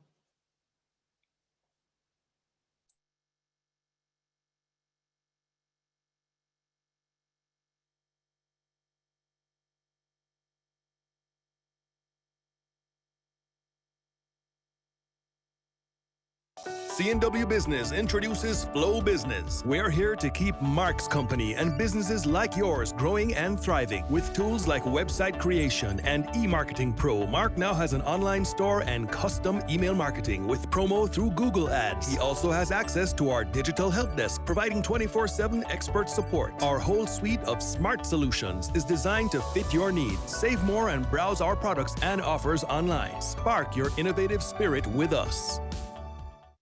CNW Business introduces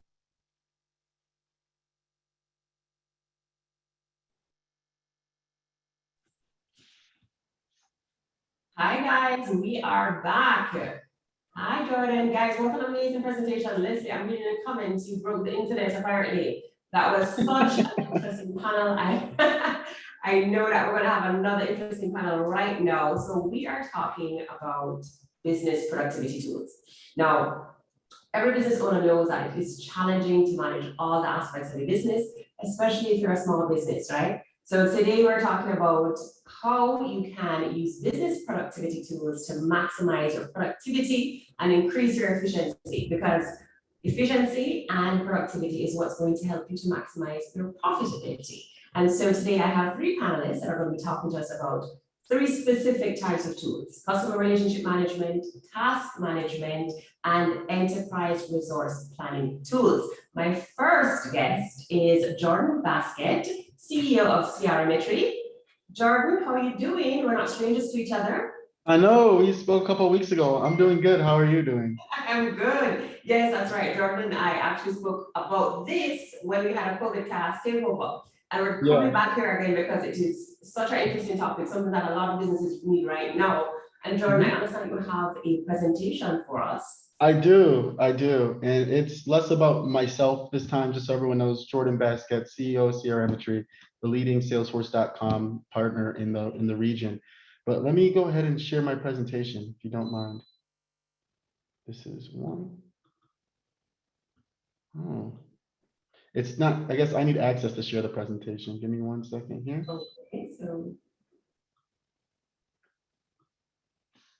For some reason, it's asking me. Do you want me just to talk through it? Yeah, absolutely. Let's talk about what is a CRM. Like, everyone's hearing about the CRM thing. What exactly? Sure. So the presentation's not running right now.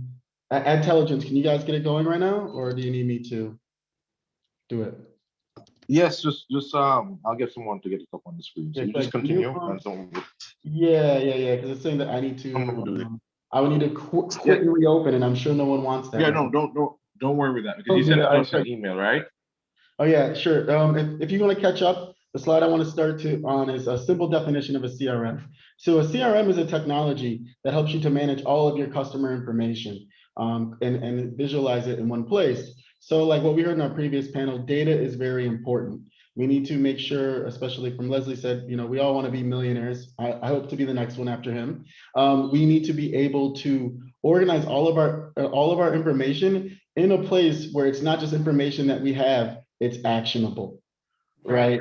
So meaning that all the information is something that we can see, we can make understandings of it based on data mining, what was Raquel and Leslie just spoke about, and how do we actually manage it, as well as how do we improve our relationships with businesses. And that's what a lot of CRM is about, is improving the simple business relationships. So who uses a CRM? The people that would use a CRM would be your business development people, your sales people, your customer service people. Anytime a customer is involved, the information should be in the CRM. What we're doing a lot right now is, as I think previous people have spoke about cloud. As information, one of the reasons cloud is so important is because it makes information cheaper, and it makes it easier for us to link information from other systems together. So in your CRM, you're able to see your email marketing from your email system, your let's say e-commerce information, all that information in one place. So you know exactly who the customer is, right? Exactly.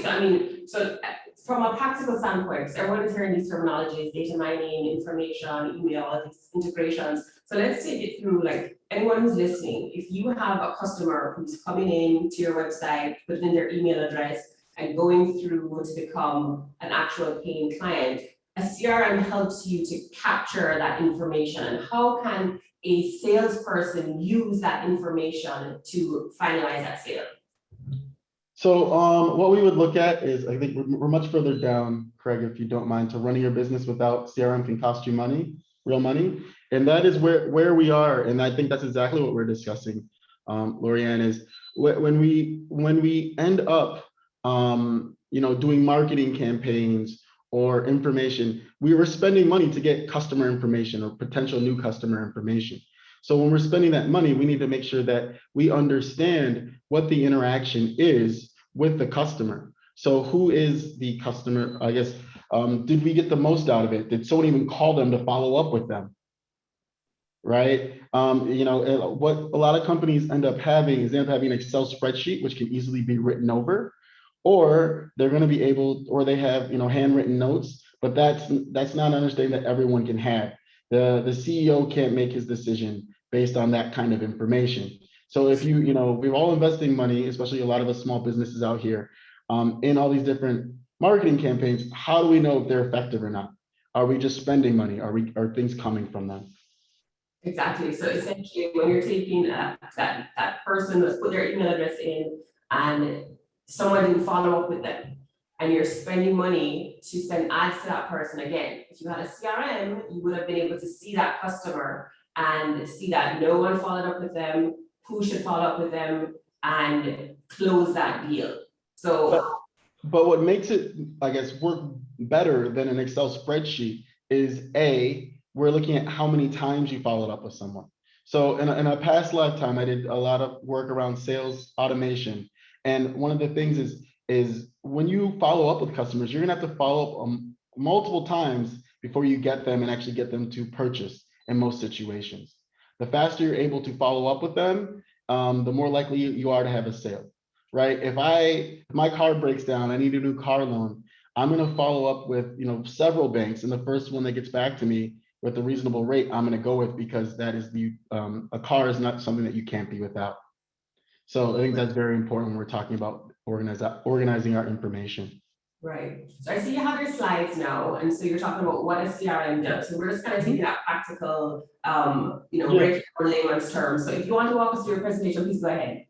Sure. I would scroll down to 6 ways a CRM can help you grow. Yeah. So on the first slide, we have help you find the right customers. As you know, a small business, in any size business, not all customers are the same. So one of the key things that we're able to do at the CRM, and I know people talk about the buzzword artificial intelligence, AI, is being able to segment our customers, understanding that the sales process we have for a big company might be different for a small company, and looking at all these different pieces of information, as well as once we say this is a big company, this is a small company, do we interact with them the same way? So CRMs help you with that. And these are numbers based on Salesforce's average improvement of customers that have moved to the CRM. So they're getting a lot more lead volume, lead conversion, and increasing ROI. So if you go to the second slide, the next one is more around building sustainable relationships with customers. So I think this is very big, is as companies grow, you may have a salesperson that does, all of Jamaica right now, but as you grow, you're going to be adding more salespeople. What you're going to want to do is you're going to want to be able to onboard new salespeople to the different, if you go from all of Jamaica, let's say, to cities. So one person that may have been working with someone in Westmoreland now in the grill may now only, all of Jamaica, the salesperson might be working with someone in the grill, which is now handed off to someone that just does all of Westmoreland, et cetera. So when we're building these sustainable relationships, we can look at what has a person purchased in the past, what are they looking at purchasing now, what information is important to them about a sale or about a product, and then maybe even who are the competitors that they're also looking at.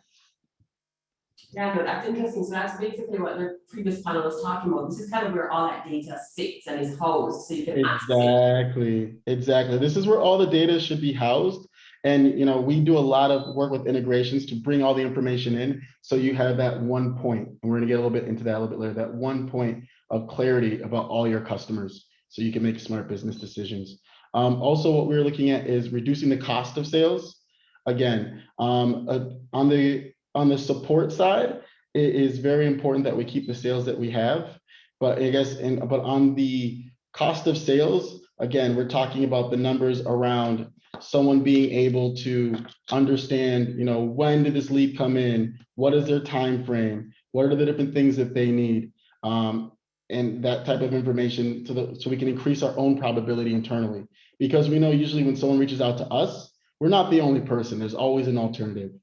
So you're going to want to make sure that you stay in line with that so you can actually decrease your own friction internally when you're approaching the sales process.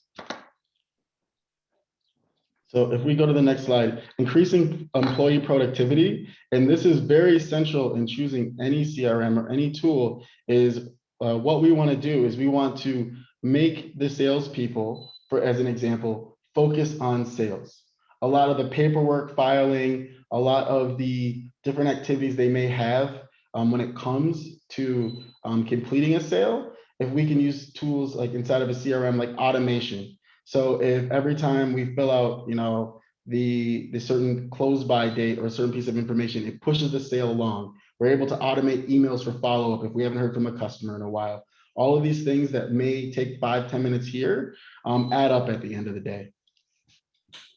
Yeah, no, that's really great information, because as we moved online, we're going digital now, and all of our customers are online.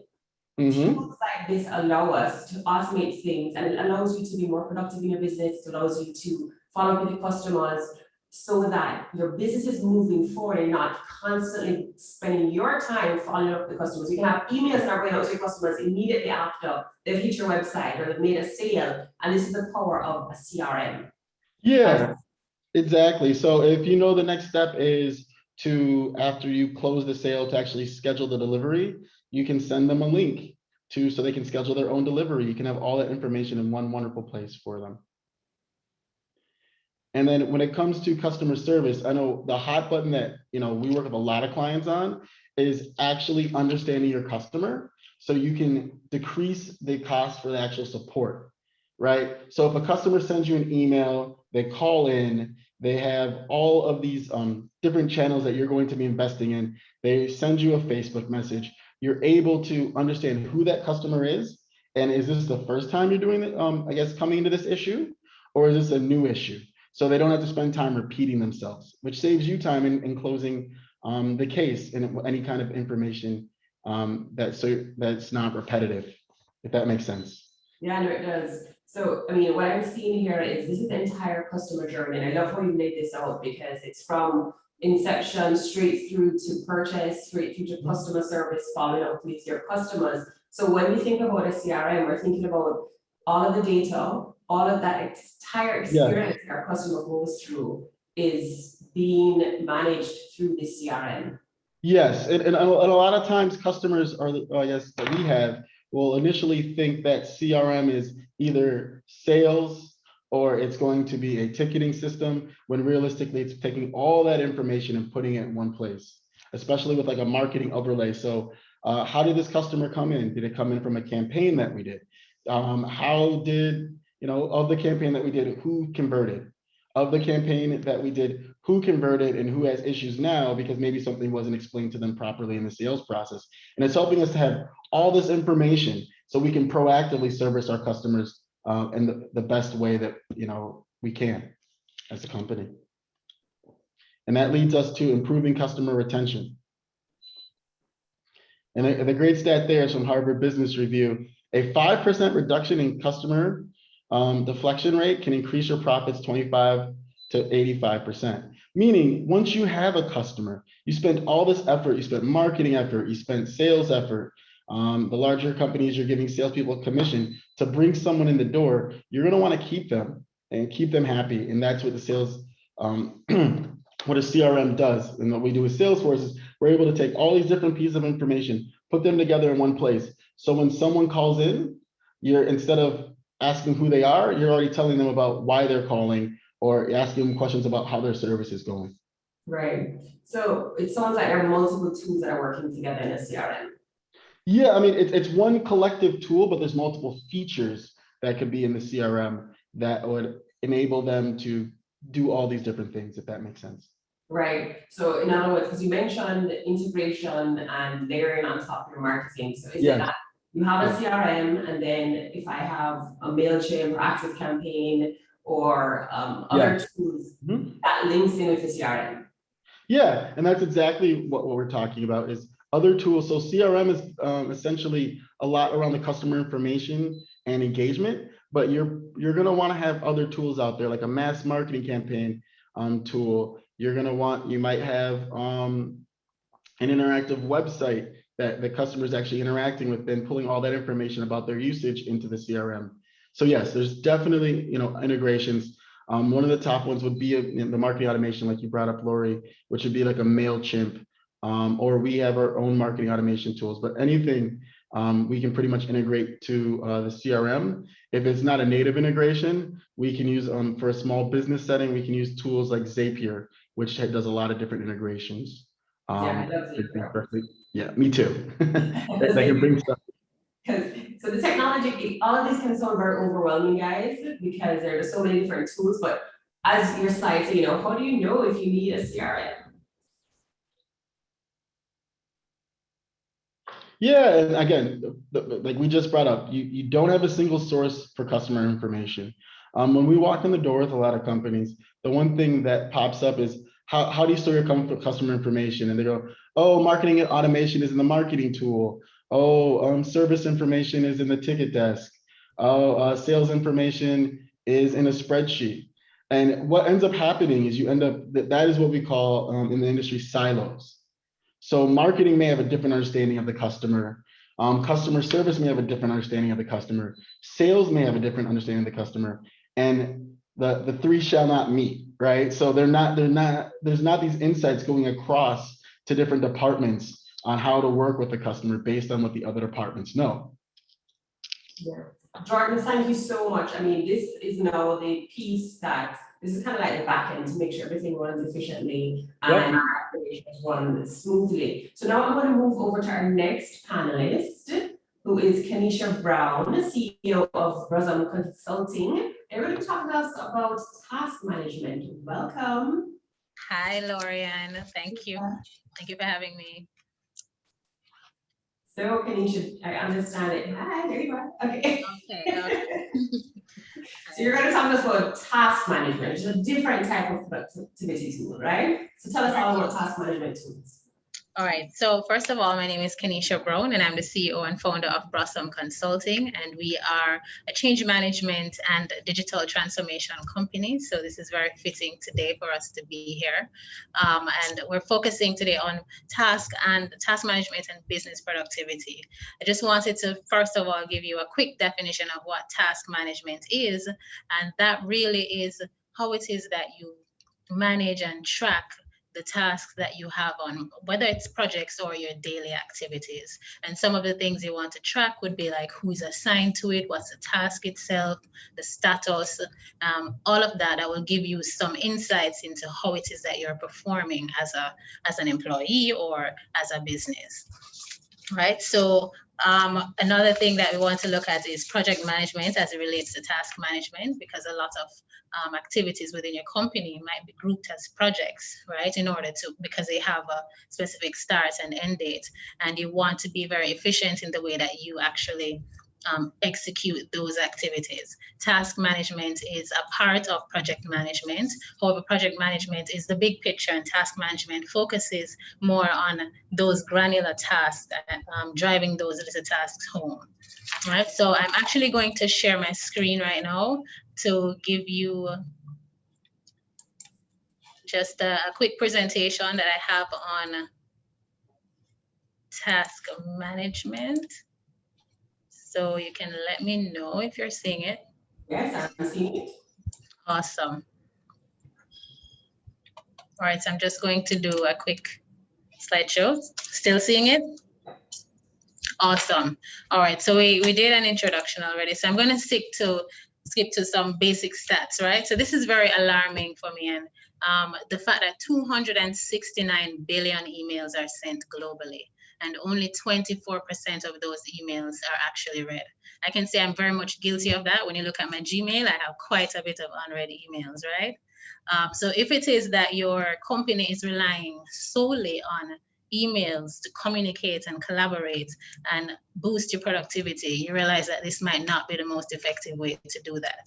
Also want to look at this 85% of employees who spend 2 to 3 hours per day, per week, searching for information. Again, this breaks your productivity. It means that you're wasting 2 to 3 hours. It means that you're losing money. If you look at the entire time that you spend searching for documents per year at 2 to 3 hours, you're looking at about 19.5 days, and that's almost a month that you're losing searching for documents. So needless to say, your employees are distracted looking for documents, and so you need to find ways and tools in order to improve the way that you work, right? In the way that employees can execute their tasks. More than likely, they're looking for documents because they're trying to execute a task and they need this information.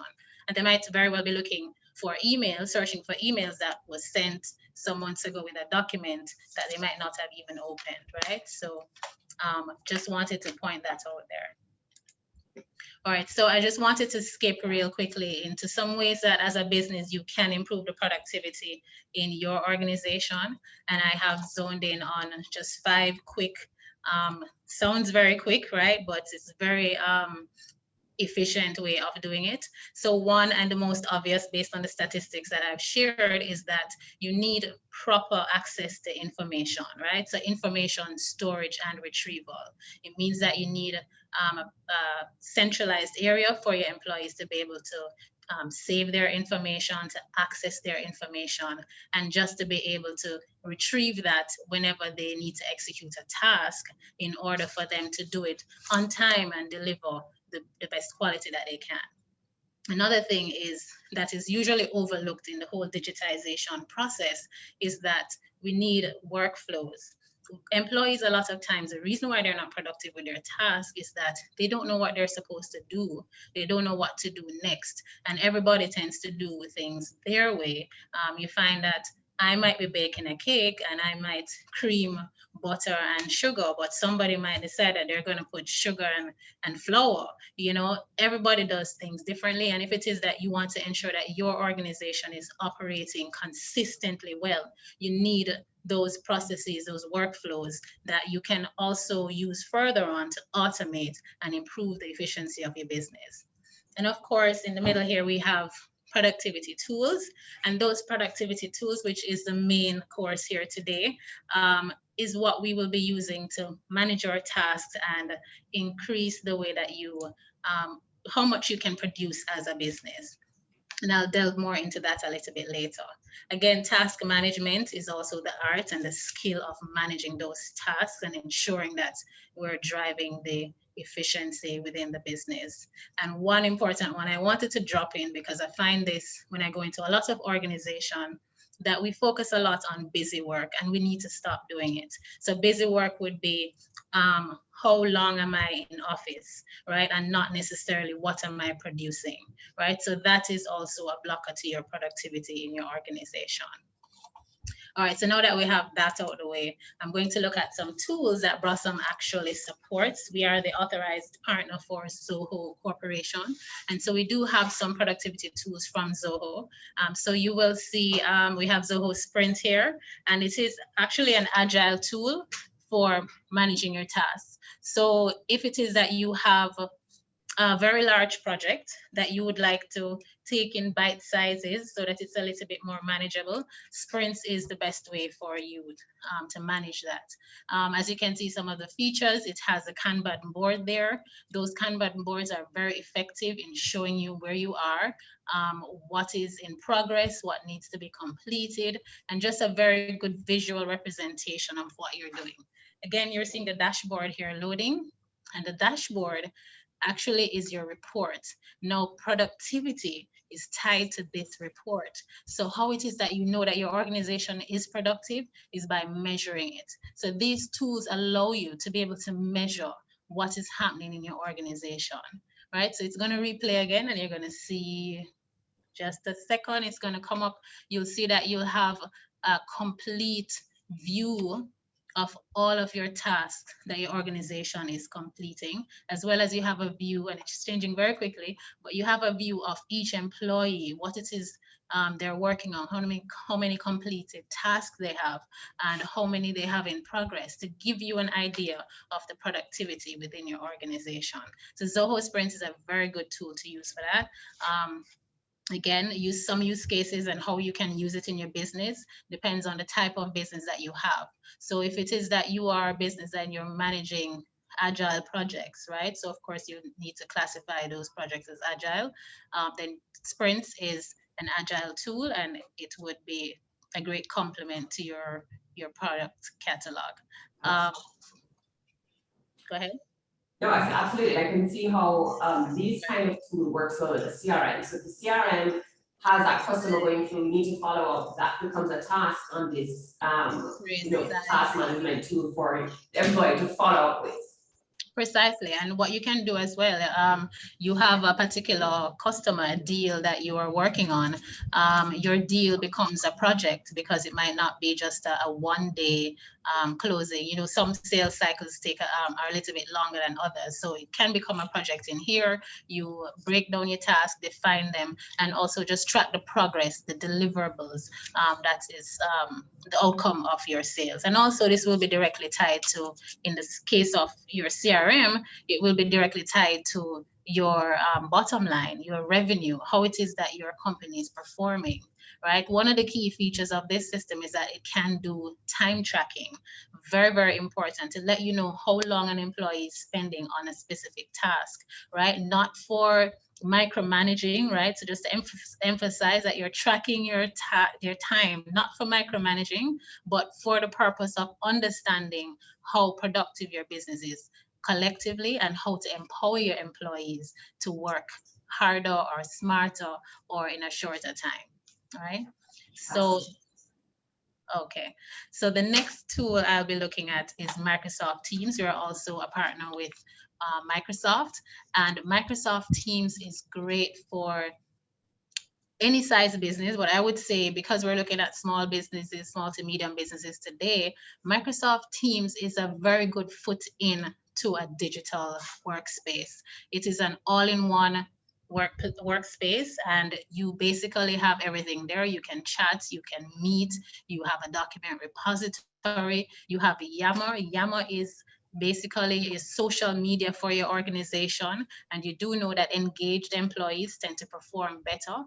So if you have this Yammer, increase the engagement within your organization, of course, that will help boost your productivity, because happier employees work faster, work quicker, and are more eager to produce, right? So that's Microsoft Teams embodies all of that. So I did mention your document collaboration is one very great thing. One of the things that I find is that collaboration on documents tend to be very, very tedious. You're sending these documents via email, document 0.1.1, and then another one is KB 0.1.2, and you have so many versions of the documents and you're unable to track them. Well, that issue is solved here in Microsoft Teams, because you can all work on the same document, collaborate together, and make and work on your completed deliverable. Right? Some use cases for your organization is that you can use it for company level collaboration, which means that you can send out broadcasts, inform your team, whether it is you're doing some training, awards and appraisals, all of that. And then you can use it for your department workspace. So there are some activities that are confined and unique and are only for the eyes of some department. Finance is one of those departments that's, has very confidential information. Also payroll, you might want to have departments for those, and you basically only invite the persons who are working within that particular department to share information and collaborate together.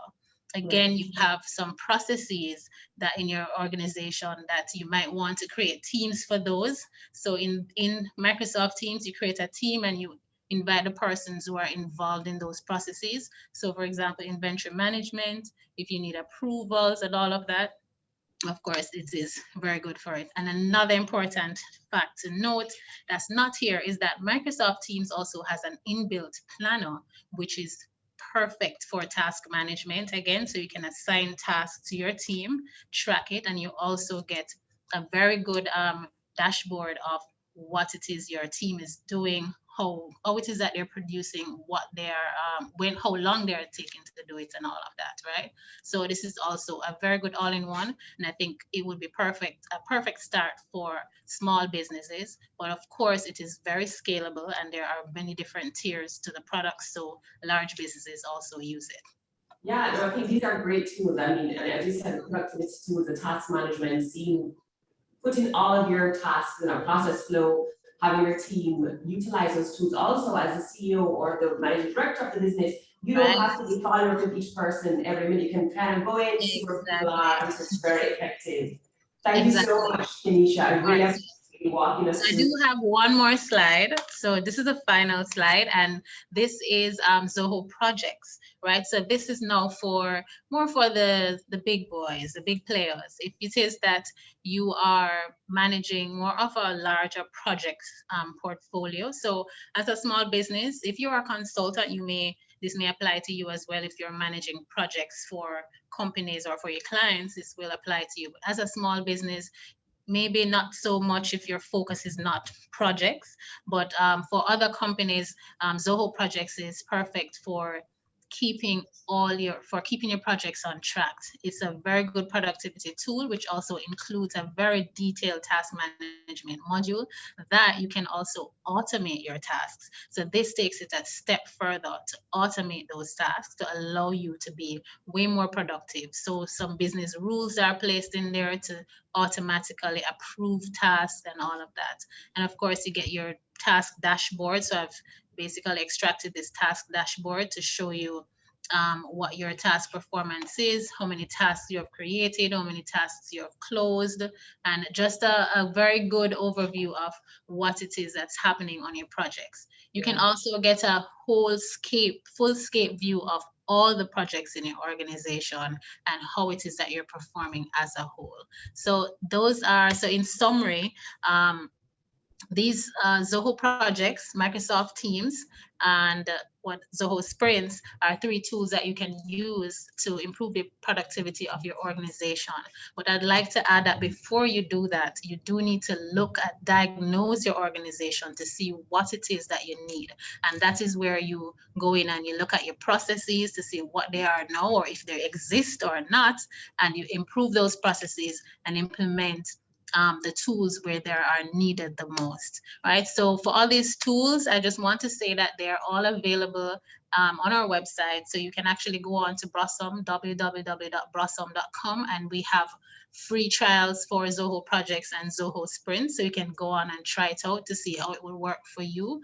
And if you're interested, of course, you can also book a free consultation if you'd like to hear more. You can book a free consultation on the website or just leave us a message on the homepage. So scroll to the bottom and you'll see that form. Leave us a message and we'll reach out to you.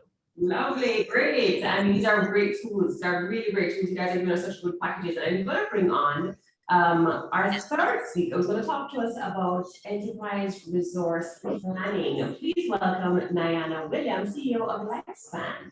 Nayana? Hi, Lori. Hi, and good day, everyone.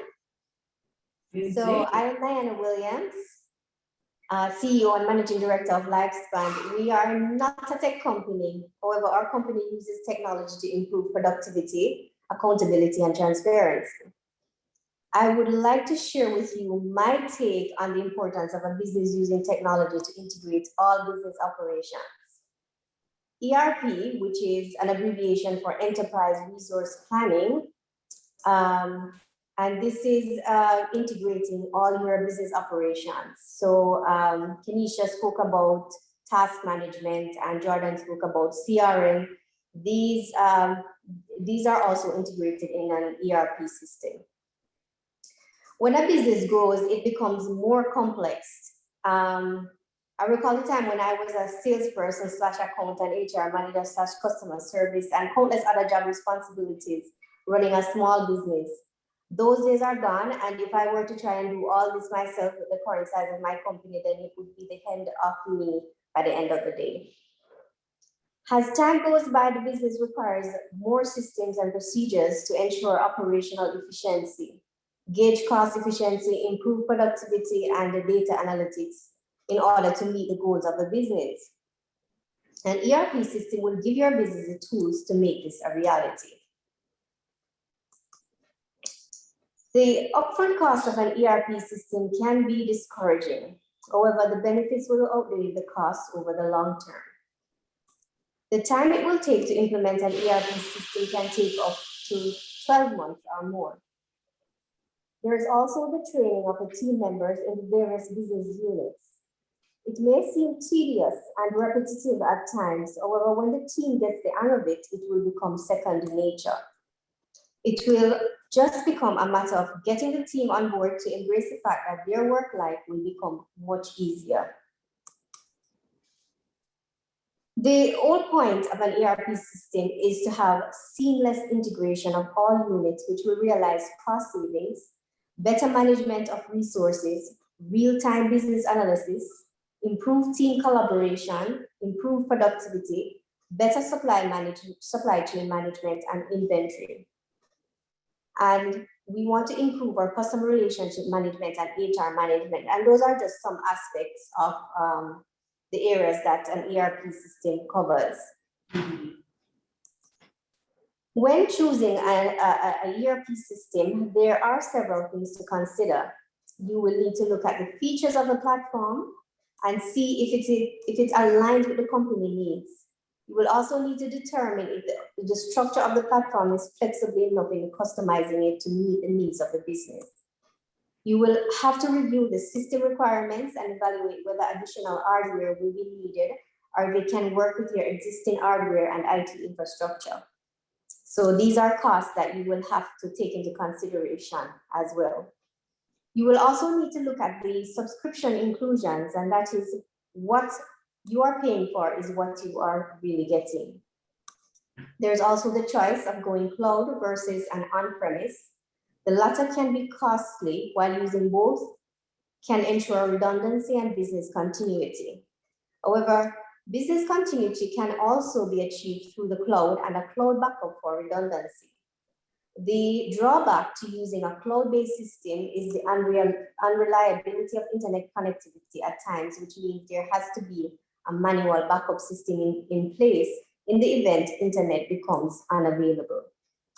I have seen where companies have embarked on the implementation of an ERP system, and when the internet went down, the business completely stopped, and this can be costly. Finally, you will need to get an ERP system which will grow with the business.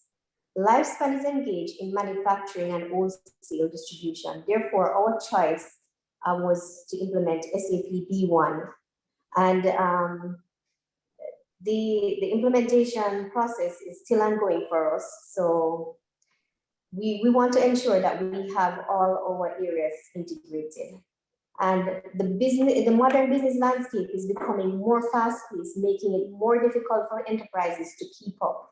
So therefore, using an ERP system will allow you to not only accelerate your operations, but to also become more efficient in achieving your business goals. Thank you. Thank you so much. So guys, Nayana, very, very interesting presentation. Thank you for showing us how you're doing things. You know, it's amazing that everyone is sharing. I see everyone in the chat also sharing their tools and what they're doing. I just want to say thank you so much, Jordan. Thank you so much, Nayana. Thank you, Kenesha. You guys have shown us a range of productivity tools that we can use, and each one layers on top of the other. Each one can be integrated. So guys, take a look at everything that everyone has shown you and look at processes in your business first and see which processes require which tools. Thank you so much, everyone. I appreciate it. Thank you. Thank you so much, Lorianne. And Lorianne, that would have been Lorianne, Jordan Baskett, Kenesha Brown, and Nayana Williams. Great presentations. And of course, the chat is fired up, so we know persons are really, really engaged. So just so that you know, the winners of our first 2 giveaways. So the first giveaway was a consultation session with Adtelligent, and the winner is Anne-Marie J. I encourage you to ensure that when you're on the Zoom, rename yourself so that we know exactly who you are. Now, the question 2 winner, which is a leather Brescia bag, is Simone Todd. Congratulations.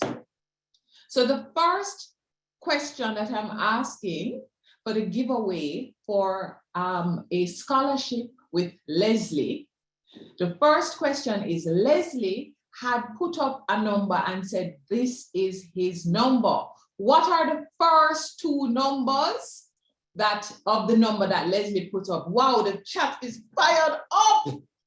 Producers, please tell me who the winner is. The second question, so just get ready again, just get those fingers ready. The second question is, what is the name of the seminar that we are giving the scholarship for? So what is the name of Leslie's seminar? I can't say it because then you will know part of the name. So look back on it. Those of you who registered, I see 43 coming up. We have a lot of persons. Now we are going to break for lunch shortly.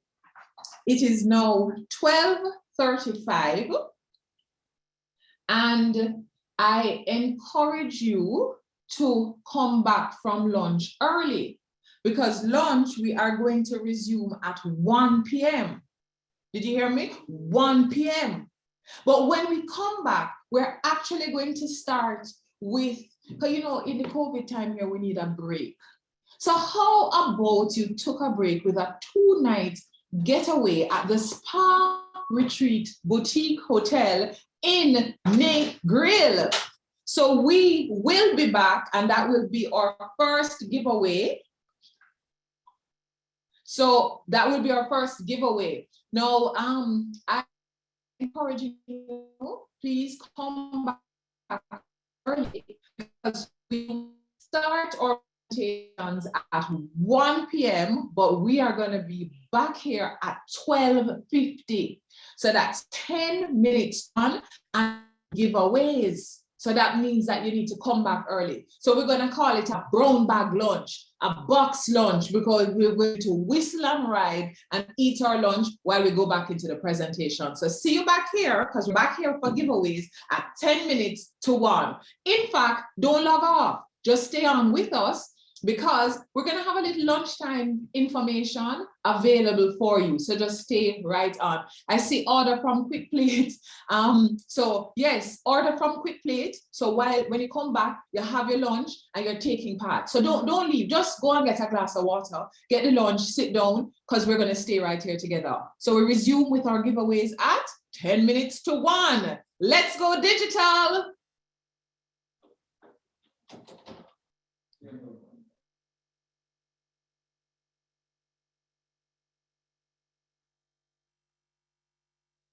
C&W Business introduces Flow Business. We're here to keep Mark's company and businesses like yours growing and thriving. With tools like website creation and e-marketing pro, Mark now has an online store and custom email marketing with promo through Google Ads. He also has access to our digital help desk, providing 24/7 expert support. Our whole suite of smart solutions is designed to fit your needs. Save more and browse our products and offers online. Spark your innovative spirit with us. Hey guys, so I'm Venice Anderson. I am a global director in a company called Total Life Changes, and I'm also a CEO for my business, Body Contouring by Venposh. Pretty much, technology is 100% important, especially in this day and age. When you put your business on a website, that's when you literally tap fully into this whole technology. What I love about NCB Solutions is that they find workable solutions for their clients. So things like the MPOS system, that's a mobile point of sale machine that you can take anywhere and you can get your sales, right? So you're not losing out on sales. Another thing that they introduced is the payment button, and I really love that because it's so convenient, it's so easy. You just send a link to your customer, they make a payment just like that. In my business personally, the solutions that NCB offers has helped me tremendously because for one, I'm someone who does a lot of pop-up shops, I do a lot of expos. Now that is absolute convenience.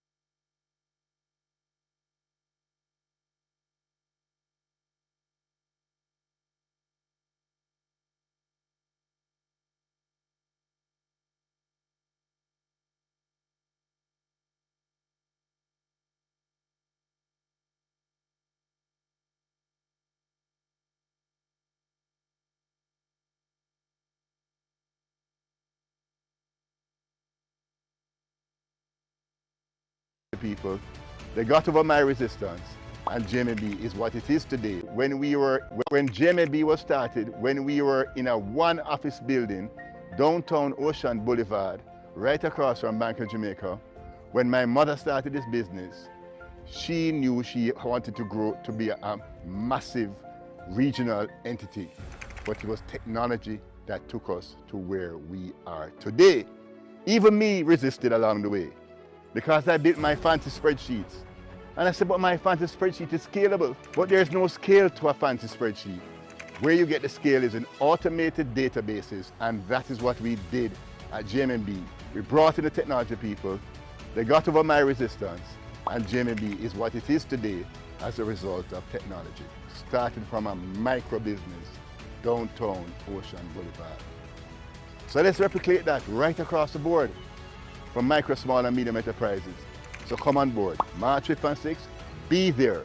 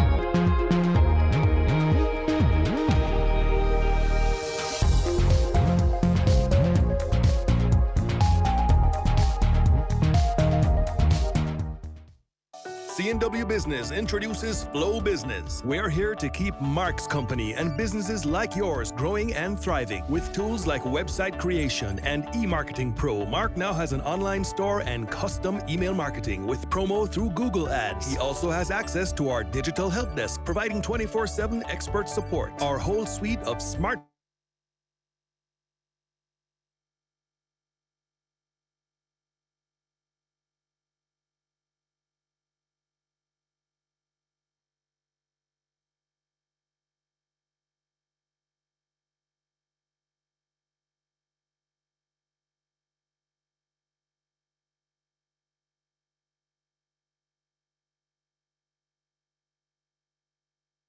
and pay taxes and utilities. Easy, safe, and secure. Plus rewards. Earn unlimited cashback or points. Redeemable on NCB Miles. Give customers an experience they'll love and never miss a sale. Sign up for NCB e-commerce today at jncb.com/e-commerce and get your first monthly fee waived. Or apply for your credit card via email at ncbspecialoffer@jncb.com. When JMB was started, when we were in a one office building, downtown Ocean Boulevard, right across from Bank of Jamaica, when my mother started this business, she knew she wanted to grow to be a massive regional entity. But it was technology that took us to where we are today. Even me resisted along the way because I built my fancy spreadsheets. And I said, but my fancy spreadsheet is scalable. But there's no scale to a fancy spreadsheet. Where you get the scale is in automated databases, and that is what we did at JMB. We brought in the technology people, they got over my resistance, and JMB is what it is today as a result of technology. Started from a micro business, downtown Ocean Boulevard. So let's replicate that right across the board, from micro, small, and medium enterprises. So come on board, March 5th and 6th, be there. Hi, I'm Gregory Peart with National Commercial Bank Payment Services Division, and I lead the Merchant Services team. It has been a challenging time for Jamaican businesses, including MSMEs. And at NCB, we're very excited to partner with MSMEs to help them to receive payments in a digital manner so that they never miss a sale, whether it's online or offline. We also provide them with tools to manage their inventory and the logistics, ensure that their products reach to their customers. We also partner with them to even create the invoices. And then it's not just to receive payments, but they also need assistance to make payments. We provide an online platform where they can do their wire transfers or ACH and RTGS, and also a credit card where they can use to make the payments to their suppliers, whether it's their utilities or their taxes, and they get rewards for the payments that they make. We urge MSMEs to embrace technology because it provides an opportunity to scale your business up, and you can respond a lot faster to your customer needs. And it also provides you with an opportunity to attract more customers to your business. Let's go digital.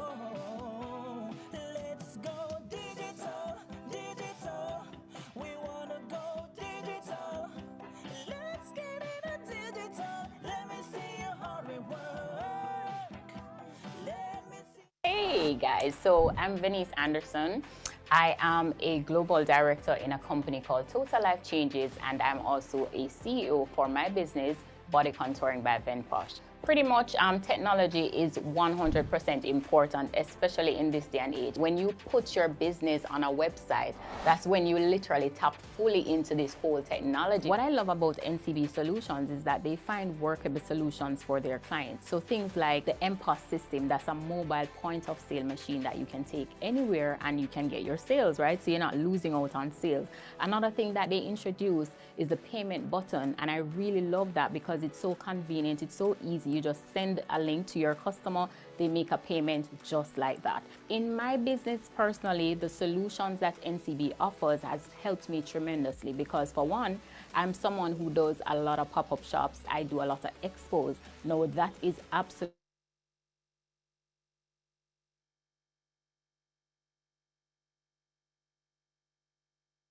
solution right there, right? So I never miss a sale, and that I can tell you, NCB, thank you for that.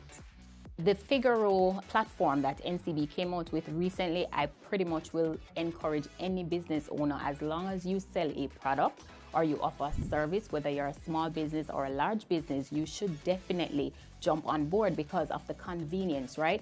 If it is that you are operating a business and you're not accepting payments online at this point in time, you're really losing out on opportunities. Can you imagine a situation, right, where other competitors have upgraded their technology and you're still waiting on a customer to walk into your store? To be honest with you, at some point in time, that's going to become obsolete. And my encouragement to you is definitely get on board with Figaro and also to get your MPOS machine because you need convenience. All right? Hi, I'm Gregory Peart with National Commercial Bank Payment Services Division, and I lead the merchant services team. It has been a challenging time for Jamaican businesses, including MSMEs. And at NCB, we're very excited to partner with MSMEs to help them to receive payments in a digital manner so that they never miss a sale, whether it's online or offline. We also provide them with tools to manage their inventory and the logistics, ensure that their products reach to their customers. We also partner with them to even create the invoices. And then it's not just to receive payments, but they also need assistance to make payments. We provide an online platform where they can do their wire transfers or ACH and RTGS, and also a credit card where they can use to make the payments to their suppliers, whether it's their utilities or their taxes, and they get rewards for the payments that they make. We urge MSMEs to embrace technology because it provides an opportunity to scale your business up, and you can respond a lot faster to your customer needs, and it also provides a to your business. Let's go digital.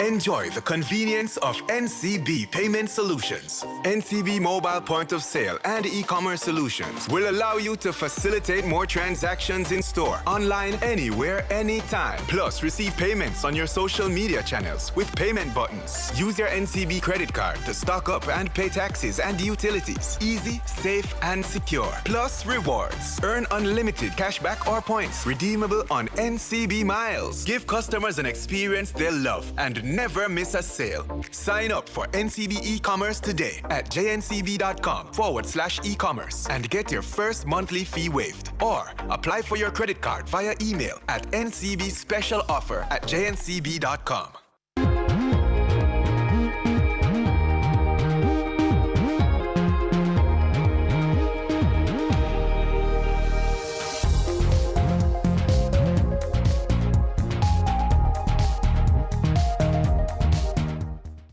When JMB was started,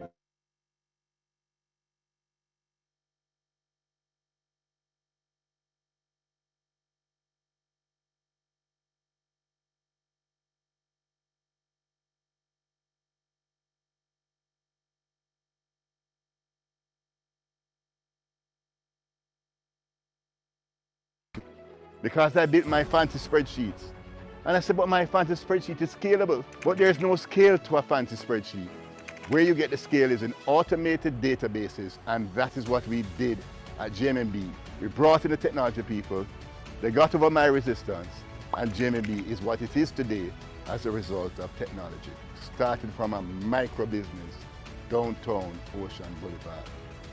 So let's replicate that right across the board, from micro, small, and medium enterprises. So come on board, March 5th and 6th, be there.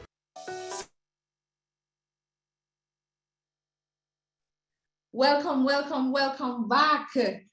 I am seeing we have over 550 persons on. I know you're trying to get that lunch in while we get ourselves ready. I just want to, at this time, again, thank our sponsors who have ensured that this conference could be presented to you for free. Do you see the wealth of information available? All of these experts available to you for free. For those of you who joined late and are wondering where's the agenda and the booklet, Our very extensive conference booklet is available on smallbusinessportal.com. Not only is there agenda information, but there are useful business tips. There is information from the presentations. There are links. Please download right away. Our sponsors, NCB Group, JMMB Group, the Jamaica Observer, Flow Business, and Microsft have ensured that this conference is available to you or MSMEs.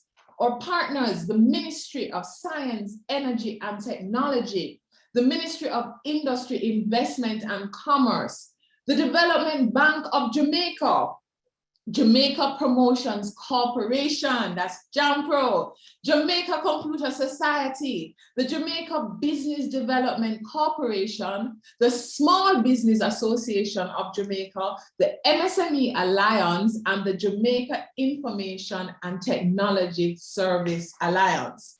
Now, we are encouraging all of you to ensure that not only you made the time for today, March 5th, but very, very, very importantly, you make the time for tomorrow, March 6th. I see a lot of questions in the chat.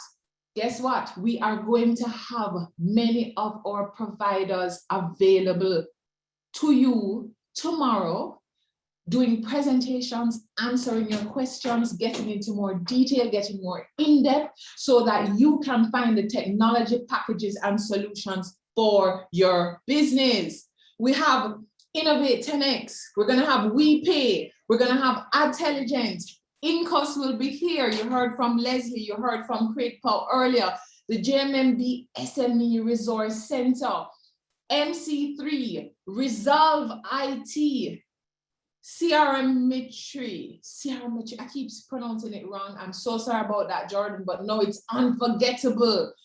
One-on-one educational services and Crescent Digital. I will be announcing the other booths as we go along. So tomorrow is another day that you will be getting even more smaller work groups. We're going to break you out into smaller work groups so that you can hear from our presenters. You can ask your questions.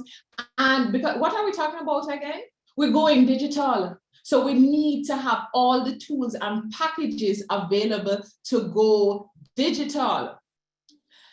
I know you really you want to hear, you saying, I hear all of that, Raquel, but who were the winners of the scholarships from Incus Academy? So those were the winners for the two-day training with Leslie Fook on data mining. The first winner is Sheri, S-H-E-R-I, and winner number 2 is L. Bailey.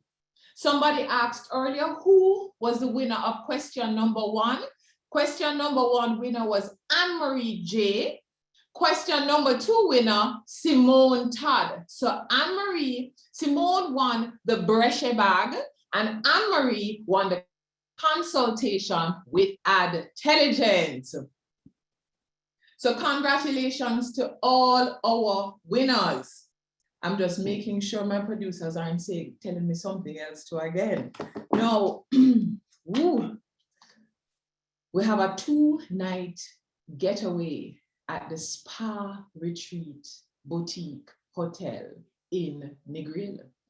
That is a 2-night getaway at the Spa Retreat Boutique Hotel in Negril. And the question for this, we're going to take it back. We're going to see whether or not you have been following us on programs such as COVID Cast JA. There is a gentleman who is known as the Chief Project Architect for the PSOJ AFFP project. And he has been on many of our COVID Cast. He is the co-host of COVID Cast JA. What is his name for a 2-night getaway at the Spa Retreat Hotel in Negril? Oh my goodness, the chat is firing up, it's firing up, it's firing up. Let's see who came in with that at the Spa Retreat. Nice. Thank you very much, Spa Retreat. Thank you very much for our giveaways. And you have to give him full name, by the way, to get the prize. So ladies and gentlemen, again, to our sponsors, the NCB Group, the JMMB Group, to our print media providers, the Jamaica Observer, Flow Business, and Microsft. We wish to thank our sponsors for ensuring that our MSMEs are in a position to start their digital journey. Remember, we are back again at 9 a.m. tomorrow for your opportunity to not only get additional expert information, but to sit with our technology providers and get in-depth presentation on what is available and ask your questions. So we're now at 12:59, it's 1 p.m. pretty much. So we are able to start with our segment 2 for March 5th as we go digital. Our next presenter is the Product Director of B2B Connectivity and Security Product Management for C&W Business, Flow Business. That is Berlitz Maldonado. Berlitz, I'm sorry if I've assaulted your name. I've tried my best. I practiced. Berlitz, welcome, welcome, welcome, welcome. And Berlitz is going to be telling us a very important topic, running your business from home. Over to you, Berlitz. Thank you, Rochelle, and you did marvelous. So your practice definitely paid off. So thank you for that. I really feel honored, and I feel honored to be here as one of the speakers of this lovely panel and sharing with you what remote work means to us, right? And when you talk about remote work, pretty much we're talking about what we are all doing at this moment. All of us are at our houses with our internet connected to this conference and wondering, well, this is it for remote working? Well, no. Remote working is much than that.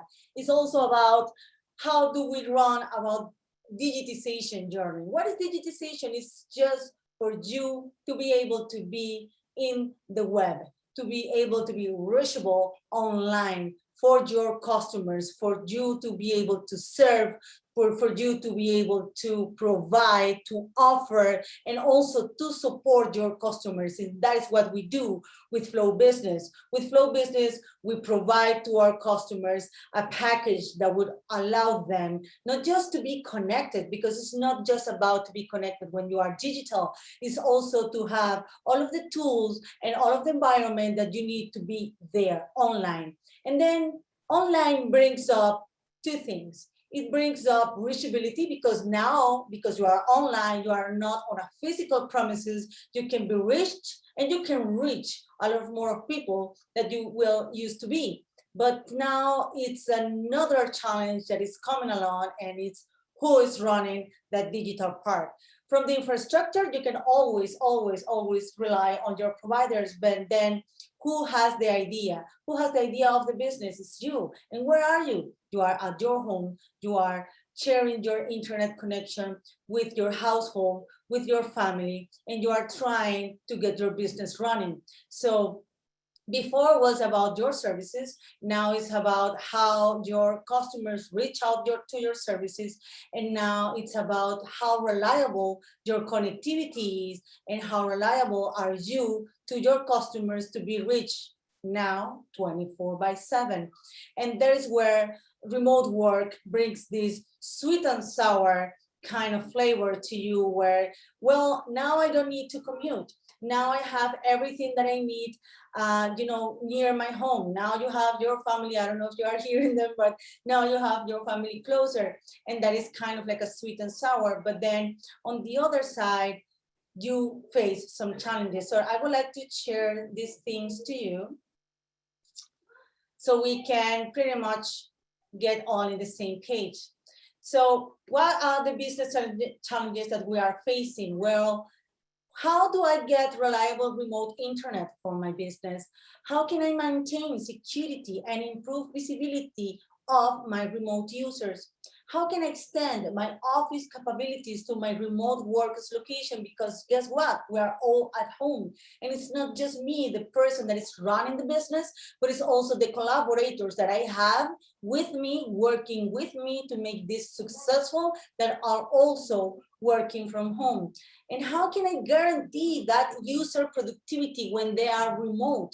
Because when they are on the office, more likely the connectivity is a business connectivity. I have the tools, I have the laptop, I have the VPN, I have everything. But now, since I am remote, how can I accomplish this? How can my business be more reachable? And this just give us the opportunity to be in a discussion. To what extent does connectivity and support issues affect your productivity as remote worker? We have all been there. We have all faced the internet is down.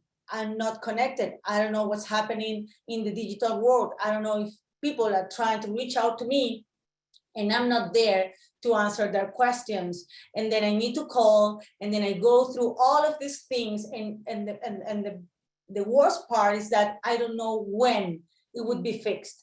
Do I need to run to another location? Do I need to go to, do I need to call? So those are the things that you face normally. Now, what we have with Flow Business is that we have distributed workforce, and it is exactly the extension of the office capabilities to the remote location where the person that is running the business is. And what is the extent of office capabilities? Well, you have an internet connection that is dedicated for business, that is protected for business, because even if you haven't think about it, now that we all are more connected, pretty much like we double the time of connection that we have done before. Now we are more exposed. And with that, security becomes to be more important in the way that we connect. So now connectivity in our home are more important because is the way that we can connect to our users. But then that connectivity needs to be reliable. That connectivity needs to be secure. That connectivity also needs to have in the background a business support. A business support where you can call and you will be attended as a business with an SLA as a business, ensuring that you will be connected as fast as possible so you can be online for your customers, for your end users. Now, what needs to be your response? Your response has to, and this is our suggestion to you in terms of your response. You have to plan, you have to execute, and you have to review. When you plan your strategy for digital engagement, you need to think on who is your end user, where is it, what is that they want, and what would be the best way to serve them? What would be the best way to provide them with the information that they need to take the decision to purchase a service from you? But the other part is not just about providing the purchase part, but it's actually providing the support and the service so the customer continues to buy from you, right? So that's what we are all looking for. Even us from Flow Business, that is what we want. We want to provide you the best support ever so you can continue with us growing and evolving. Now, focus on processes and behaviors of your business. What are you talking about? It's again about people. When I talk about people, I talk about the people, how the people connect. Where is your data? Is your data in the public cloud? How do you connect to your data? What would be the way for you to ensure that that connection is secure? How your end users connect to your business and reach out to you. What is their behavior? Once you have that and you have all that mapped out, then you go with a partner, with reliable providers that meet your needs. And what is that we all want at the end? Improving the end user experience. And the end user experience, we are not just talking about your customer, but we are talking also about the collaborators and yourself and the experience that you are going to have running your business without having to worry about connectivity. So I'm gonna do a stop now because I've been told that we are gonna receive some questions. So Rochelle, I don't know if some questions have popped up.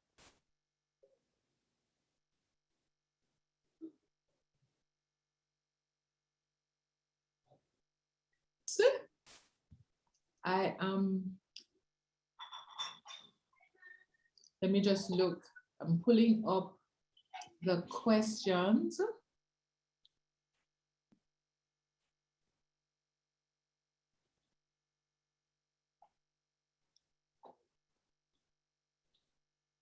Give me one moment, just trying to see these questions.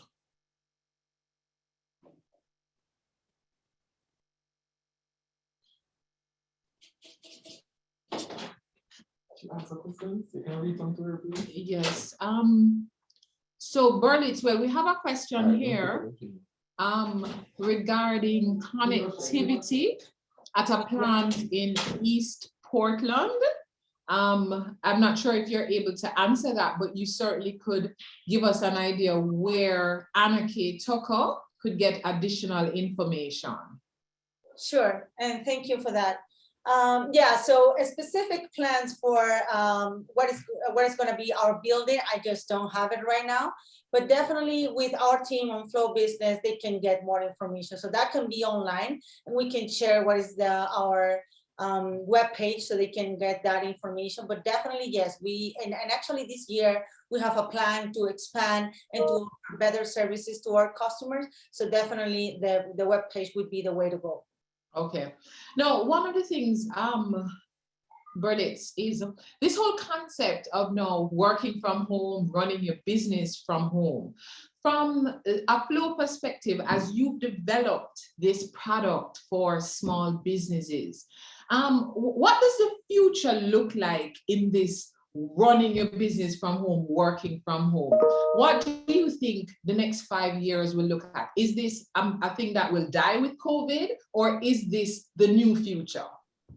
Thank you for that question, because as we were looking at this for last year, it was kind of like a response. Let's respond to the new reality. This is going to be temporary, but the thing is that, Rochelle, after 12 months, all of us have changed our behavior. So our behavior on how we find information, how we purchase. I'm telling you, I don't go to the store anymore. That's done for me. I mean, I always deliver because I am in Colombia, by the way. So here there is a good network about it. I don't go. So my behavior as a person has changed. As my behavior has changed, and I am an end user, right? Every one of our end users have changed. That is how we say, hey, you need to look at the behavior of your end user. And what we have seen is that as that has changed and people have realized how easy it is to find information and to get providers out of the internet without having to get to a specific location, that definitely has opened up a door that I don't think, and we don't think, and we have seen a lot of studies on it, that it's going to be closed. And if you look at from another perspective, it's not just about that, but also about resources. What about the people that you wanted to hire, but then they were not near to you and it was harsh? You now pretty much can hire anyone that is, located anywhere. You just need for that person to have internet. That's pretty much it. And you can get top level persons. And you know what? You don't need to pay as much. Oh my God, it seems like I'm human resources, but definitely the thing is that people prefer to be at home. Yeah. And salary is not as a big deal as to be comfortable, as you just avoid me the thing that I need to commute and maybe face traffic, or if you have a family, as most of us have, then all of the logistics that implies. So definitely in Flow, we see this as a long term, as has changed the world. After 12 months, it has changed the world. We can go back to our offices. Our behavior more likely is gonna stay on the way that we can do things faster. So I have my kid like, Mom, I want to do this faster. It's like, not everything is internet, boy. Because everything is so close, but we get used to that. Yeah. Thank you very much for that presentation, Berlitz, and thank you for your response, because one of the realities for us now is we've talked about the new normal, but It's not a new normal. And in fact, there's no more normal. There is this changing world that is this global marketplace created by the internet. And for our business people, we have to ensure that we are capitalizing on it. Thank you very much, Berlitz Maldonado, Product Director, B2B Connectivity and Security Product Management for C&W Business, Flow Business. Thank you very much, Berlitz. Bye.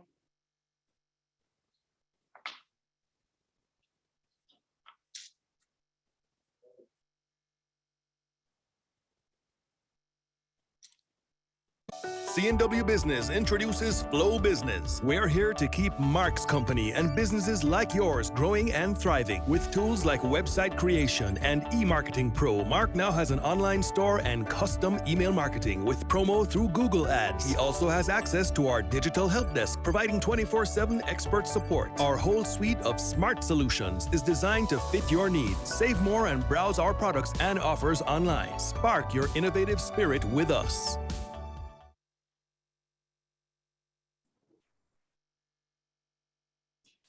Hello, everybody. Welcome back. Can you guys tell that I love this conference? Let's Go Digital. They have thought about everything for this conference, every single facet of going digital, including the law and regulations. So you want to pay attention to this next panel because we're going to be discussing data security and managing your customers' information. Now, I have two expert panelists, Andrew Nooks, Director of Efficiency and Growth at Simtai, and Clive Beckford, the Manager of Lab Services of Innovate 10X. Welcome, Andrew and Clive. Are you hearing? Hi, Andrew. I think I'm here. I think I'm here. Okay. I just ran into the most popular problem that we have been having since this virtual thing. You know, I'm on mute. But I'm here now, I think. Can you hear me? You are here. I can hear you, and I see Clive there. So, gentlemen, we are going to be breaking it down for these people about this new law, right? So this is a panel, as I said, everybody wants to pay attention to, because it's not a want, it's a must. You must listen, and you need to understand what each of them I'm telling you. So, Clive, I'm going to start with you, and I'm going to ask you to just break down what is the Data Protection Act, and how does this new law apply to small businesses? Okay, let me start out by trying to share a slide. Can you see my slide? Yes. Excellent. So, what is the data protection regulation especially for MSMEs? Well, you know, data protection the laws comprise of GDPR, which is a General Data Protection Regulation law. It's coming out of the EU. It's an extraterritorial privacy law. That means it applies to even countries outside of the EU. And the DPA, our own Jamaican Data Protection Act, which was passed recently last year, for the most part has adopted the values and principles of the GDPR. Both of them are applicable for Jamaican businesses going digital, whether they'll be engaging customers locally or internationally. You know, data protection is all about respecting people's privacy. For some of us, privacy can be like insurance. We never need it until we actually need it. Many of us seem not to value the privacy of others, not until we are hurt by someone who violated our privacy rights. You know, and violation of privacy rights can lead to physical, financial, emotional harm.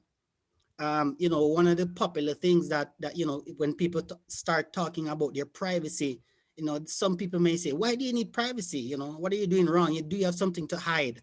Well, you know, that's why we need data protection laws. You know, it helps us, it forces us to consider and respect the privacy of others. Absolutely, and I mean that's become such a hot topic now, you know. And as I said, everyone needs to understand what all of this means. So Andrea, I want to ask you to kind of break down some of these key concepts that we all need to know. I know there's a lot of terminology there to the law. Can you break it down for us? Yeah, certainly. When we start talking about data protection, a couple of things come into place.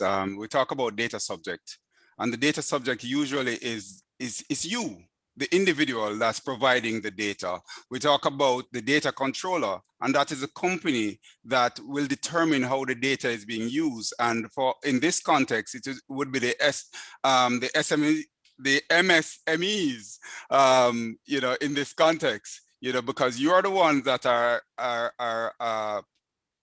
collecting the data for your business purposes. Then you have the data processor, in which you may outsource some aspect of your operations to a third party that processes and bring you the results for the information being processed. You are regarded as a data processor.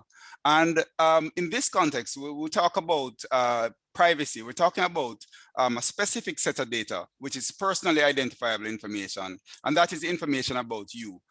In addition to your regular demographics, name, age, date of birth, mother's maiden name, and all of that, you have other things that come into play that can be used to identify you. That may be how you're known on the internet, your internet handle, for argument's sake, for those of us who are on Twitter and Instagram and Facebook, you know, those have now come into the whole purview of identifying information. And then you have the sensitive data that has to do with your political affiliation, sexual orientation, religious preferences, biometric details, you know, your fingerprint, retina scans, that kind of thing, and your medical records. So, you know, all of those things come into the whole business of data protection. So those are some of the key concepts surrounding the data protection legislations. Yeah, no, that's interesting. And so as the business owners collecting information from our customers, this kind of terminology is necessary for us to conduct our business, because there are laws and regulations now in place that require us to do business in a different way. So I'm going to ask Clive to walk us through what are some of those tips and tools that are going to support us to do business in a different way, and how we can, as business owners, really implement data security in our businesses. Yeah, Clive, you caught the same disease I had. Mute. Yes, it's going viral. Yeah. So, yes, you know, before we delve into some of the tips, the practicalities, I just want, you know, our small MSMEs to understand what it is that they need to do, you know, what capabilities they need. And there are 7 key capabilities when you're collecting and processing data from individuals as you conduct your business. First of all, you have to be able to give notice. And that is simply explaining to your data subject or your customers or your employees what data you are going to be collecting, why you're going to be collecting it, and who will be getting access to this data. It has to be done. You have to give notice before you collect the data. Then after doing that, you have to get their consent, and that consent is aligned with what you notified the subject about. Of course, this is only opt-in as well. There's no opt-out consent. You know, you have to get the consent based on what was disclosed in the notice.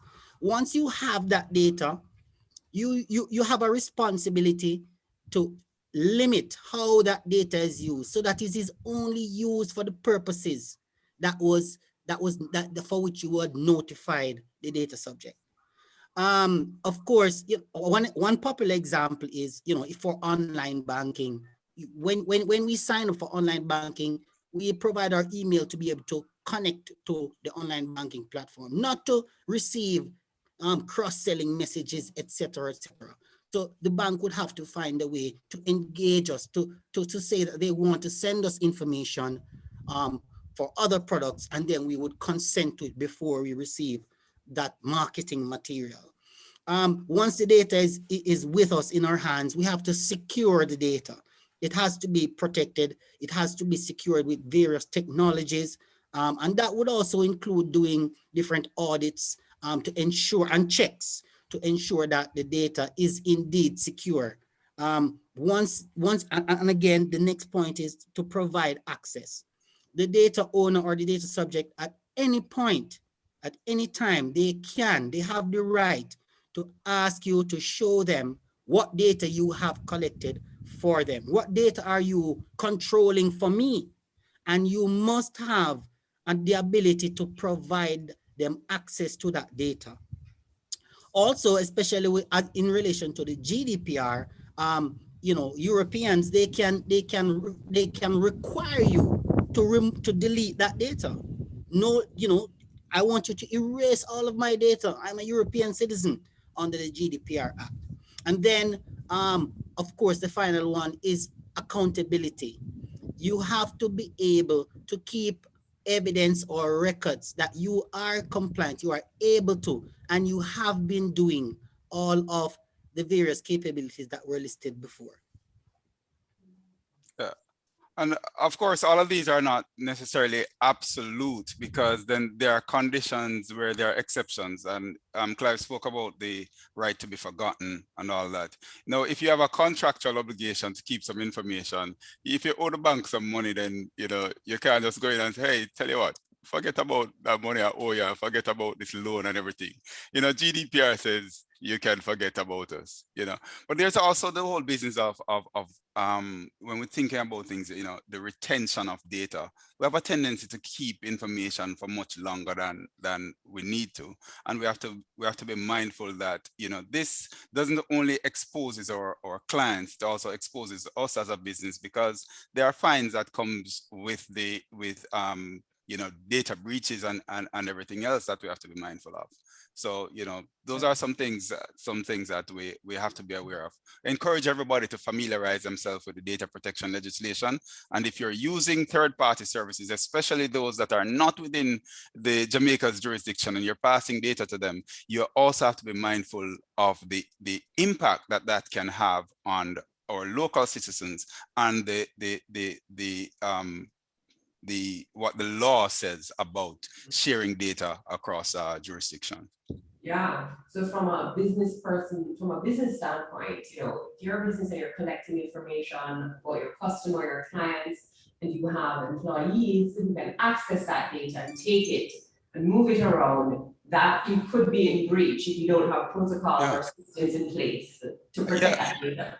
Yeah, Lorian, and the thing about data sharing, it's sometimes overlooked that we do it on a day-to-day basis. We're collecting data in Jamaica, but we're storing it on Amazon cloud, for argument's sake, or we're storing it on Google or with Azure and stuff. And right off the bat, that is sending data across border, right? Right off the bat, because we don't have those data centers in Jamaica. Now, do those countries have reciprocal laws or laws that protects the data subject as we have, and those things have to be considered. So we may not be saying, here, Laurie, I'm sharing Clive's data with you, but you may be storing it on a server that Clive owns. And in so doing, it may very well be that you are sharing Laurie's Clive's data with Laurie. I'm sure that many of us, many people are guilty of this because we just don't know. So, how do I ensure that I'm protecting myself, my company, my business? Are there tools that I'm supposed to be utilizing, or what am I supposed to be doing to ensure that I'm being compliant? Yeah. You see, before you get to tools, you have to familiarize yourself with the requirements. And by doing that, in the art of war, Sun Tzu says you have to know yourself, you have to know your enemy, and if you know both those, then you can win in 1,000 battles. You will not lose.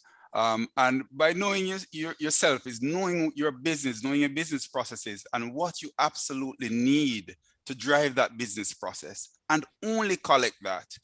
Now, if you collect that information and a later need comes up, you can't just go ahead and use the data for that later need, because that's considered secondary use of the data. You now have to go back to your client, if you didn't already do so, and get consent again. So before you get into tools, people will like to look at tools as this magic fix, but it is an entire life cycle. Right? So Clive mentioned it. You have to know what data is being collected, where the data is going to be stored, how you're going to use the data, who has access to the data, how long you're going to retain the data for, and the jurisdiction in which you operate are just few other things that you have to be mindful of. And then the tools such as privacy notice is one of those things. But then your internal policies become very important. What is your policy surrounding data, and is it consistent with the laws of the land or in the jurisdiction in which you wish to operate? You know, the notices are external facing, and this is what tells the customers what you're going to be collecting, why you're collecting the information, how is the information going to be used, how the customer is protecting it. And if you notice, most of these data protection data laws, they're talking about protection of information. They're named Data Protection Act or General Data Protection Regulation, you know, for a reason, because a lot of the onus is now placed on you, the MSME, to ensure that the data that you collect has a level of protection. And one of the standards of the law speaks to that. You have to ensure that the data is duly protected. And that may mean, and it doesn't prescribe how, but there are a lot of technologies now that you have to incorporate, things like data loss prevention tools. You know, you may have to do services like data security assessment and things like that. And I'll stop there for now. Yeah, so I mean, we have a lot of information about it. I'm sure we're gonna have a lot of questions. I see somebody, Juliet says DPA is scary. So it can sound scary. It doesn't have to be. It doesn't have to be, because we need to ensure that you're aware of, as you said, what the regulations are, what the concepts are, etc. So gentlemen, I'm gonna ask you just to wrap up. If out of everything that we've said today, that you said, you know, what are the 3 things that you absolutely want everybody to walk away with? There's only 3 things that they remember from this presentation. All right. The first thing is that understand your business and understand the data that you require to drive your business processes, right? Ensure that once you understand that, you are gaining the consent from the users to use the data in a particular way to support your business process. And you have to put controls in place. And this may be administrative as well as technical controls to protect the clients and their data. And I may add a 4th one. You know, if you have to share the data, you have to understand who you're sharing it with and why you're sharing it. And you have to, those persons who may be processors, you have to ensure that they understand your obligations to your clients and they are putting in controls that will also assist in protecting your clients' data. I mean, there are tons of other things that we could, but then, you know, between ourselves and T-Tech and Innovate 10X and Carter Lindo, and all the other law firms and experts, I know we'll be talking a lot more about these subjects. So I'm impressing on the MSMEs to follow what's going on in our space. I mean, a lot of the experts are talking about it. Free conferences, free information is out there and available and stuff, you know, and you can join us. Simtai, Innovate 10X, T-Tech, we're all you know, practitioners in the data security and data privacy spaces, and you can find more information on our websites and in our profiles, LinkedIn and otherwise. Yes, I agree. Knowledge is power. You know, if I should leave one point, you know, take the time to to, you know, when I explain to my kids what responsibility is, I tell them that it is taking initiative to find out what needs to be done and then doing it. Now, you don't have to be a lawyer, but take up the Data Protection Act and read it. You know, have discussions. Knowledge is power, and we will all come through and become compliant together.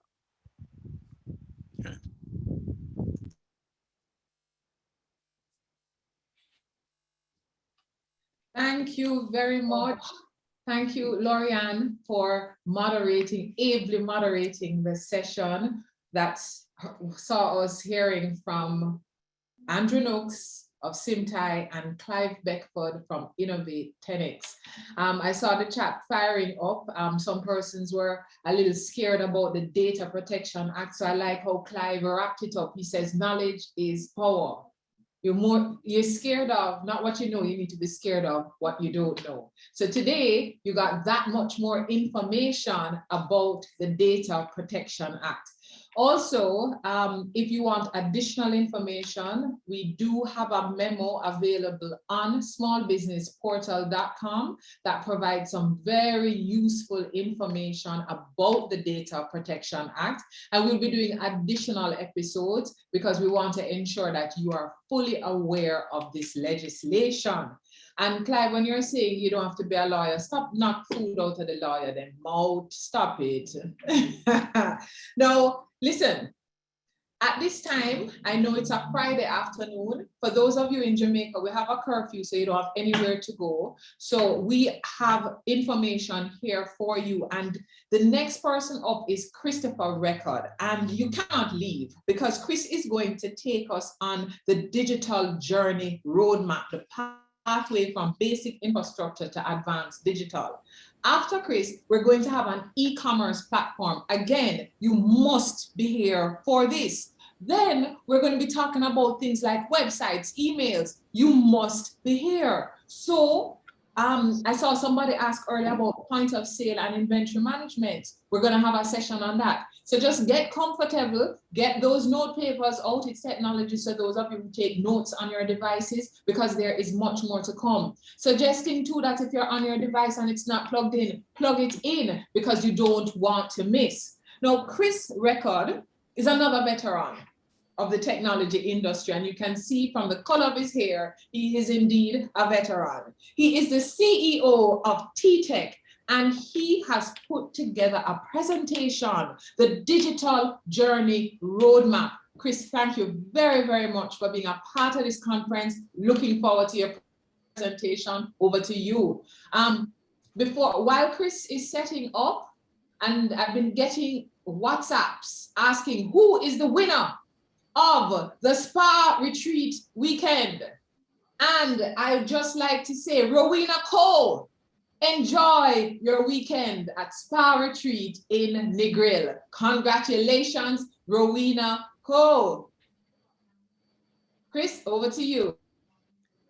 Rochelle, thank you very, very, very much for your kind words and introduction. Always highlighting the gray hairs, I don't know why. You need to give me the formula. Ladies and gentlemen, thank you very much. First, let me just say thanks to the PSOJ team, President Keith Duncan, and the rest of the team from Adtelligent, the background putting all this together. Adtelligent is the PSOJ's digital marketing partner. And you know, for all the folks who did all the work earlier to kind of lay the foundation, lay the wicket for all the things we're going to talk about. I have a few slides here that I'm going to just run through, talking very, very high level about the roadmap, digital transformation roadmap for small, medium enterprise. We have a tremendous amount of data and information out there for big business. When we come to small and medium enterprises, is a little bit less. And small and medium enterprises, as we define it here in Jamaica, not how they define it in US, which is less than 500 staff members. So it's a little different. So we all have been part of this industry over the past few years. And we all recognize, for most of us in the industry, realize that this digital future is right now, it's happening right now around us. There is no more future, no more thinking about it at this time. It's right now. And again, the IT practitioners will understand that the scurry that has happened in the last And I had on here 3 months. I was using some of these slides before. Really and truly, in the last 6 to 12 months, the activities that many of us hope would have happened in the last 3 years are now all happening within 3 to 6 months. So we are grateful for that. We are very, very happy that folks are taking note that this digital, that a number of us has been on the pulpit preaching about for a long, long time, really and truly is now happening. But this requires change, and digital transformation is a lot less about technology than most people think. I know a fair amount of talk was on technology this morning, and we had great content from my colleagues. Sheldon, Powe, Neil Abrams spoke about all the various basic infrastructure components that are needed. And Craig gave a whole high-level idea around marketing and all of those things. But really and truly, everyone likes the idea of change as long as it has nothing to do with them. And this is one of the challenges that we have in the industry and that we need to consider, is the fact that there's a mindset change that is very, very, very necessary. And we have to figure out how to ensure that really and truly this mindset is adjusted. We did have a nice session yesterday evening for those who watch COVIDcast. You can go back and watch it repeat, go to the website, smallbusinessportal.com. But the whole idea and this wording digital transformation came about just about, maybe 10 or so years ago with a group from MIT and a consulting firm called Capgemini. And this term really and truly means a lot of different things to a lot of different people. But at a very, very high level is around the use of technology to transform the reach of our business and radically improve our performance. So it's internal. How do you engage with your team members, your processes internally, and of course, how do you touch your customers? So the experience has to be radically changed. But there is a difference between just installing and implementing some technology, which again, in industry speak, we talk about, that's just digitization. If you have a manual process for doing invoices, you have a manual processes for confirming your order with your customers, that is just one component of it, and that's a digitization component, implementing new digital technology. The transformation comes about when all this technology that we heard about all morning so far, when that has been installed and implemented, what happens after that?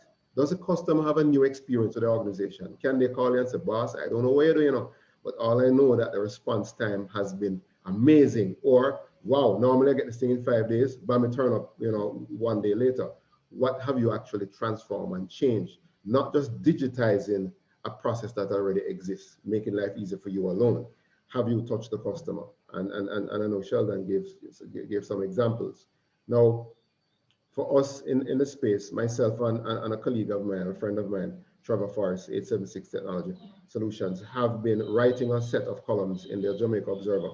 And thanks, Jamaica Observer is one of our sponsors for the event today and tomorrow. And we have been doing, over the last, call it 14, 15 weeks, each week we had a different chapter. And what we did, the same originating folks who came up and conceptualized that concept of digital transformation, we went back and looked at their model and looked at their framework. And their framework, again, because it was Capgemini, MIT research, Capgemini, that's for big business. So we went and looked at it and we said, okay, how can we take their roadmap, their pathway, from planning to people to process and the technology, and kind of simplify it for our small market. So that's what we attempted to do in a series of articles that we did in the Observer, and you can log on to the Observer and search at your leisure.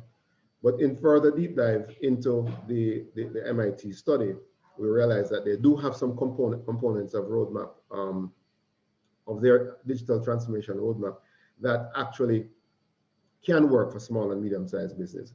And the fact is that kind of looked at that and said, okay, how can we even further simplify it? Because lots of the questions and comments that I saw on the chat, somebody may make a technical term, mention a technical term. Somebody asks a question, what does that mean? We have to translate. We have to be the translators from this confusing world of technology to your language, small, medium-sized businesses, and even some large businesses. How does this work for you, right? And so one of the things that we did is look to say what are the main components, what ideally are the main components for any framework. So if you were to sit down and say, okay, I have my business going, I'm not a solopreneur that I can just on a dime just change, but I do have a company, I have maybe 10, 15 people, I have some processes already. So any sort of framework that you have has to have some components. And the component is that, like anything else, clear objectives. Why are we doing what we're doing, right? You have to have some sort of integrated approach. It's just not one part of the business you're going to touch, one part you're going to upgrade and implement. Of course, for companies that have leadership teams separately from, from the rest of the team, there has to be buy-in from the owners. If you have like us, we're traded on the stock exchange, so we have a board of directors. I have to convince the board, I have to convince my senior management team, and then my general, supervisory team. It has to be an integrated approach when any sort of transformation and change is going to be happening. Remember earlier on I said, change, nobody don't like change, right? They all love it if it's nothing to do with them. And so we have to ensure that there's buy-in from everybody. Of course, adaptability, massively important. Is just coming rigid to fix one problem, or is the framework that can fix a lot of other challenges and improve other components of the business? And of course, skills focus on two sides. Skills focus on one, do you actually have the skills to implement what's needed? And skills focus in terms of, are the team able to use the system once it has been implemented? Do you have the skills to use it? These are for organizations that say that are not solopreneurs. And so one of the things that I did when I looked at this, is to kind of give just a high level again, just showing you what large to medium-sized companies look on. So one of the things that they look on is their kind of maturity model. So I'm going to just show you a maturity model that we use. One of our business partners, Infotech Research, out of Canada, developed it, and they've given us permission to use it over and over again. When we go into an organization, we take a look, and I said we, I'm talking about my organization, TTEC. We take a look at what is the maturity model of the IT support within this company.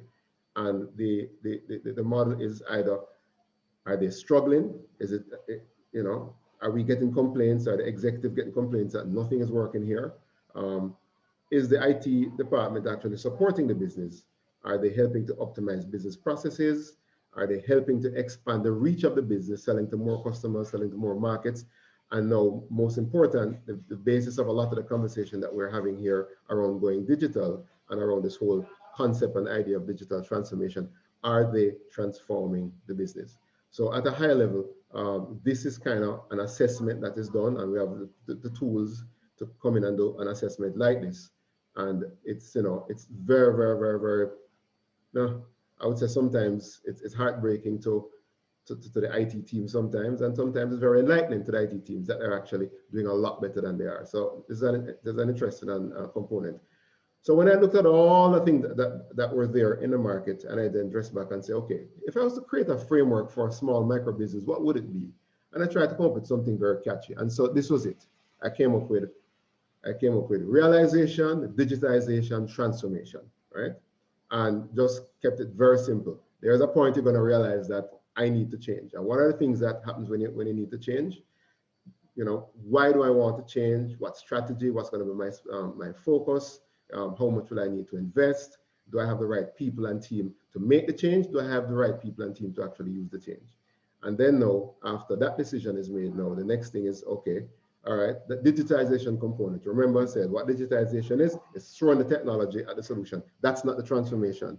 Sadly, I see too many people talk about that part as if that's the transformation, and that's just the technology component. That's just the digitization component. So I have a list of things. You're not going to go through all of them. But do we have any manual processes in the business now that need to change? You need to consider digitizing that.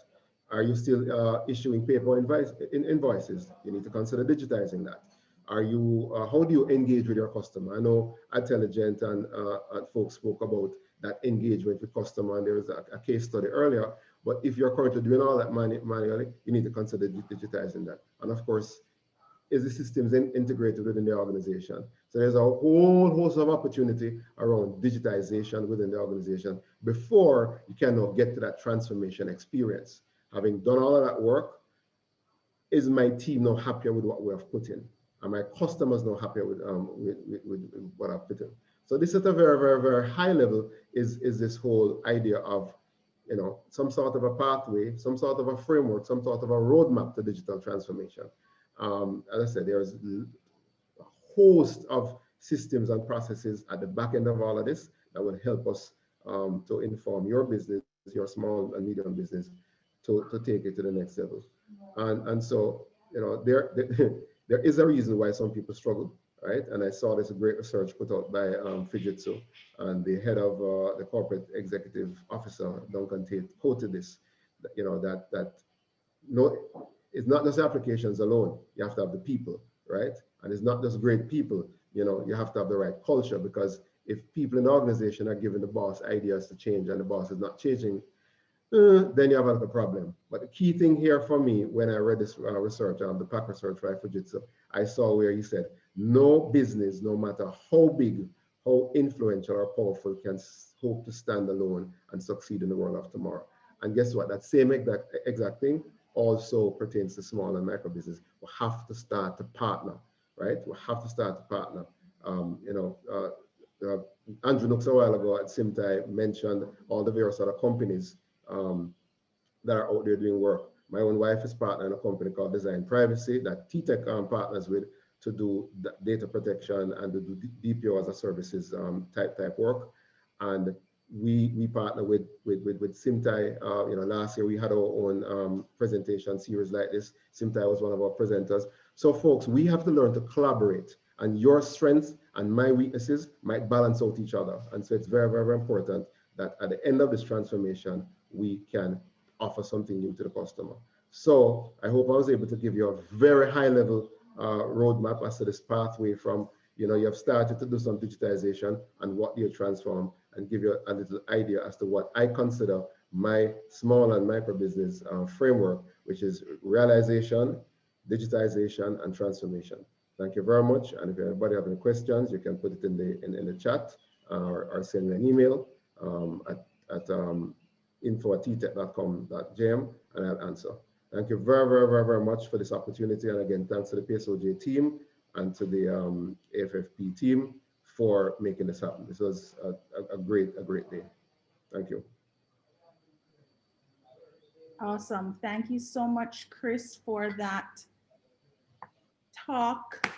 Appreciate you. Chris is also one of our colleagues, directors at the Jamaica Computer Society. And we do spend quite a bit of time oscillating over all of the amazingness that is in the world of digital transformation. I mean, that's what we're all here to learn about, right? You're transforming your small business in a way that is going to create just sustainable success over a period of time. You know, for many of you that are, whether you're new to business or you've been doing it for the last 5 years or so, you know, sometimes it may feel like a struggle. You know, you're not really quite sure, especially when COVID hit last year, probably a lot of uncertainty was introduced, and you maybe have been scrambling to try to figure out, oh my gosh, how do I lift and shift my business so that I can still operate and be, you know, impactful, effective for my customers, and successful running my business online. And so when we talk about digital transformation, it may seem to you like, you know, it's this big thing, this roadmap is this long roadmap and this long path, but it actually begins with some very simple steps. So I'm happy that Chris was able to bring that across. And now for my panel, of course, you know that my panels are like the boss panels, right? My panel that we're going into now, we're going to be talking about e-commerce. So when the whole COVID thing happened last year and everybody start fret and one big pop down start going with everybody's business, and you're trying to figure out, oh my gosh, how am I going to get online and stay online and make money online? You know, I can't even do a bank transfer yet. How am I going to figure this out, right? I actually launched a boot camp called Auto Boot Camp, which was an offline to online course that ran over 6 weeks and was really geared towards helping people just like you, one-man shop or a small man shop, to get your business online so that you're like, you know, moving and shaking and able to pivot, because we were all required to pivot with COVID, right? And now here we are 1 year later, and many of us are still in that space of how do I pivot my business. Now, I'm just really excited because at my bootcamp, yes, I'm always excited, I know.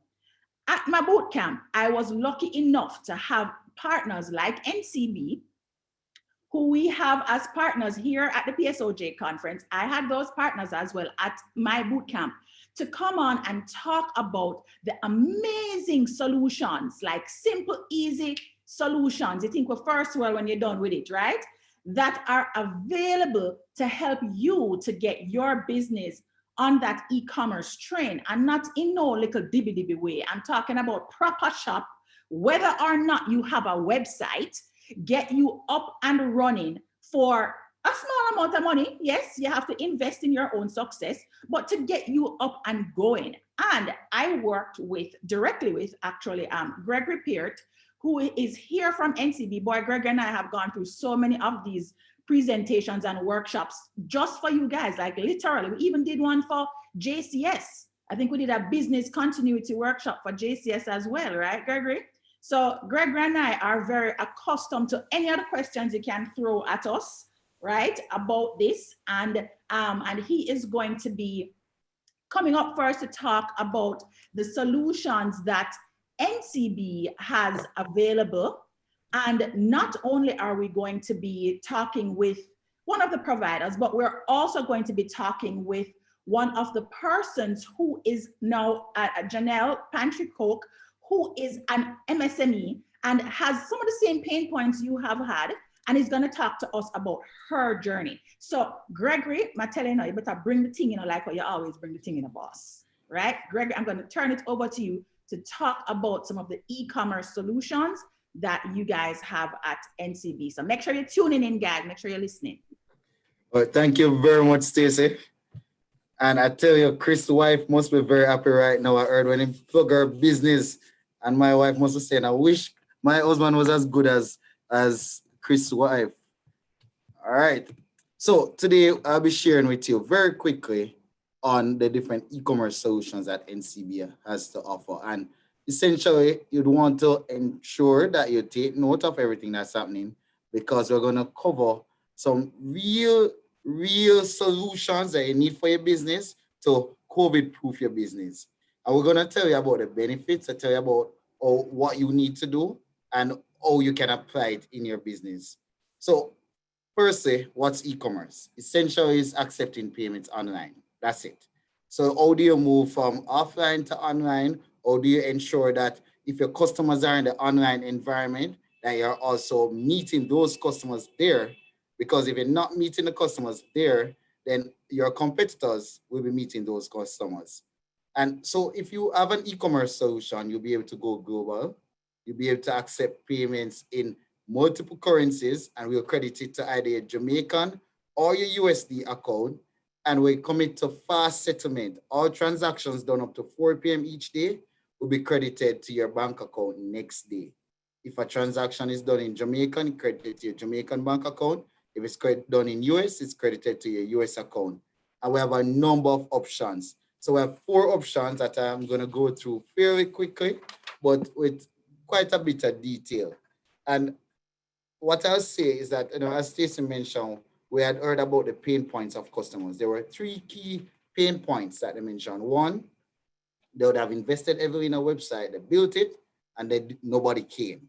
You always hear the saying, build it and they'll come. They built the website and nobody came. So we have a solution to help you to bring customers to your website. The other issue that they've had is that when they have done their website, they don't know how to manage the inventory. They have a challenge with, are they selling an item that is not in stock? So we have a solution for that as well. And the third pain point that customers such as yourself have expressed is, how do I get my goods to my intended customers in terms of the shipping and the logistic element?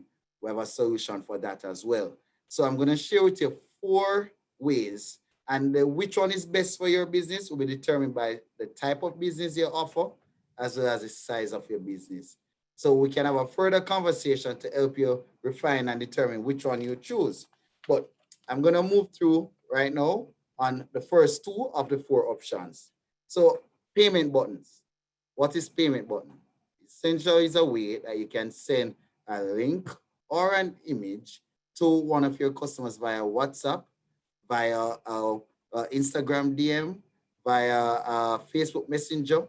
So you don't need to have a website to accept payments online. So no website, no problem.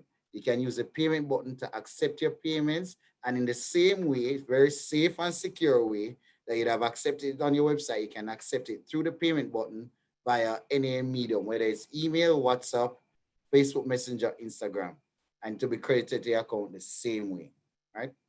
And if in terms of safety and security, NCB is a PCI compliant financial institution. All our transactions are 3D secure, and that's another layer of security that is done.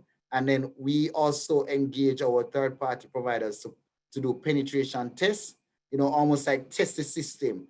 And we do that at a particular period to see if there are any vulnerabilities, and we fix those vulnerabilities. So it's very secure. In terms of, you don't necessarily, let's say you don't want a payment button, but you want to do a website where you don't know where to find a developer, or you don't want to find a developer because you feel that your business is relatively small, you don't need a great deal of customization on your website. You feel that you can do with a template, and you can be able to accept payments online very quickly with that option instead of going the route of a developer. That's another option to you. And the beauty about the template is that you can customize the template to your color scheme. You can drag and drop your images. You can have a different look and feel. But if you're looking for a great deal of customization, the website template is not for you, because you can say, but I wanted to do this as well. No, that's not the best solution for you. There are certain, it provides a good way to scale, and it provides you with an opportunity to give your own look and feel. But if you're looking for a lot of bells and whistles, and if you're looking for different alerts, and you want it to do more than what it was designed for, that's not the solution for you. And we do have solutions that would be ideal for your business. So just in case you kind of chip out because the phone ring or you were replying to a WhatsApp, I'm going to pause. So far I told you about what e-commerce is, and I told you about the benefits of e-commerce. And I also shared with you that I'll be sharing 4 solutions. I've shared 2 solutions so far, the payment buttons and the website templates. So the great thing about these 2 options as well is that it is optimized for search engines, and can integrate to your social media pages. So in terms of connectivity and talking to your customers in different spaces, this solves for that problem. But remember earlier when I said one of the challenges that customers have had is that when they build out the website, they have an issue with inventory management, and they have an issue with the logistics. The website template is automatically linked to DHL, where if you're selling an item, DHL will come and pick it up from you and deliver it to everywhere that DHL delivers globally. Also, it has the built-in inventory management. So when you're creating your product, you'd have identified the quantity. Each time the product is sold, the quantity is reduced. When you purchase new product, then it would have updated the quantity as well once you would have entered in the information, right? Garbage in, garbage out, but we know that you're going to double check and ensure that you enter the correct information so you can be able to manage your inventory. Another challenge that we had identified was that they bill it and people don't come. So we have a solution in that you don't need to go it alone, but you can go with a marketplace option. What's a marketplace? Essentially, a marketplace is being listed on another merchant's website. Think of Amazon. Amazon is a marketplace. In Jamaica, we have quite a few local marketplaces, like you can think of. And you know, when I call names, it's difficult when someone say you never call my name, but I'll call a few just for sample. So like there's Q Mall, there's Cool Market. There for food delivery, you have 7 Crave, you have Quick Plate. You also have a number of others, right? So I know I have quite a few of my merchants on. So if I didn't call your name on this session, it's because I call it on the last session, or I plan to call it on the next one, right? And then I spoke earlier about the standard integration if you want your website to be very customized. So if it is that you're looking for a solution that's going to do quite a bit, and particularly if you're a larger organization, then the standard integration will be ideal for you. And for this one, you need a developer. So I'm going to wrap up now. So just remember, there are 4 options. There's a payment buttons, there's a website template, and there's a marketplace or shared website. So on that, so think of like if you go to a mall, like Mall Plaza or Tropical Plaza, where you have a number of stores. It's the same thing, but now it's online. And then think for the standard integration, that is for the very customized website. So if you've missed anything, NCB has a solution for your business, and we're very committed to the SMEs because we know it has been a very challenging time, just as it has been for all of us. And we have quite a bit of solutions to assist you to never miss a sale, whether it's offline or online. And once you get onboarded, we have a special for everyone where we'll be reducing some fees if you get onboarded by March 31, 2021. And you can get onboarded by just emailing businesssolutions@jncb.com. I'll drop it in the chat, or you can visit jncb.com/e-commerce. So quite a bit of solutions are here for you, and it will be determined by the nature of your business. And also, if you are onboarded, we give you immediately a pre-approved business card to assist you with the working capital for your business and to help you as your business grow and flourish. So that's it for me. That's a tidbit. We'll go through in more detail at another time. And also you can visit our website, jncb.com/e-commerce. And there's a long list of FAQs and it has quite a bit of details as well on the pricing as well as product features. All right, so thank you. Awesome. Thank you, Gregory. That was really, really good. And clearly you've been doing a lot of these presentations because that well compressed. I mean, guys, when I had Gregory on, we had like a whole morning where we were talking about. I think we did it over 2 hours. We went with detail.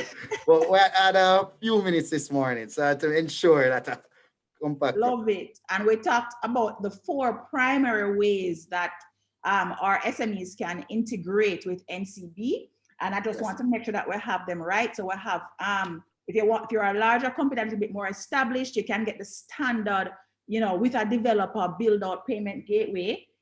You have a template version if you're not so big, right? And you're just getting started.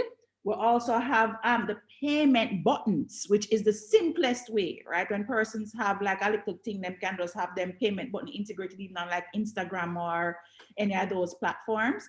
That's and correct. Then the marketplace, which as you say, it's like going to New Kingston Shopping Center or Sovereign or any one of these and just popping into the different stores. And you could be one of those stores, basically. That's correct. And the thing about it as well, with the marketplace, it's not necessarily either or. You could decide to go on a marketplace plus still the payment button or website template or your standard website. Because think of it this way, let's say you're Nike and you're selling shoes. Yes. Someone may know that they need a pair of Nike. Or they could go on Amazon and type sneakers and the Nike shoes come up. Either way, Nike makes a sale. Okay, excellent. I love that. Well, thank you, Gregory. Guys, you can see that there are multifaceted solutions that you can put in place depending on the resources that you have available to you, and charting your success as a small business. And as we talk about charting your success as a small business, we're going to bring on Janelle, who is the owner and founder of Spaces Jamaica. Now, I don't know if you guys have been to Spaces. I have been to Spaces, and the Spaces things fell off, right? But now that I have not been able to necessarily go shopping the way I would like to, Janelle is going to come on and she's going to talk up all the things about how she was able to take Spaces Jamaica to another level using e-commerce. So Janelle, welcome. Thank you for joining us. Start telling us what is your experience with e-commerce. Let's talk the things. Let's go. Hi, Stacey. Thanks so much for having me on. I've heard Gregory say, build it and they shall come. I learned the hard way. So I had a website for almost 10 years. So I started out with, you have a presence online, and I didn't have an e-commerce section of the site. It was just simply information, where to find us, a few product photos and things like that. So it was essentially a marketing tool that was not generating income directly from the site. So I was like, okay, let me go into the e-commerce side of things a couple of years back. At the time, unfortunately, NCB didn't have these great products that Gregory just spoke about then. So I used a different payment gateway. And from my experience, I found that residents of Jamaicans did not shop online using that platform for me. So I found that persons in the diaspora would go on, they would make their purchases if they had wanted it to be delivered here in Jamaica, but I just was not getting my core customers to go and shop on the site. So we did some research and we realized that they were not comfortable with the payment gateway that we were using. They didn't feel secure putting their credit card in there. You know, there's a lot of trust factor when it comes to your information. I mean, Chris spoke about it on a lot of your panels in previous discussion, data protection. So Jamaicans, and rightly so, we're like, you know, I'm not too familiar with this. I want to buy the item. I'm going to come into the store. Fast forward to 2020, COVID hit. And for those who don't know Spaces, we operate a brick and mortar location. We're at 79 Arden Road. So we sell furniture and home decor items. COVID comes and brick and mortar, we saw no one. Lockdown. What do you do with running a business where you have employees, you have your overheads, and you still have some way of having a revenue stream coming? So I did some research and we revamped the site and we reached out to NCB, not necessarily for the payment gateway that Gregory spoke about. They had another product that we were thinking of, which was they called their MPOS, which were like, okay, if customers are not going to come to us physically, we will go to them and just carry a card machine, POS terminal, wireless, everything like that. That's where my head was initially. And they said, but Janelle, you're online. Have you heard of our payment gateway? And I'm like, no, you know, tell me some more about this. And I signed up instantly. I needed no long 2-hour presentation about no long talking. I was like, what? I can get money any time of day? So I went through the process of signing, you know, I think it was fast track because I was already an existing NCB account holder. So we already had our account set up so that when we were able to integrate the user payment buttons and the other payment facilities, it was easy just to transfer to our accounts. And as he says, settlement was literally within 24 hours. So that opened up a lot of opportunities for us as a business. So as everyone says, pivot, the word for 2020 was pivot. We introduced, thanks to being able to facilitate payments locally, internationally, we actually introduced a new product, which was virtual interior design services. So persons were able to go onto our website, not only shop for our products, but also pay for our services. So while our brick and mortar store was closed, we were still operating and able to send payment requests to our clients and receive payments and provide our digital solutions internationally. Oh, wow. That is absolutely wicked good. And how would you say, based on the trajectory that started during COVID, how would you say that has helped your business to where you are now? Like, what are some of the positives that you have seen coming out of this shift that you made? Right. So we are actually still seeing clients utilize this method of payment. So while we're not under full lockdown in Jamaica, yes, we have curfew. The showroom is open now. We're back to regular open hours. But the convenience factor of having to be able to stay at home, stay in your office, you're on your lunch break, you get home after a long day, you get home, you're home earlier. So you're scrolling spacesjamaica.com and you're like, you know, I wanted to really change this sofa. And there you go. You click, add to cart, checkout. No, lovely, lovely. I need a new sofa right now, so maybe I need to go on and be like, add to cart. Add to cart. What advice would you give to other MSMEs who are either challenged in the space, because you said that, you know, you kind of did the build and they will come piece, you had your website and stuff, but it wasn't sorted out properly. Or if they haven't built anything yet, and they're just now getting acclimated with the space and thinking, yes, this is something that I want to go to. How would you recommend that they go ahead? Any advice that you would give them? Do not delay. So Gregory, put your email contact in the chat.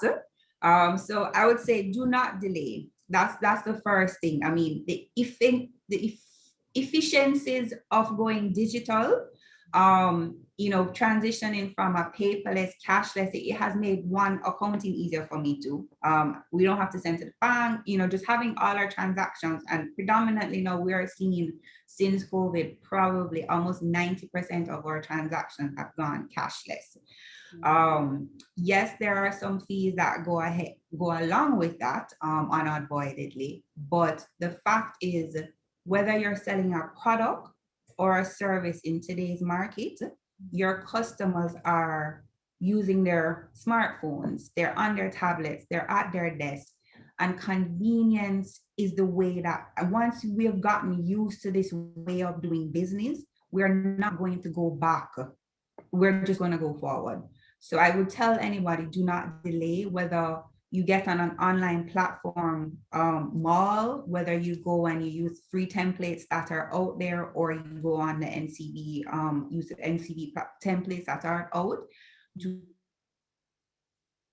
not delay, because you will be left behind.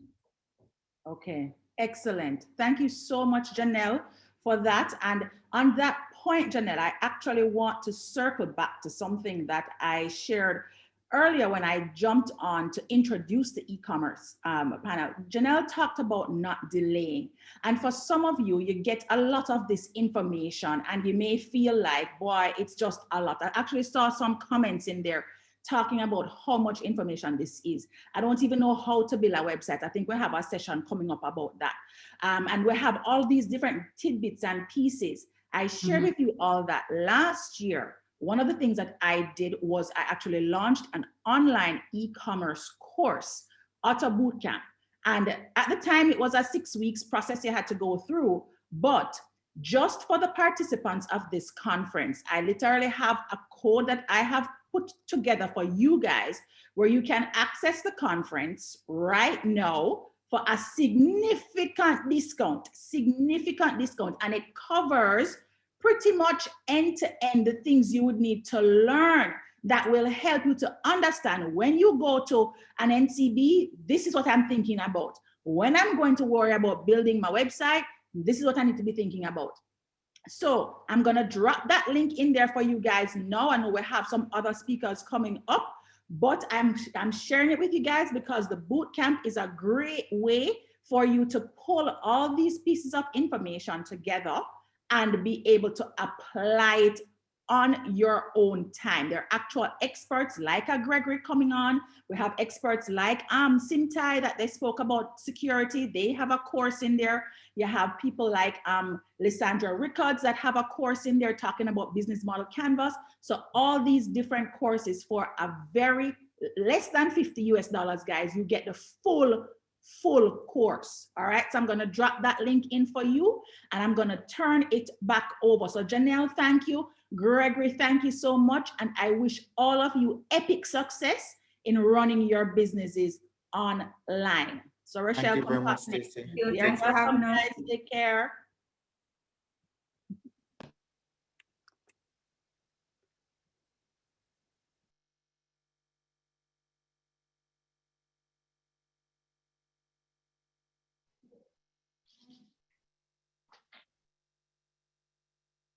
Enjoy the convenience of NCB Payment Solutions. NCB Mobile Point of Sale and e-commerce solutions will allow you to facilitate more transactions in store, online, anywhere, anytime. Plus, receive payments on your social media channels with payment buttons. Use your NCB credit card to stock up and pay taxes and utilities. Easy, safe, and secure. Plus, rewards. Earn unlimited cashback or points. Redeemable on NCB Miles. Give customers an experience they'll love and never miss a sale. Sign up for NCB e-commerce today at jncb.com/e-commerce and get your first